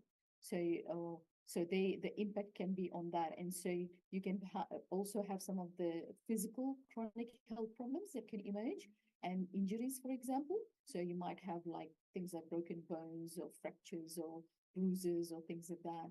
And then also you've got the reproductive, because often we find that some women, when they're pregnant, that's the first time they actually face domestic violence. So often it might be where they may have bruises that happens because of sexual violence in the relationship, or it may be because of the fact that they may end up miscarrying, or there could be some kind of, and particularly when there's physical violence that is accompanying a lot of the pregnancy time. And so often the victim might, or let me say, use the word victim survivor, and say the victim survivor might end up miscarrying and so on. And so it actually causes additional traumas in there as well. Then there is the social isolation and fear is another impact. So often in some relationships, you might find that the partner, and I'm going to talk specifically in the space of partner violence in particular, is what I want to focus the rest of my presentation on. So you'll find that there's times where what happens is like the perpetrator will isolate the person from either the community or from her extended family or whatever. And so in terms of that, it actually, and then it's also breeding that fear that comes with it. And then often you'll find that some of the other impacts is the economic dependency. And I just wanted to like flag something over here. I just recently, in fact, 2 days ago, we just had research that I worked with the Flinders team on a concept that we have here in the Australian context of the paid domestic and family violence leave. So it's like a 10-day leave that we were reviewing this policy that, this legislation that had come into effect a year ago. And so the Flinders team was reviewing that, and that has just been tabled in Parliament on Wednesday. And now that is available. So if you are interested in looking at some of those things in terms of how Australia has looked at, responding to these economic dependency issues, this is one of the things that that they have put into place. So please do look at the report that has just been released on some of the findings and the recommendations that we have had on this. And the government has actually agreed to take on all of those recommendations. And then one of the other things, like I said, that children are also another type of victims. So the exposure that they have to domestic and family violence, that continuous exposure, sometimes it might be because they are intervening to protect their parent, or sometimes it might be that they come in the line of it and they themselves get abused. So there's that high risk of emotional and behavioral issues that emerges as a result of that. And you often find that it has an impact in schools, in bullying, and so on in the school setting. And they may present in terms of like child neglect and so on as some of the ramifications of domestic violence on them. And I just wanted to one of the things that I wanted to contextualize this in is this idea of, sorry, let me just go back onto just looking at the domestic violence as a crisis, to understand that there's two things that we need to really look at. One is the statistics that surrounds it. And so when we are looking at the statistics, the World Health Organization in their 2021 data showed that 1 in 3 women globally experience some form of physical or sexual violence by an intimate partner. So it affects, and one of the things like Professor Bullard said before, that it is something that impacts on in any socioeconomic background or any demographic. So it's not something that is confined to just one, people from low socioeconomic background or someone from a particular cultural background. It actually just goes across everything. And because it's a human problem, it is something that you'll see in any community. I just wanted to just reflect on something that the Prophet Muhammad, peace be upon him, said in a hadith. He said, if there is something that exists in a particular community, a social issue, it will exist in the Muslim community as well. So it's just that reflection that I wanted to just draw upon. And then one of the things that we found as well is that from research that during COVID-19, the rates of domestic violence or the incidence of domestic violence, the prevalence spiked up. In some countries, it was like quite a huge spike. And the reason behind that was because of the heightened stress and isolation that a lot of families face. And because of that, there was this spike in terms of incidents that were being reported. And then the other aspect in terms of looking at domestic violence as a crisis is you need to look at the seeking help behavior. And so when we're talking about this, we find that often there's a lack of awareness of the available support. And there's, and particularly because there's this fear of escalation, or if you're going to report as a victim survivor, or there's this lack of awareness of what is around, or there's the shame and stigma. I'm going to talk about the stigma a bit later on. And because of the fact that they're isolated, or there's that financial dependence we spoke about before, or some of the cultural barriers. So particularly when you're looking at tight-knit communities, where there might be a pressure on the victim survivor not to report.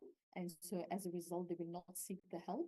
Or there could be language barriers, or there could be the distrust of authorities, particularly if people have come from a particular country where they distrusted authority like police or the legal system or what have you. So that then has a spill-on effect. Or there's that lack of support services that are available that are localized or that are culturally sensitive.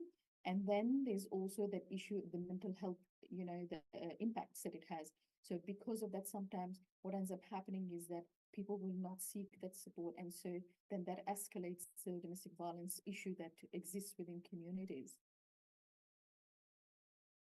So one of the things that I wanted to just contextualize this in is the importance of community resilience when we are looking at how do we address domestic violence as a crisis.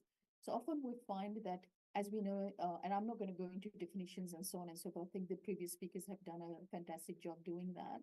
But I just wanted to remind us that when we're looking at community resilience, it's that collective ability to respond and recover from domestic violence, domestic and family violence incidents, you know. And so what we find is that often if we have a social support network that consists of family, friends, community organizations, faith-based organizations, and so on and so forth, what happens is it's easier to be able to address an issue. And then what that has as an implication is the access to resources, because when you have a closed kind of network, it facilitates the process of being able to access resources. And I'm talking about resources in terms of the shelters available, counseling services, legal aid, advocacy, court support, law enforcement, faith support, and so on and so forth. So I'm talking about that suite of services that is available. And then that also facilitates community engagement, because if it has kind of a ripple effect, because if they're better supported as victim survivors, then they're able to participate in, you know, the local initiatives and support systems that exist. If they are isolated, they can't do that. And so community resilience is really important for that in that particular way. And when we're talking about community resilience, we're talking about faith-based leaders as being part of that community resilience response that is available. And so when we are talking about faith-based leaders and why they're important is because number one is the trusted community figures. They have, I know that a lot of you would have seen this image that went viral about the imam during Ramadan, where because of how he was seen as a trusted figure and so on, and he was viewed as someone, and I just wanted to bring in that image of how the trust that they have within community. They have a responsibility towards community. They are people that they are the first port of call, and this is from the research that I've done and the community engagement. I've actually seen that happen time and time again, where where people, the first person that they will reach out to, victim survivors in Muslim communities, are the faith leaders. So they go to the imams or the priests or you know, what have you, in terms of the different faith-based communities. And so they're seen as someone that is crucial in terms of supporting people during crisis.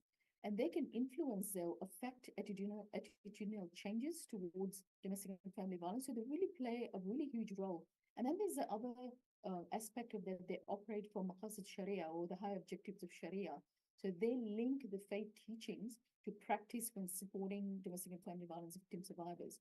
So particularly when they advocate for justice, healing, and support for victims. As you know, when you're looking at that image, for example, we have under the Muslim faith, there are certain, there are about 6 high objectives of Sharia about, you know, preservation of wealth, preservation of faith, preservation of intellect, preservation of family, preservation of justice, etc. That Islam is under, you know, values. And when you have domestic violence happening, it actually violates all of these 6 maqasid Sharia, you know, and that is an important thing to draw upon from faith-based leaders. And that's why faith-based leaders are so important in terms of changing attitudes towards domestic and family violence. Just going to move on. So what they do as well, and because they're always faith-based leaders are attached to faith-based organizations, they're crucial in terms of crisis to provide safe spaces. And often even like physical spaces, like the mosque is always viewed as a refuge point.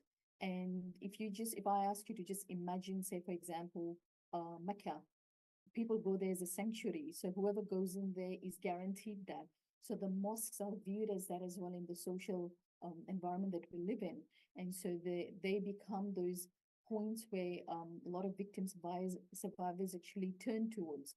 And then the community, the faith-based organizations as well, they've got a community. Often you find that the faith-based leaders, they have a community presence, particularly when they are in many of these events that happen in communities.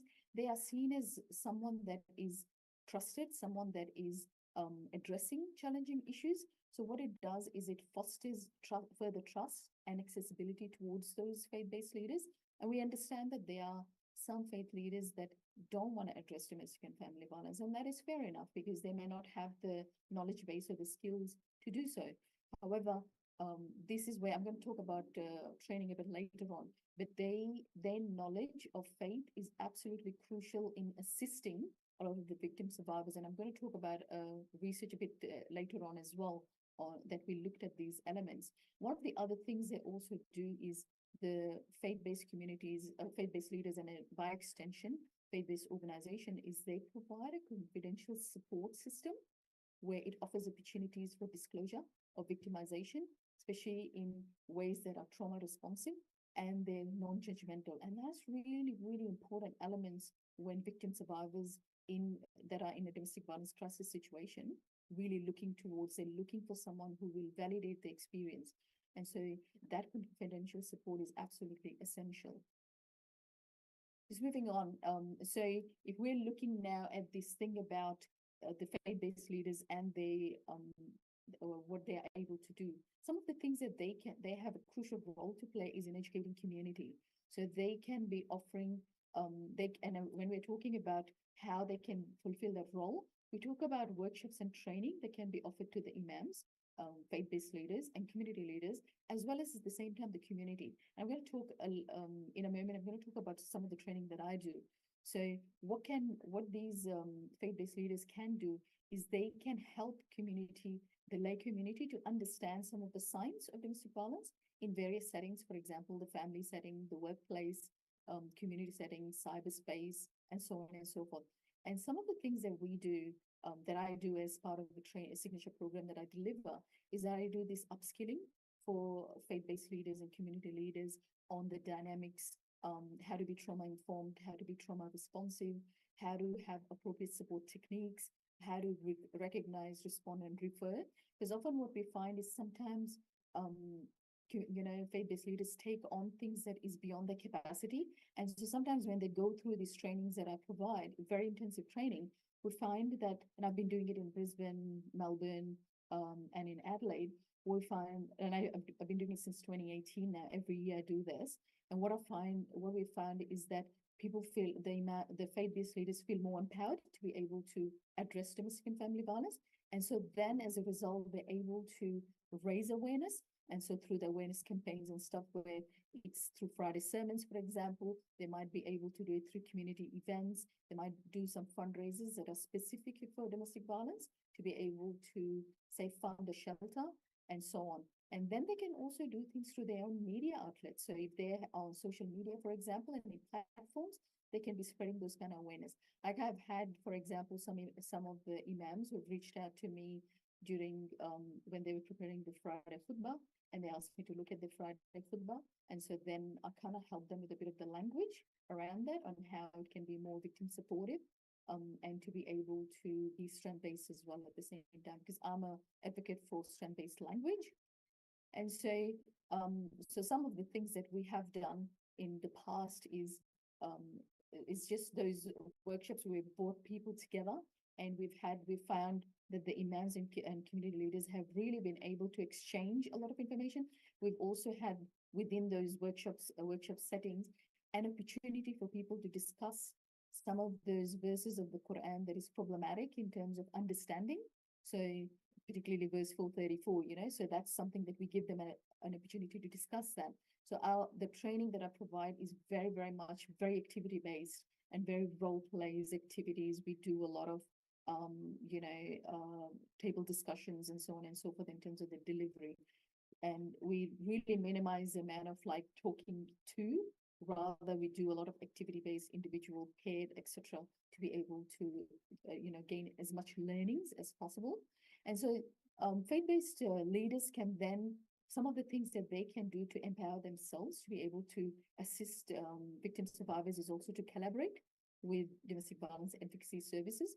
So for example, they can build partnerships with hotlines, shelters, legal enforcement, community groups, other faith organizations, and so on.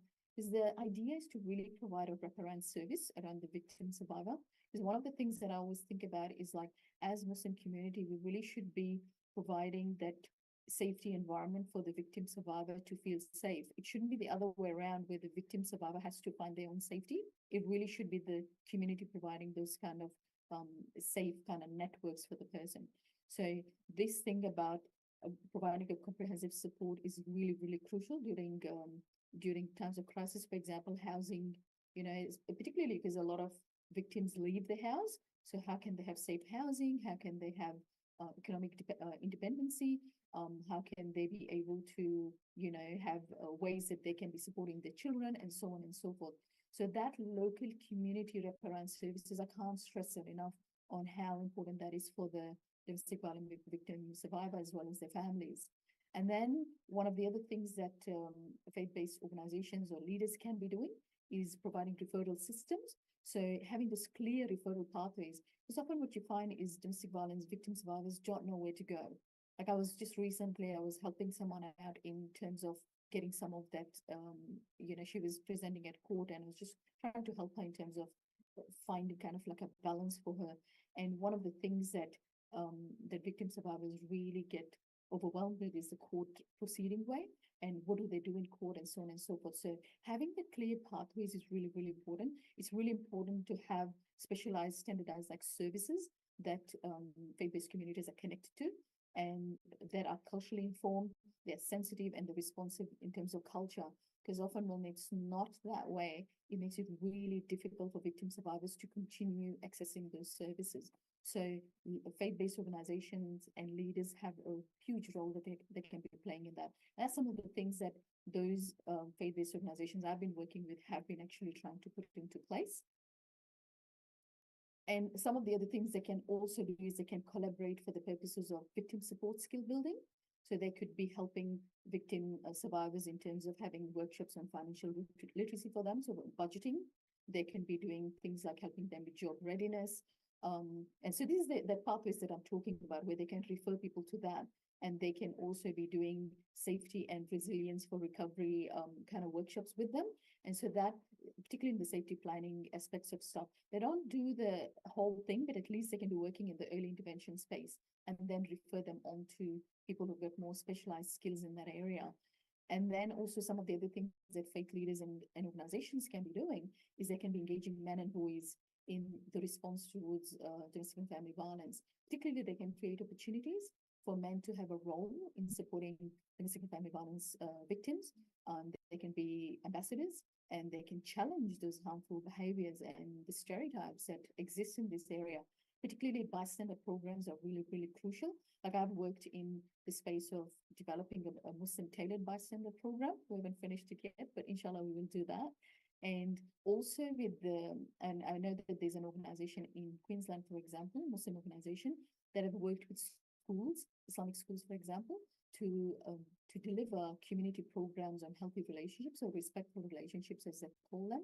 And these are driven underneath it is underlying is like faith teachings. I was involved in that a few years ago when I was in Queensland doing that, with schools, like every year I used to do that. So that's something that the faith leaders can have a place where they talk about that religious legitimacy the kind of issues. And also faith leaders, like I said, I mentioned this before, but I'm going to talk about it a bit more, give a bit more detail in this. They're particularly crucial in the crisis phase for victim survivors in providing that individual one-to-one tailored emotional support for them. So I know that in Melbourne, what has happened is that one of the organizations there that I work with is they do some counseling for imams. They like train them so that they're able to provide informed ways of working with the victim survivors. And some of the other things as well is that they help in terms of establishing faith community support groups. So this is really, really important to validate the victim survivors' experience, to find encouragement, to establish safety plans, to build resilience that leads to recovery from the traumatic experience. And also for the support groups in shelters, for example, you might find within the shelter that there are certain workshops that are being run for victim survivors where they're learning a lot of these skills that will help them to reintegrate into society once they have exited crisis accommodation.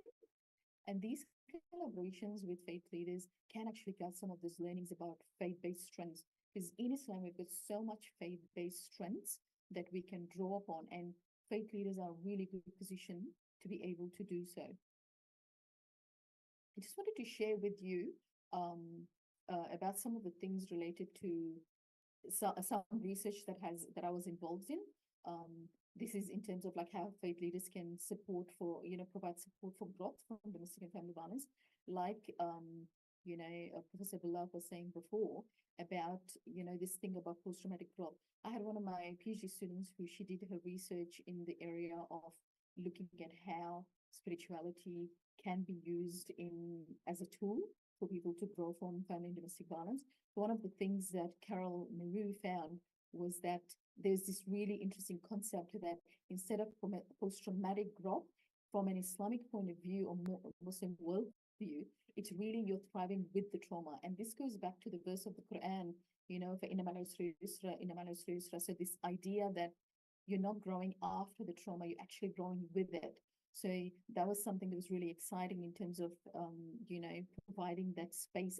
And so having this kind of knowledge where this research evidence-based that we have, we could be, helping faith-based leaders to be able to learn these and be able to utilize that in helping the victim survivors when they're going through things. So, for example, we found that there's research that has been done that shows that religion and spirituality have been positively correlated with improved mental health and psychological well-being, especially when dealing with psychological trauma of family and domestic violence. And what we found is that as a result, what happens with they develop certain coping mechanisms, and as a result, women often turn to faith-based leaders, for support, and in turn, this provides a connection to an extended support base with a larger community. And one of the things that we found is that often victim survivors, when they're going through domestic violence, that crisis part, they actually have a faith crisis. So faith leaders can really help in terms of the faith restoration to help them go through that. And when we're talking about that, we mean reconnecting to God, strengthening the relationship with God, remembrance of God, and the healing connections between the aql and the nafs and the ruh and the qalb and all of those kind of psychological concepts that you're aware of already. So what was really, really crucial was that this thriving with trauma, it provided, it helped them to find a new perspective, and it broke that cycle of violence, as well as it showed them that there's new possibilities that can be guided by faith. And that was something that was really, that consistently happened with this group of 30 people that the student had interviewed. So that was something that was really, really amazing to find with the fact that how you can develop resilience through faith. And I think Professor Bilal spoke about this earlier as well. And then one of the other things that they can be doing as faith-based leaders is have that advocacy and policy change kind of role. So they can advocate for community attitudinal changes on respect and care for women. And particularly, I wanted to draw attention to the last sermon of the Prophet Muhammad, peace be upon him, when he said, and like in terms of how you're dealing with women.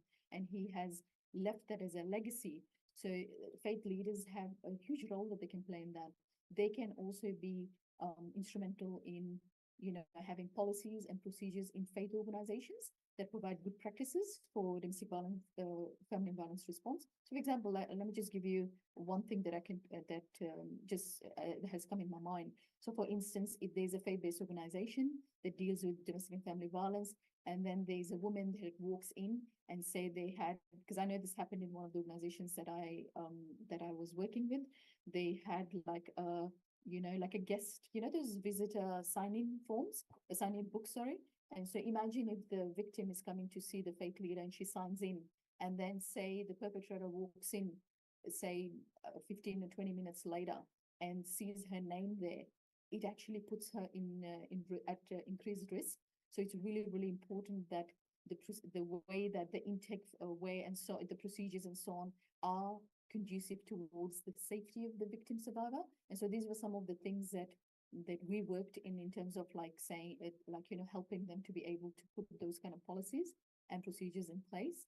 And they can also advocate for policy changes that support faith victim survivors, particularly when we're looking at the broader. So for example, if we're looking at the Australian, say, or, government action plans, for example.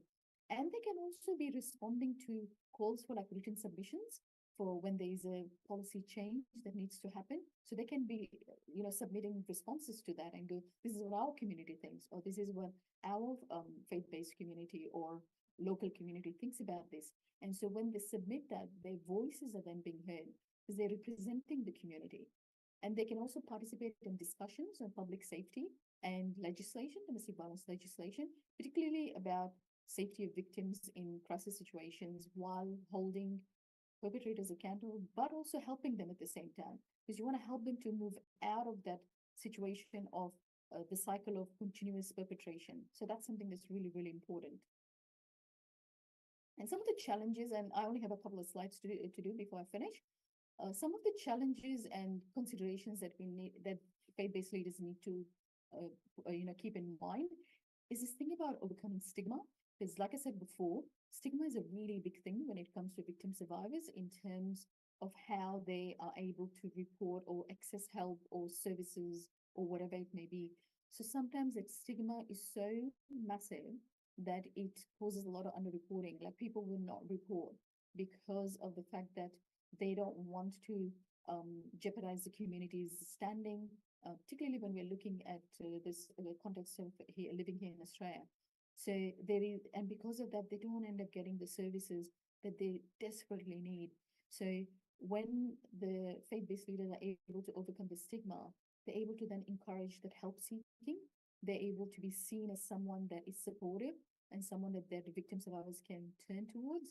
They can address the community pressure that a lot of victim survivors face because that community pressure stops them from being able to seek that, be able to seek certain help. And it might come from, say, the family themselves, or it might come from community leaders themselves and so on. So how do you address that is something that the faith leaders need to do as part of their response. And they also need to recognize the different cultural attitudes towards domestic and family violence and plan on how to address these. One of the other things that they need to also be considering is understanding the social legal system. Like I said before, a lot of victim survivors struggle with the legal response towards domestic violence, so they don't know who to go to. So faith-based leaders are in really good position to be able to develop a referral pathway, a clear referral pathway for both the victim and the perpetrator on who they can refer to and why they should refer it. Like I said before, quite often faith leaders don't have the skills to deal with something. So sometimes it's a permission for them to go, I'm okay to refer this to someone else who's got the skills. And then they're able to also help the victim survivors in terms of the systemic barriers. Like, for example, someone presenting at a court setting for a hearing, or there might be a breach of a domestic violence order or whatever, or child custody issue. So how can they support them in those? Because that's two places that they can do massive amount of work. And now just my last final slide. Wanted to just say that faith-based leaders have got a crucial role to play in how they work with communities and empower them to support the domestic and family violence victim survivors and their families. And this actually then creates an environment of safety and healing for the victim survivors and their families so that they can reintegrate into society and be able to give back into society. They need to take action in the different ways to promote awareness. It would be great to see them collaborate with others and be able to keep building, because it's a network. And often that faith-based leader might be the connection that the victim survivor may have towards certain services that are available. And so resilience in this context of domestic and family violence is a multifaceted concept that encompasses individual strength, social support, and community resources. By fostering resilience in survivors that faith leaders can do, they can create supportive environments. Faith leaders can empower individuals to overcome the challenges of domestic violence. Through education, access to resources, and collaborative efforts, we can help, or faith leaders can, in particular, can help survivors not only survive, but thrive. So ultimately contributing to a culture that prioritizes safety, respect, and empowerment for all. And on that basis, I really thank you for this opportunity, and I move it back to the moderator. Okay. All right. Thank you, Dr. Nada, for the insightful presentation. As we know, The world is facing significant mental health challenge, and it's crucial to enhance resource. Leaders have significant roles in community to prevent domestic and family violence, and we have to empowering community to support domestic and family violence victims, and make sure to fostering culture of safety and healing. This condition actually related to Aceh culture, doctor. Aceh is well known as Serambi Mekah, Hall of Makkah. On the other hand, we found many violent cases here. In Aceh, we also have Islamic leaders who connect to the community, and we call them ulama or tengku. But we haven't have program yet to empowering this community leader to support the victims of domestic and family violence like you have done. Call me, I'll do it. Yeah. Okay. I believe that we must prioritize this issue to better support mental health care locally and also globally. Doctor, we appreciate the time and effort you put into sharing your expertise with us today. Now we transition into our question and answer session. We have 15 minutes for the session. For audience, if you have any question, please type them into the chat box or raise your hand. I will call your name to unmute. Okay. Let's get started. Who would like to ask the first question?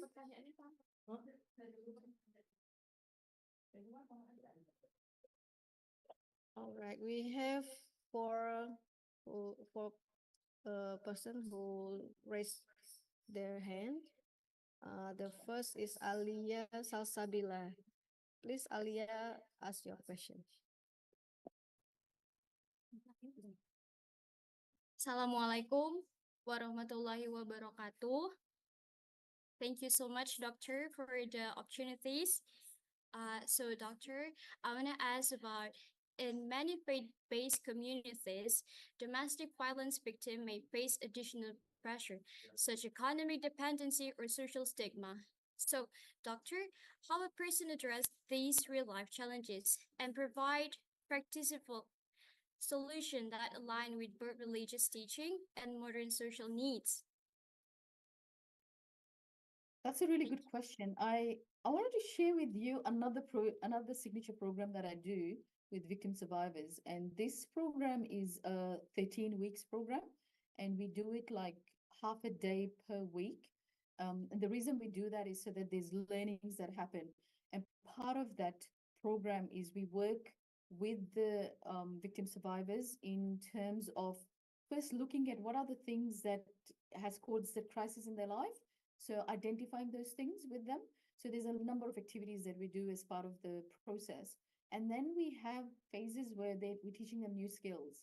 And so part of that phase that I call that is we do these bits where they're learning new skills, and then we're bringing in people from outside who were themselves victim survivors who managed to be able to overcome the crisis and overcome the domestic violence situations that they were in, and they were able to establish their own businesses, they were able to learn new skills, they were able to get further education and so on, to be able to provide them skills. Because often you find, and this is not the case with every victim survivor, but there are victim survivors who have lost their confidence in themselves.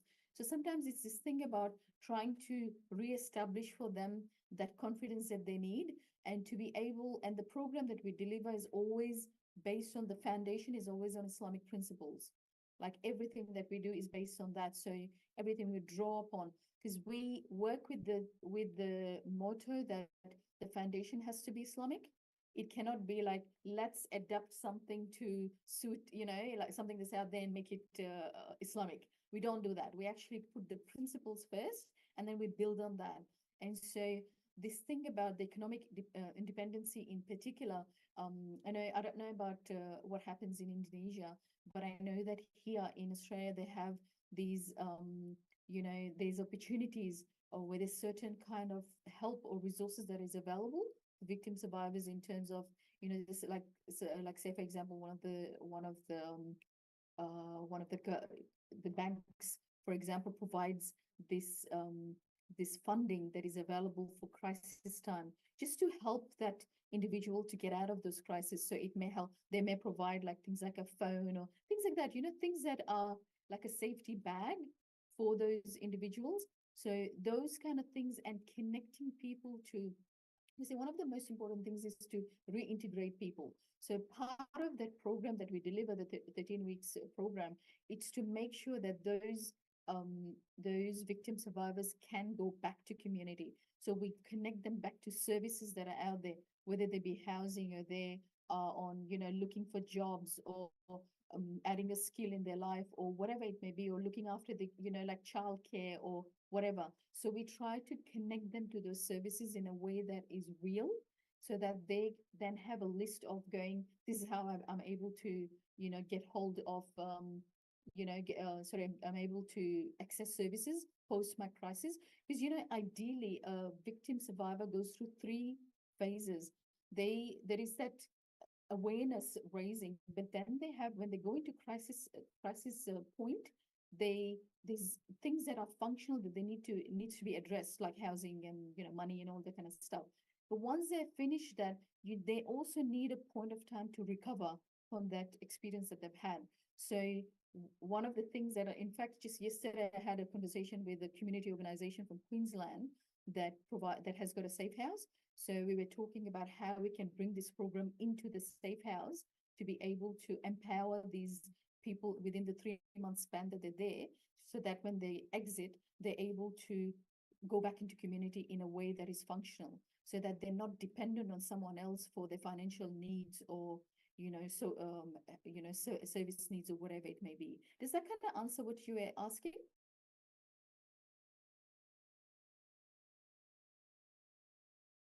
I've answered what you're asking? Yeah. Alia. No, doctor, thank you so much.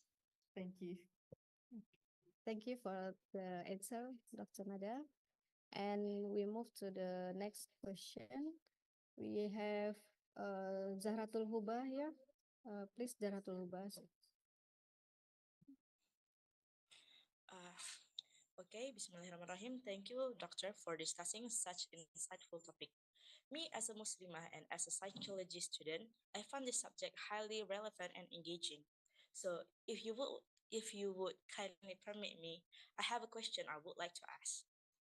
So, given that domestic violence often affects entire family, including everyone like the maid or housekeeper or even elderly and children, how can faith-based leadership ensure that their intervention promote long-term healing for all members of the family? So that's my Thank you so question. much. Thank you so much. That's a really good question, because when you're looking at collectivist society, you'll often find that the abuse is not, like I said before, it's not only the victim survivor that is going through that. It actually impacts everyone. And like you said, you've mentioned quite a few people that are being impacted by that. The faith leaders, when they, and hence why any kind of training that they get, if faith leaders don't have that skills, you really need to add to their skills. And that's why the program that I do, it's not about like I'm skilling you, I'm upskilling you. I know you already have certain skills as a faith-based leader or community leader. I'm adding to your skills. And one of the most important things that I would suggest is, when you're doing any kind of workshops for faith-based leaders, also involve community leaders, because community leaders come with a different perspective. So faith leaders need to know that community perspective, because often faith leaders are stretched like a rubber band, so they can't do everything. So they need to take the hand of a community leader and advocates and stuff, work together. And so if you have, when you work from a strength-based kind of approach, you are looking at who's good at working with children, who is good at working with women, who is good at working with extended family, who's good at working with the elders, and so on and so forth. So who are the people that you need to surround yourself to be able to bring that together? One of the things that I do as an activity in my training, the first thing I ever do is I talk about, please don't compete with each other. This is about collaborating. So I talk about networking, and I do certain activities that draws upon that. And I show them how, and it's a very physical activity that I do, to show them that why is it important for them to be able to surround themselves with people who have got specialized services and that they can be, offering. Why is it that it's important to bring that in? So any kind of training has to be holistic. It can't just only look at one. Even the counseling services that that a faith-based leader is sending someone to, a victim survivor, has to be able to handle the trauma for each layer. Because each traumatic, there's intergenerational trauma that happens from domestic and family violence. You look at any research that, for example, research that I'm looking at in child abuse and neglect, any of those, you'll find that domestic violence is what makes it one of the things that makes it complex, a complex case. So how do you address those different elements is really crucial. So you can't discount the importance of each of those elements. And that has to be woven into the program that you are delivering. And that's why, and see, the good thing in Indonesia is you've got Ministry of Religion, you've got Ministry of Health, all of the schools, universities, connect to them, get the schools, because you've got the schools where you can be addressing the issues with kids in school, not only through the counseling, but the respectful relationship programs that you run for them. So that's an important element to bring into, to stitch it together, make it holistic as much as possible. Thank you for that question. Thank you very much, Doctor. I found it really interesting and I get some really good insight from this topic. Thank you very much. Thank you. Thank you, Zahratul Huba. And next, we have a question from the chat box, Doctor. Let me read it for you. This is from Every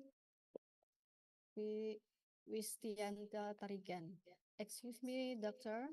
Your presentation were absolutely amazing. I have a question about a thing. As we know, in all religion, we were taught not committing domestic violence. But why do many families still engage in such a thing repeatedly? Does it fulfill their desire or any other reason they keep doing that violence to their family? That's from Great. Thank you so much for the question. Very good question. One of the things that I will say fundamentally is one thing to remember: any kind of act that a human being does, a sin, if I may use that word, where you are going against the boundaries that Allah has put or God has put, people are not operating from a position of faith. Think about it. When someone's angry, their faith is not with them. And the Rasul has said about this, the Prophet, peace be upon him, has said this in hadith, that when a person is committing a sin, the faith lifts at that point of time. It's only after they have finished with that the faith it rejoins them. So it's actually a metaphysical thing. So when an individual gets angry, and domestic violence often is about what? It's about things where a number of things. One is that, like you said, I think someone said about patriarchy, especially if it is traditional roles of patriarchy, that, unfortunately propels that kind of harmful attitudes and beliefs, particularly if there's a context that condones it. So if you've got a context where some of my research has shown as well, is that when families, women, men, etc., they support those kind of ideas, it further perpetuates it, unfortunately. And then you've got, but particularly when you're looking at faith-based, faith perpetrators, I don't want to use the word faith perpetrators. Let's not use that word. Just using the word perpetrators, the thing is that they are not operating from a position of faith. They might be angry, there might be some stressful situations that happen, they might be unemployed, they might be that they've got like really hard kind of hardcore ideas about what women should be doing and what men should be doing. There might be issues of that there is they have been victims themselves as kids of either child abuse, neglect, or domestic violence, or what have you. And that's like, and from social learning theory, that's what they have seen, that's what they grew up with, so they continue to do that. And often when people they might also not have skills to be able to deal with conflict. And so that's one of the reasons why when we're working with perpetrators of domestic violence, and I'm a advocate of, you have to support both the victim and the perpetrator. You need to work with both. You can't just work with one. You need to work with both of them to move them along. What you find often in society is that people are supporting the victim, but they forget the perpetrator. And then that perpetrator is doing the same thing with another victim, someone else who becomes a victim. So the idea is breaking that. So it's about teaching new ways of really, how can they learn skills that makes them better fathers or makes them better dads, better fathers or better husbands or, or also or better grandparents or whatever. So there's that importance of doing something like that. One of the things that a couple of days ago, there was this program that someone was doing about trying to build relationship between fathers and sons. And they did this thing on woodworking, It was a really amazing thing that they did for school holidays at the moment because school holidays here in Adelaide. And so what they did was like, they're trying to build that relationship. And for me, I really believe that there should be projects. And it was an idea that I have that I haven't executed yet, but to work with families together on a project to be able to, on a period of time, to build them up. And so I think understanding what are the pressure points for a human being is really important in how you help them pass that. This is a concept, and you know this in psychology, there's a concept of in relationships, the rupture and repair. So when you see a rupture happening, how do you repair that? And sometimes people don't have the tools to be able to do that. Look, everyone gets angry. It's okay for you to be angry, but what do you do with it is where you're accountable. Allah subhanahu wa ta'ala says that it's, and in the Quran, God, acknowledges the fact that we all have the emotions are some things that is absolutely crucial for our survival as human beings. So it's okay for you to be angry in a situation, but you have the choice and what do you do with it? And this is where people fall apart because they don't have informed choices on what they can do. Okay, doctor. Talking about patriarchy in the family, there is one question about patriarchy. I like to read it for you. This is from Natika. Yeah, patriarchy in the family is one of the initial causes of domestic violence, and there are still many countries spread across Asia that still use a patriarchy system in the family, which of course has a lot of negative impacts on women. So if women protest this, there is also a social perception that women should obey men. So if this continues to happen, of course, the mental health of women in this world will not be safe. So what do doctors think about us as prospective psychologists? Young people must take an action on this matter to provide awareness of both men as perpetrators and women as victims. Thank you so much for the question. And it's a long question with so many different elements. I will, because of time, I might just pick one thing to respond to there, or one or two things. One of the things that as psychologists, and I want to preamble this with the fact that one of the things that I was doing here when I was at University of South Australia, I'm still adjunct there, one of the things I was doing with the people who are doing their masters in clinical psychology is I was providing the cultural supervision. So I think it's really important to have a cultural supervision element for you as future psychologists, is to have that. If that's not there, then really look at where can that cultural supervision come in? Because often as people, if we are as individuals doing things, by the way, thank you for all of those comments that are coming up on the chat. When we are doing, cultural supervision, sometimes we forget the strengths within our culture. Like, yes, you've got patriarchy, but there are elements of patriarchy that are positive, they're strength-based. So it's really important to amplify that and to reduce the power of those things that become harmful. There is a line where it becomes harmful. So you as future psychologists and practicing psychologists as well is need to take on board, where do you help victim survivors or families and the community response that I was talking about before? Where do you play a role in terms of changing those attitudes, those harmful attitudes that can cost someone their life? Because at the end of the day, we are as a community, and I always take it back to the philosophy in Islam of this thing about we're like a building. If one pillar is like wobbly and falls, the whole building is going to fall apart. And so we as a community are like that. So we have to play a role of our fard kifaya. And that's why I see my domestic violence work as fard kifaya. That role that we need to play on why are you doing something? What's the reason you're doing something? What underpins it? And so when you're working with the families, you have to respect them. When you are trying to change this patriarchy, you can't come and railroad them and go, oh, well, you're doing this patriarchy and it's, this and this and this and that. You need to work within their capacity because not all families are the same. So you need to understand their vulnerabilities and their strengths, amplify their strengths, and try to reduce those vulnerabilities. That's what you're there for as a psychologist, to be able to, when you're looking at the foci, you're looking at the multiple foci around the individual. You're looking at, okay, what is around their community structure? What is around the faith structure? What are the things that I can use as tools to be able to help this family to move forward? And the thing is that when you're helping the individual, you're helping them with the skills that they can take back to the families and implement it to move forward. So that's a really important thing that I would say, that look at the reason why you're doing something and recalibrate why you're doing something as a future psychologist. And I think I'm just going to end on that note.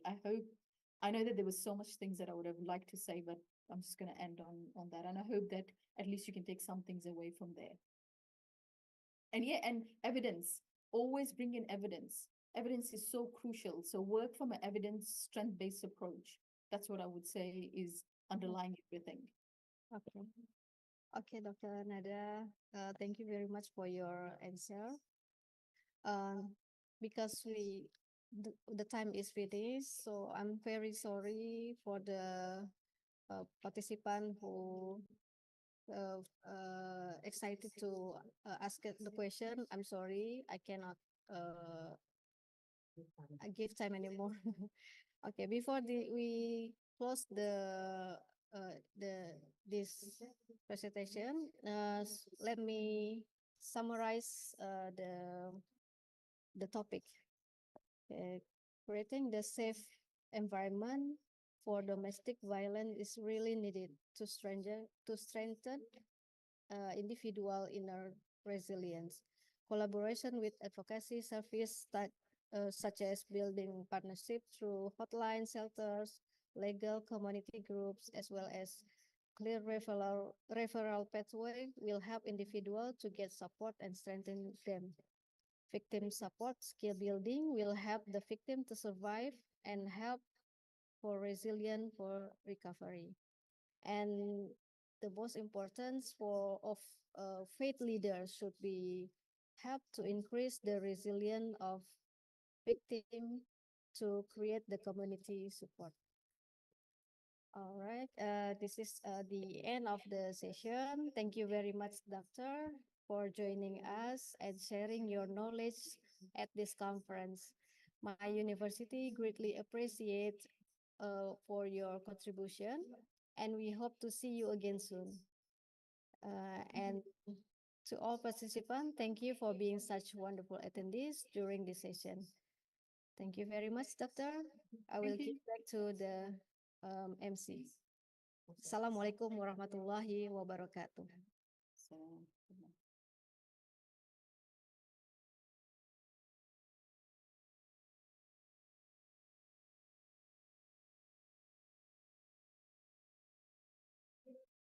All right, thank you very much to our moderator, Ms. Ella Susanna, for guiding our last session for today so smoothly, and of course to our speaker, Dr. Nada Ibrahim, for the insightful presentation. Your knowledge was really valuable. So everyone, let's give applause for the amazing session.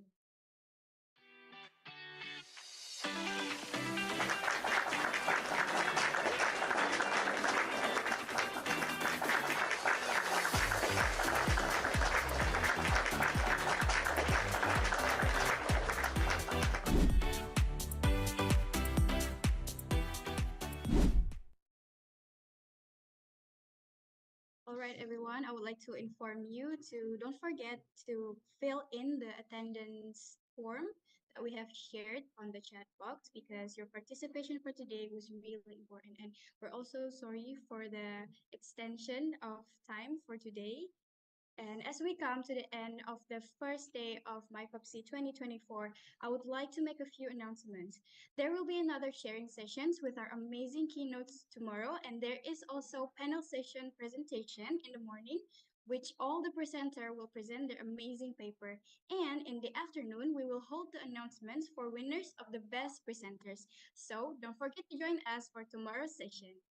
On behalf of the organizing committee, I would like to extend our sincere gratitude to all the speakers, participants, and the organizing team for making this event a success. We look forward to seeing you again tomorrow for day 2 of the conference. My name is Alia Natasha.